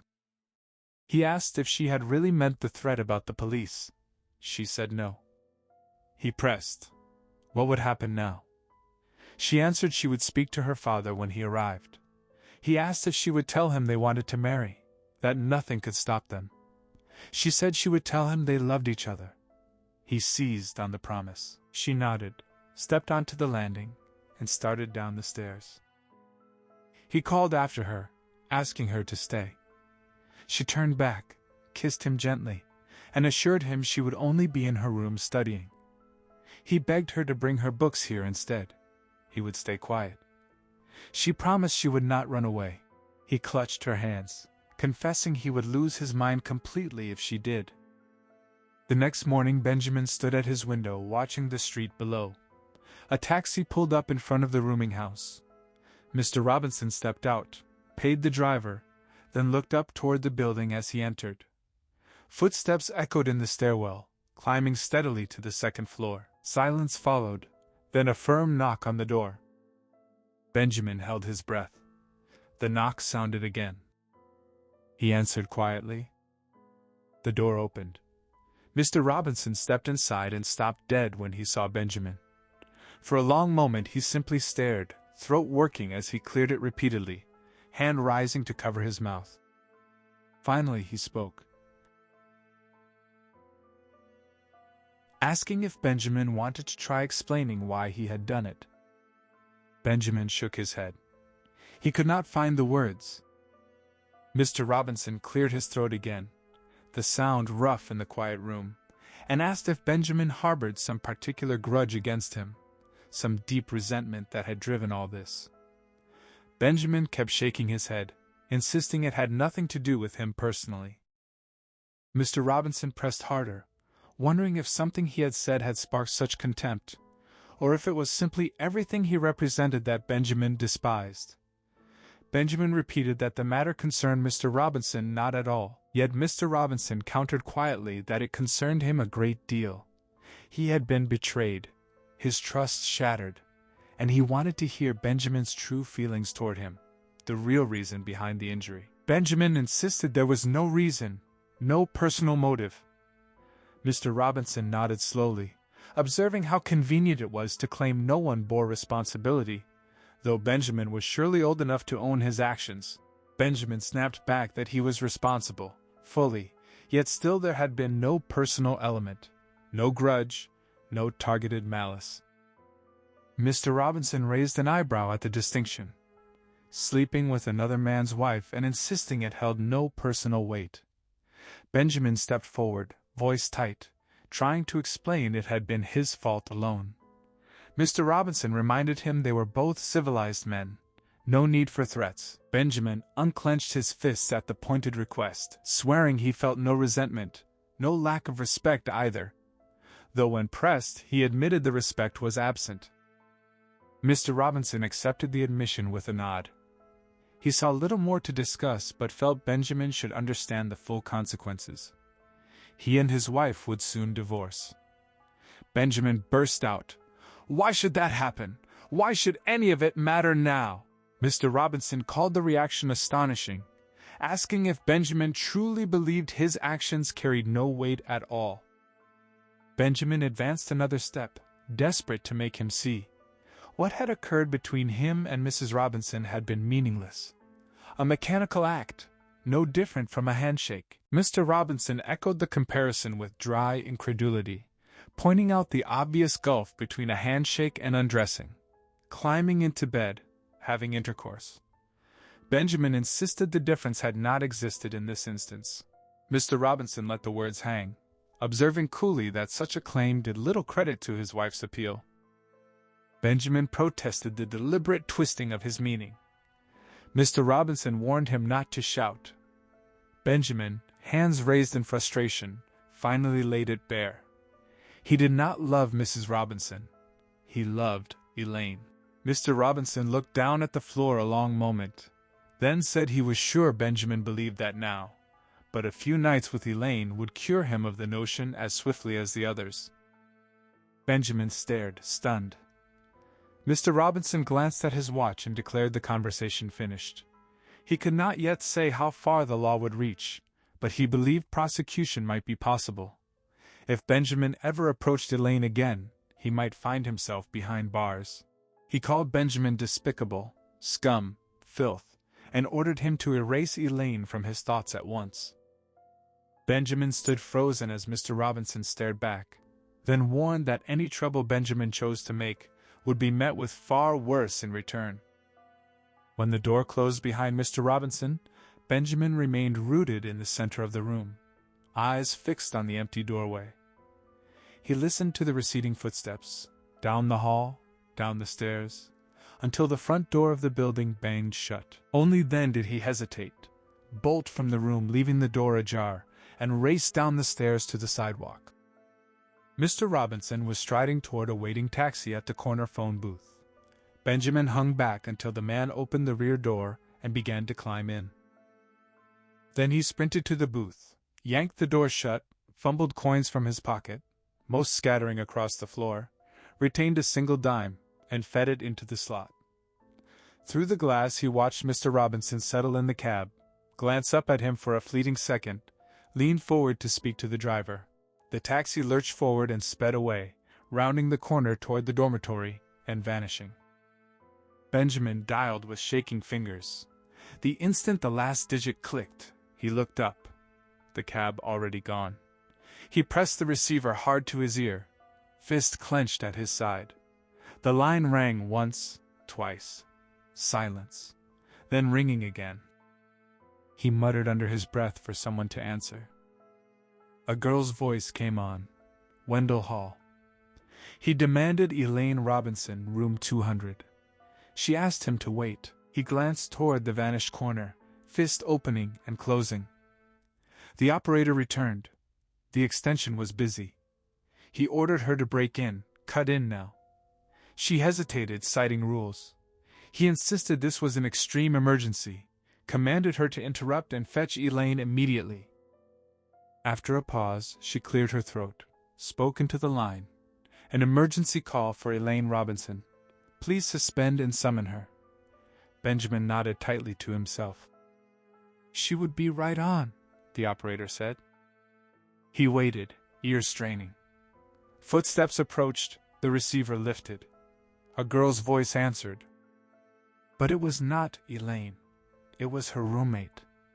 Elaine had left with her father scarcely 30 seconds earlier. The rest of the day Benjamin paced the sidewalk in front of the dormitory, eyes locked on the entrance as girls flowed in and out. Elaine never appeared. Late in the afternoon, then into evening, He caught clusters of girls watching him from upper windows. Once one approached to ask if he was all right. He brushed her off with a flat no. He skipped dinner, kept walking as dusk settled, as streetlights flickered on and the quadrangle glowed behind him.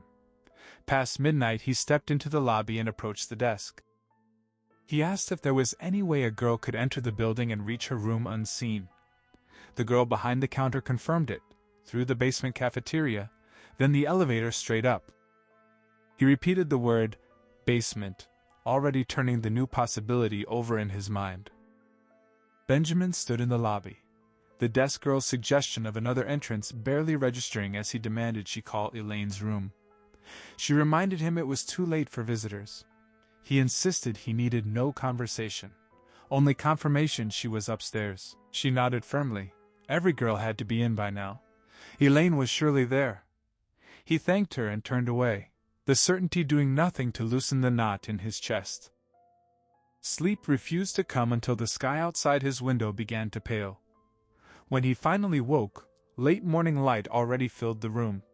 He bolted upright, dressed in hurried jerks, crossed the street for a scalding cup of coffee that burned his tongue, then trotted the blocks to the dormitory lobby. He asked again for Elaine Robinson, room 200. The girl dialed, waited, pencil tapping the desk, then shook her head. No answer. He told her to keep ringing. She listened longer before hanging up. Most girls were already in class. He pressed for any way to learn which class, but she said it was impossible. He insisted he had to find her. She suggested the cafeteria. Lunch lines would form in 10 minutes. Benjamin descended into the long concrete tunnel beneath the building, bare bulbs casting even pools of light along the ceiling. At the end, 2 glass doors stood locked, a short line of girls already waiting. Through the glass he saw the vast room. Empty tables, shining aluminum counters where white uniformed staff slid steaming pots into slots and arranged salads, pies, cakes on glass shelves. On the far side, another tunnel filled with girls lining up. He tried the doors. The first girl in line told him this entrance was only for quad residents. He scanned the room again, then asked the girls beside him if any knew Elaine Robinson. One shook her head. Moments later, an older woman crossed with a key, unlocked the doors, and pulled them open. The line began filing through, trays clattering, silverware rattling as they loaded plates. Benjamin slipped inside and cut straight across toward the opposite tunnel. A woman in white intercepted him sharply. This area was for girls only. He asked if she knew Elaine Robinson. She did not, and questioned whether he belonged there at all. He answered that it was extremely important, and pushed on between the tables. He reached the far tunnel and walked partway along the lengthening line, asking each girl if she knew Elaine. Headshakes and quiet apologies met him at every step. Within 10 or 15 minutes the cafeteria filled. Girls crowded tables or stood holding trays, scanning for seats, while staff worked the counters. Benjamin moved back and forth, eyes sweeping every face at the tables and every new arrival from both tunnels. Elaine was nowhere. He stopped at the end of a nearly full table and waited until the girls set down their forks and looked up at him. He asked if any of them knew Elaine Robinson. They shook their heads. He moved to the next table and asked again. Same response. The lines dwindled and vanished as the room reached capacity, only 2 or 3 seats remaining. Benjamin scanned every table once more, then strode to a table at the edge. He asked the girl against the wall if he could borrow her chair. She frowned, but rose. He pulled it beside the wall and asked the next girl to tap her water glass. He demonstrated with her knife, handed it back. She began tapping. He stepped up onto the chair.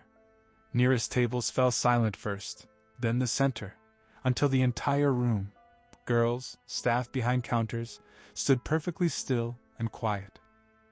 Benjamin cleared his throat. His voice rang out across the space. He was looking for Elaine Robinson. He asked if anyone in the room knew her. After a long pause, scattered hands rose. He waited until they were all high, then asked those girls to come see him and thanked them. He stepped down, returned the chair, and waited. The first girl reached him frowning. She knew Elaine but had no idea where she was. Shouldn't she be here? Benjamin said no. The next girl also knew her and guessed she was probably in the library studying for an afternoon test. She asked if something was wrong. He said no, thanked them all, and told them to go back to their meals. Elaine was not in the library. Benjamin spent nearly an hour walking the halls, threading reading rooms, scanning between endless shelves. At the main desk, he asked the woman if there was any way to locate someone inside the building. She smiled over her book and said no. He searched another full hour, then walked back to the rooming house, the afternoon light already shifting. He did not notice his father until he was almost at the front door. His father greeted him. Benjamin stopped short, staring upward. His father said they needed to talk. Benjamin shook his head, hating the words even as he spoke them. He simply had no time right now. His father insisted he did and closed a hand around Benjamin's arm, asking if they could go inside. Benjamin hesitated, then pushed open the door and led him upstairs into the room. His father closed the door and stood studying him across the space. After a long silence, he said he could not understand how Benjamin could have done it. Benjamin kept his eyes on the desk and said nothing. His father asked if it had been her fault. Benjamin answered quietly that it had not. His father asked why it had happened. Benjamin said he did not know. His father picked up the white shirt lying on the chair, sat down, and held it in his lap. He told Benjamin to sit and explain. Benjamin shook his head. His father repeated the order. Benjamin lowered himself into the chair, still avoiding his father's eyes. His father asked when it had started. Benjamin drew a slow, deep breath and answered that he did not remember. Mr. Braddock asked when it had begun. Benjamin answered quietly that it started last summer, the night after the graduation party. His father pressed whether he had slept with her then. Benjamin said no. She had taken him upstairs after dinner and offered him the night.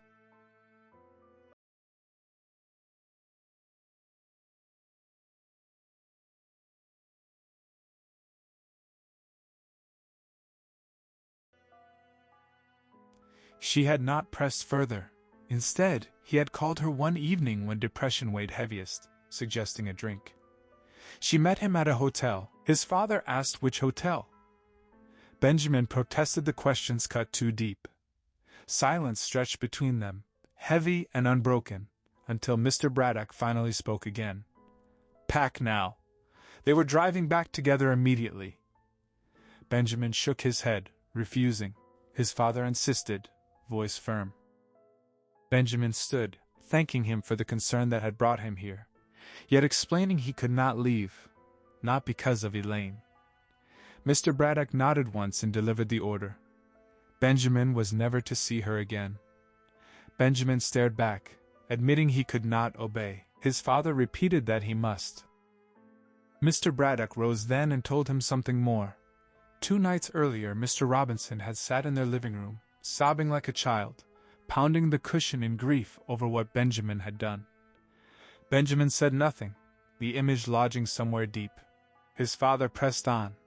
The man had wept uncontrollably. Benjamin cut him off sharply.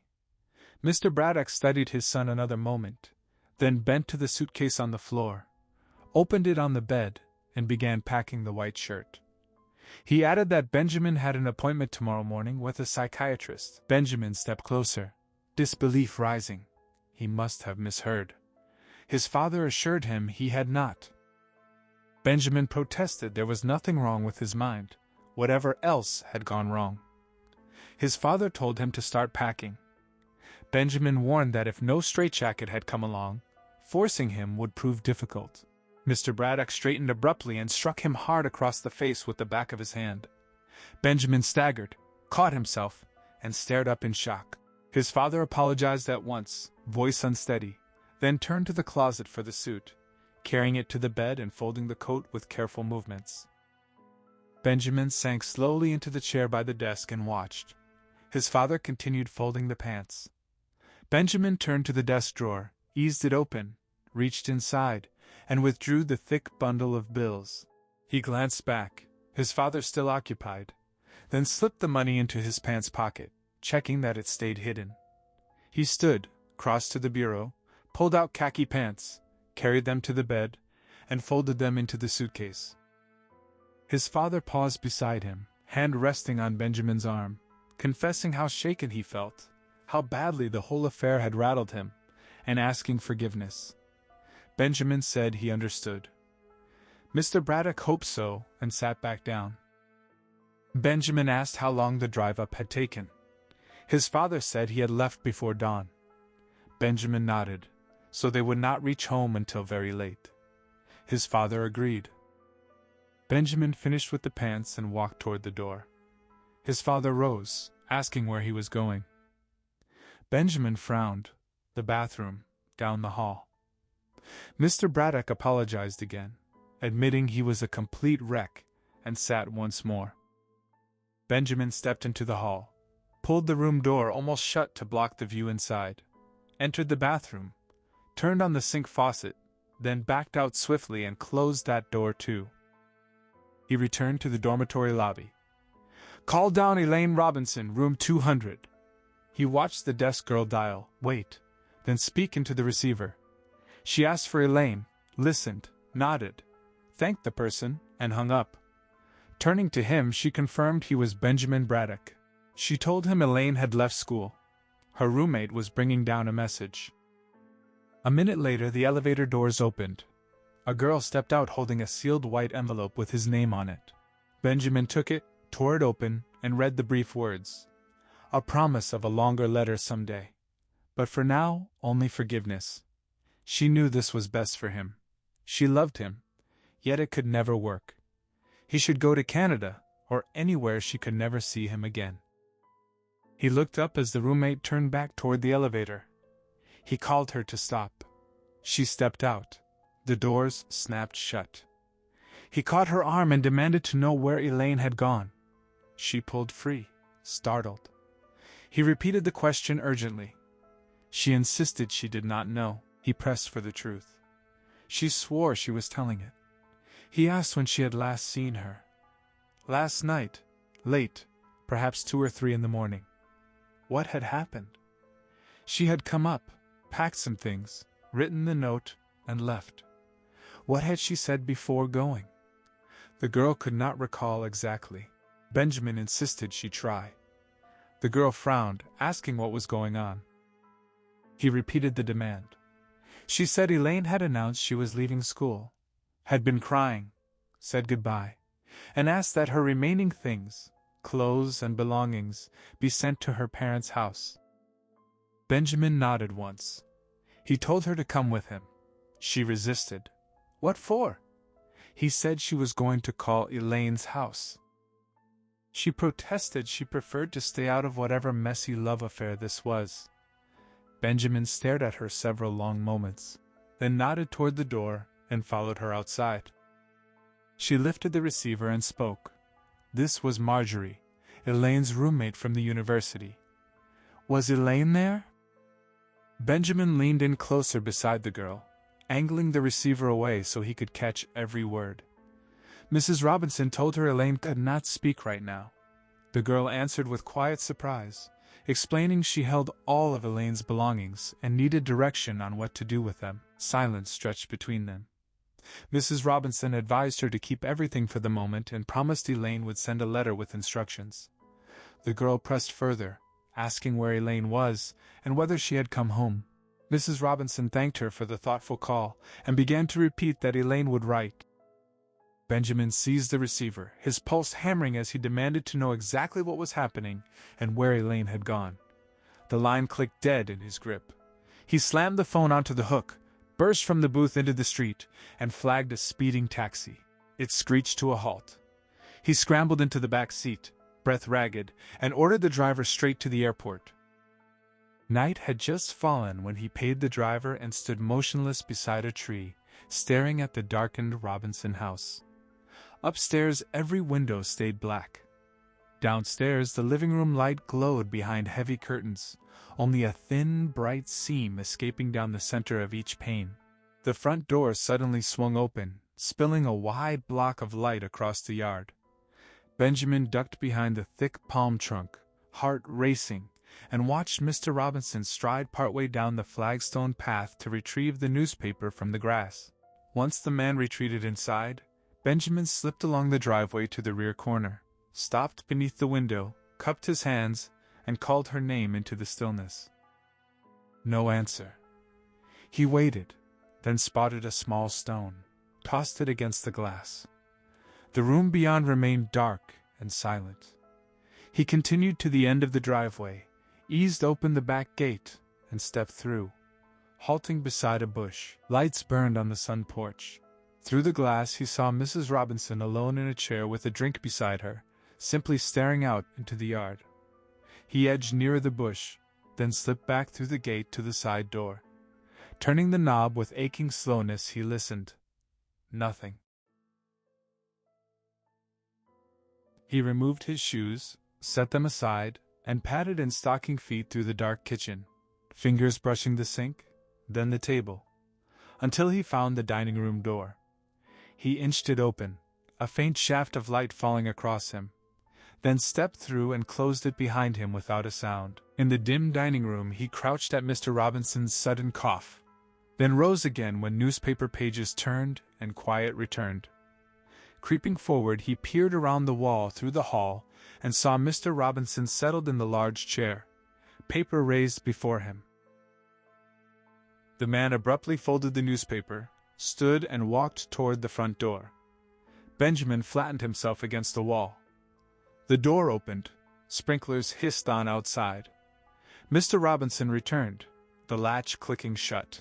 Benjamin heard him instruct his wife to tell George to trim around the sprinkler heads. Silence. Then the man asked if she had heard. She confirmed quietly from the porch. Benjamin waited as Mr. Robinson resettled and reopened the paper. The moment the man turned the page and tilted his head to the far column, Benjamin edged into the hall, eyes locked on him, then glided to the foot of the stairs. He drew a slow breath and climbed silently to the second floor. Feeling along the railing, he reached Elaine's door, opened it without noise, stepped inside, closed it, and switched on the light. The room lay perfectly neat and untouched. The red-flowered bedspread was smooth, white shades drawn evenly halfway on every window, all of them closed. The air smelled stale, as though no one had entered for weeks. The desk held only a blank blotter. The closet door stayed shut. Benjamin frowned at the walls, the carpet, the empty bed, a hollow weight settling in his chest. He turned off the light and slipped back into the hall. Descending, he stepped into the wide living room entrance and stared at Mr. Robinson still reading. "Where is she?" Benjamin said. Mr. Robinson jolted forward, then gaped at him in shock. It took several seconds before he rose slowly, letting the newspaper drop to the carpet. Benjamin repeated the question, stepping deeper into the room. Mr. Robinson told him to leave, voice low and steady. Mrs. Robinson appeared from the porch, nodded, and greeted him with a faint smile. Benjamin demanded again. Without breaking her gaze, Mrs. Robinson lifted the phone receiver, jiggled the buttons, and asked the operator for the police. Benjamin started toward her. Mr. Robinson lunged between them, crouching with fists clenched. On the call, she reported an intruder at 1200 Glenview Road. When asked, she inquired whether Benjamin was armed, then shook her head and said she did not think so before thanking the operator and hanging up. The three of them stood frozen, Mrs. Robinson's hand still on the phone, her husband crouched in front, Benjamin leaning forward, eyes fixed on her face. She offered him a quick drink. Mr. Robinson straightened, brushed past Benjamin, returned to his chair, drew a deep breath, retrieved the newspaper, and raised it again. Mrs. Robinson walked back to the porch, sat beside her drink, and resumed staring into the dark yard. Benjamin followed her onto the porch for a moment, then crossed through the living room in silence and stood over Mr. Robinson's chair. "What have you done to her?" Benjamin pressed. Mr. Robinson smiled up from behind the paper and echoed the question casually. Benjamin insisted he had to know. Mr. Robinson called across to his wife that Benjamin needed the full story of what they had done to Elaine. She gave no reply. Mr. Robinson looked back at him and suggested he return in a week or so. Then they would tell him everything. Benjamin snatched the newspaper away. "She's not," he shook his head, the words sticking. "She's not getting." No sirens yet, but he heard the patrol car screech to a halt out front, 2 doors opening and slamming. He glanced up, dropped the paper, and ran. Back through the dining room and dark kitchen, hips slamming into a table, then out the rear door. He snatched his shoes. Footsteps sounded on the driveway cement. Benjamin sprinted for the far fence, leaped onto it, tumbled down into the neighbor's yard, scrambled upright, and ran. The next day was Saturday. Just before dawn, Benjamin stepped off the plane at the San Francisco airport, pulse hammering as he pushed through the terminal and into the nearest phone booth. Only one Carl Smith appeared in the directory. He dialed, waited through empty rings, then tore the page free, and ordered a taxi straight to the address. The apartment building's front door swung open at his touch. He took the 3 flights 2 at a time, hurried down the shadowed hall, and reached Carl's door just as his fist rose to knock. A white envelope pinned beside the knob stopped him cold. He ripped it loose, carried it to the nearest window, and tore it open under the weak gray light pressing through the dirty glass. The words struck him like cold water. Carl was marrying Elaine Robinson, the same girl he had brought to Benjamin's party only weeks earlier, demanding the ceremony happen that very weekend. A midnight visit from her and her father had sealed everything, strange details left unexplained. She was already in Santa Barbara with Carl's family. The wedding would take place at 11 that morning in the First Presbyterian Church on Allen Street. If Benjamin found the note in time, he should come. Janie was scrambling for bridesmaids. Invitations were flying, and the whole thing promised to be quite a spectacle. His plane touched down on the outskirts of Santa Barbara exactly at 11. Benjamin was the first passenger out the door and down the ramp, then into a waiting taxi that pulled up moments later in front of the church. He shoved money at the driver and ran. The building loomed large against neat lawns and quiet houses, its stained glass front glowing above wide concrete stairs. All the main doors were locked. He rattled handles, pounded with his fists, then sprinted along the side wall, climbed a narrow exterior stairway 2 steps at a time, and shoved through the upper door. Thick organ music rolled over him. From the balcony he looked down on rows of guests already standing, most of them turned halfway around, staring back toward where he stood. White gloves, a handkerchief pressed to one woman's eye, a red-faced man grinning broadly near the front. Carl and another boy waited at the altar in black tuxedos, white carnations pinned to their lapels. Mrs. Robinson stood rigid in the first pew, small hat perched on her head. Benjamin's gaze locked on her for a single frozen second. Then the bridesmaids began their slow procession beneath him, each in bright green. And suddenly, Elaine appeared in white lace and flowing satin, her long train dragging over the thick red carpet, arm linked with her father's. Benjamin gripped the railing, hands opening and closing, breath caught in his throat as she moved toward the altar. The guests pivoted to watch her pass. The bridesmaids formed twin lines on either side. He slammed both palms down on the railing and shouted her name. The organ music cut off. He slammed again, yelling her name 3 times in raw desperation. Down below, heads snapped upward. The minister glanced sharply toward the balcony. Mrs. Robinson stepped into the aisle and shook her head at him. The red-faced man's smile vanished. Elaine turned, staring straight up. Carl tilted his head, watching.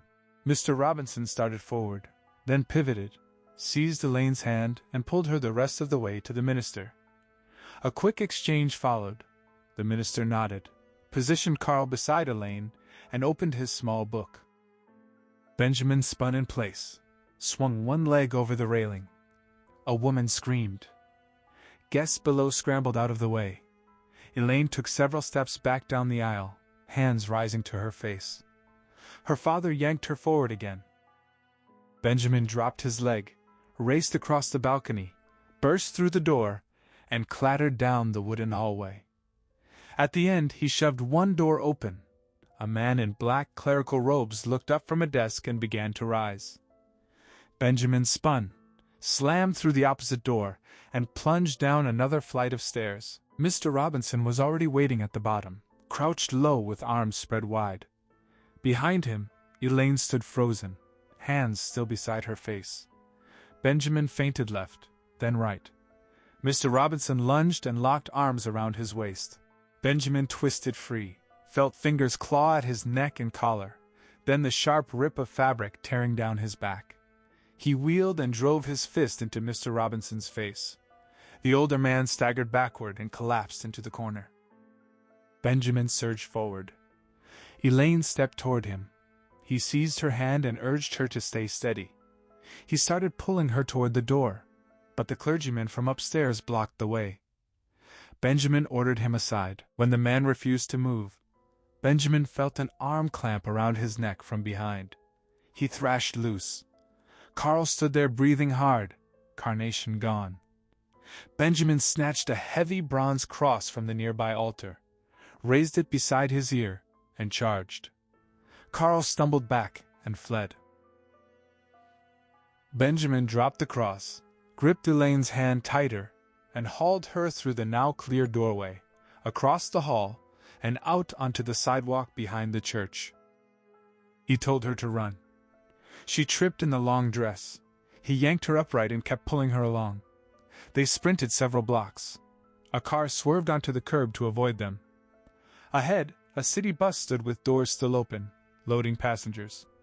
Benjamin pointed and kept running. The doors hissed shut just as they reached it. He pounded on them until they reopened, pushed Elaine ahead of him, and gathered the trailing white train as he boarded. Breath ragged, he asked the driver their route. The man only stared at Elaine's wedding gown. Benjamin repeated the question more sharply. "Morgan Street," came the flat answer. He dumped a handful of change into the box, took Elaine's hand again, and led her toward the rear seats. Most passengers had risen in their places, eyes fixed first on his torn shirt hanging in tatters, then on the white train dragging over cigarette butts and gum wrappers in the aisle. A little girl sat alone at the very back. Benjamin guided Elaine into the window seat and dropped beside her. The entire bus remained standing, staring. The driver stayed planted beside the coin box, unmoving. Benjamin rose partway from his seat and ordered him to drive.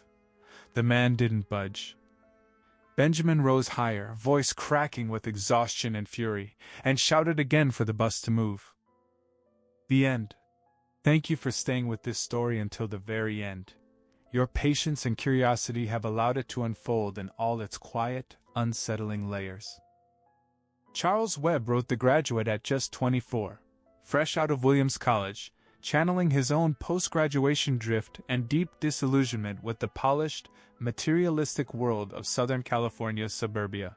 The idea sparked from personal unease, his privileged Pasadena upbringing, a fantasy ignited by glimpsing an older woman from his parents' social circle, and the broader angst of rejecting the conventional success his family expected. He began it partly to impress his book-loving mother, though that didn't quite work, and wrote much of it in the gloom of a Colorado Street bowling alley while living off a grant. The novel was largely autobiographical in spirit. Benjamin's aimlessness mirrored Webb's own, though he insisted the affair was pure fantasy. Publishing in 1963 came with modest sales at first, but the book's sharp, dialogue-driven style captured a generation's alienation amid post-war prosperity and emerging countercultural stirrings. Webb faced his share of hurdles. He was reclusive, anti-materialist to the core, later giving away royalties, inheritance, even homes he bought, choosing poverty as a purifying path. He never chased fame and felt uncomfortable with the spotlight the story brought. The themes endure: the suffocating weight of parental expectations, the emptiness of affluence, the impulsive search for authenticity through forbidden desire and rebellion. It's a story of quiet defiance against the scripted life, laced with irony and unease. Webb explored similar territory in later works like The Marriage of a Young Stockbroker and New Cardiff, but The Graduate remains his most resonant. The 1967 film adaptation, directed by Mike Nichols, exploded its reach into something iconic. While faithful in spirit, preserving much of the book's dialogue and key scenes, the movie streamlined events, omitted some minor incidents, and amplified visual symbolism, like the famous scuba suit or bus finale, to heighten Benjamin's isolation. Nichols shifted the tone toward sharper satire and unease, making inner turmoil palpable through innovative framing and pacing. Production wasn't easy. Studios initially rejected the project, seeing no humor or appeal in the book. Casting proved grueling. Nichols tested dozens, turning down big names like Robert Redford for Benjamin because he needed someone who could embody awkward vulnerability. Dustin Hoffman, then unknown and 30 playing 21, brought raw insecurity. Anne Bancroft, only 6 years older, aged up with makeup and lighting for Mrs. Robinson. Gene Hackman was even hired briefly as Mr. Robinson but let go for being too young. Nichols fought for creative control, using Simon and Garfunkel's haunting songs to underscore the melancholy in ways that redefined film soundtracks. Nichols, a master of intimate actor direction and sharp social observation, drew standout performances. Hoffman's hesitant charm, Bancroft's layered bitterness, Catherine Ross's quiet awakening. His style, precise, actor-focused, blending comedy with discomfort, shone here, as it did in classics like Who's Afraid of Virginia Woolf, Carnal Knowledge, and The Birdcage. In the final bus scene, Nichols kept rolling without telling the actors when to cut, capturing their genuine, uncertain expressions as the reality of their impulsive choice sank in. Webb gave away much of his earnings to charity, true to his principles. The novel sold modestly until the film made it a phenomenon, and Hoffman's audition left producer Joseph E. Levine mistaking him for a messenger boy. If this retelling stirred something in you, I encourage you to seek out Charles Webb's original novel. Its spare, unfiltered prose reveals even deeper shades of alienation and irony that no screen version can fully capture. If this resonated, subscribing helps bring more stories like this to life. Your thoughts in the comments, whether appreciation, questions, or different interpretations, are always welcome. They keep the conversation alive. And if it moved you, share it with someone who might need its quiet rebellion right now. In the end, stories like this remind us how fragile certainty is, and how necessary it is to keep questioning. Until the next one, thank you.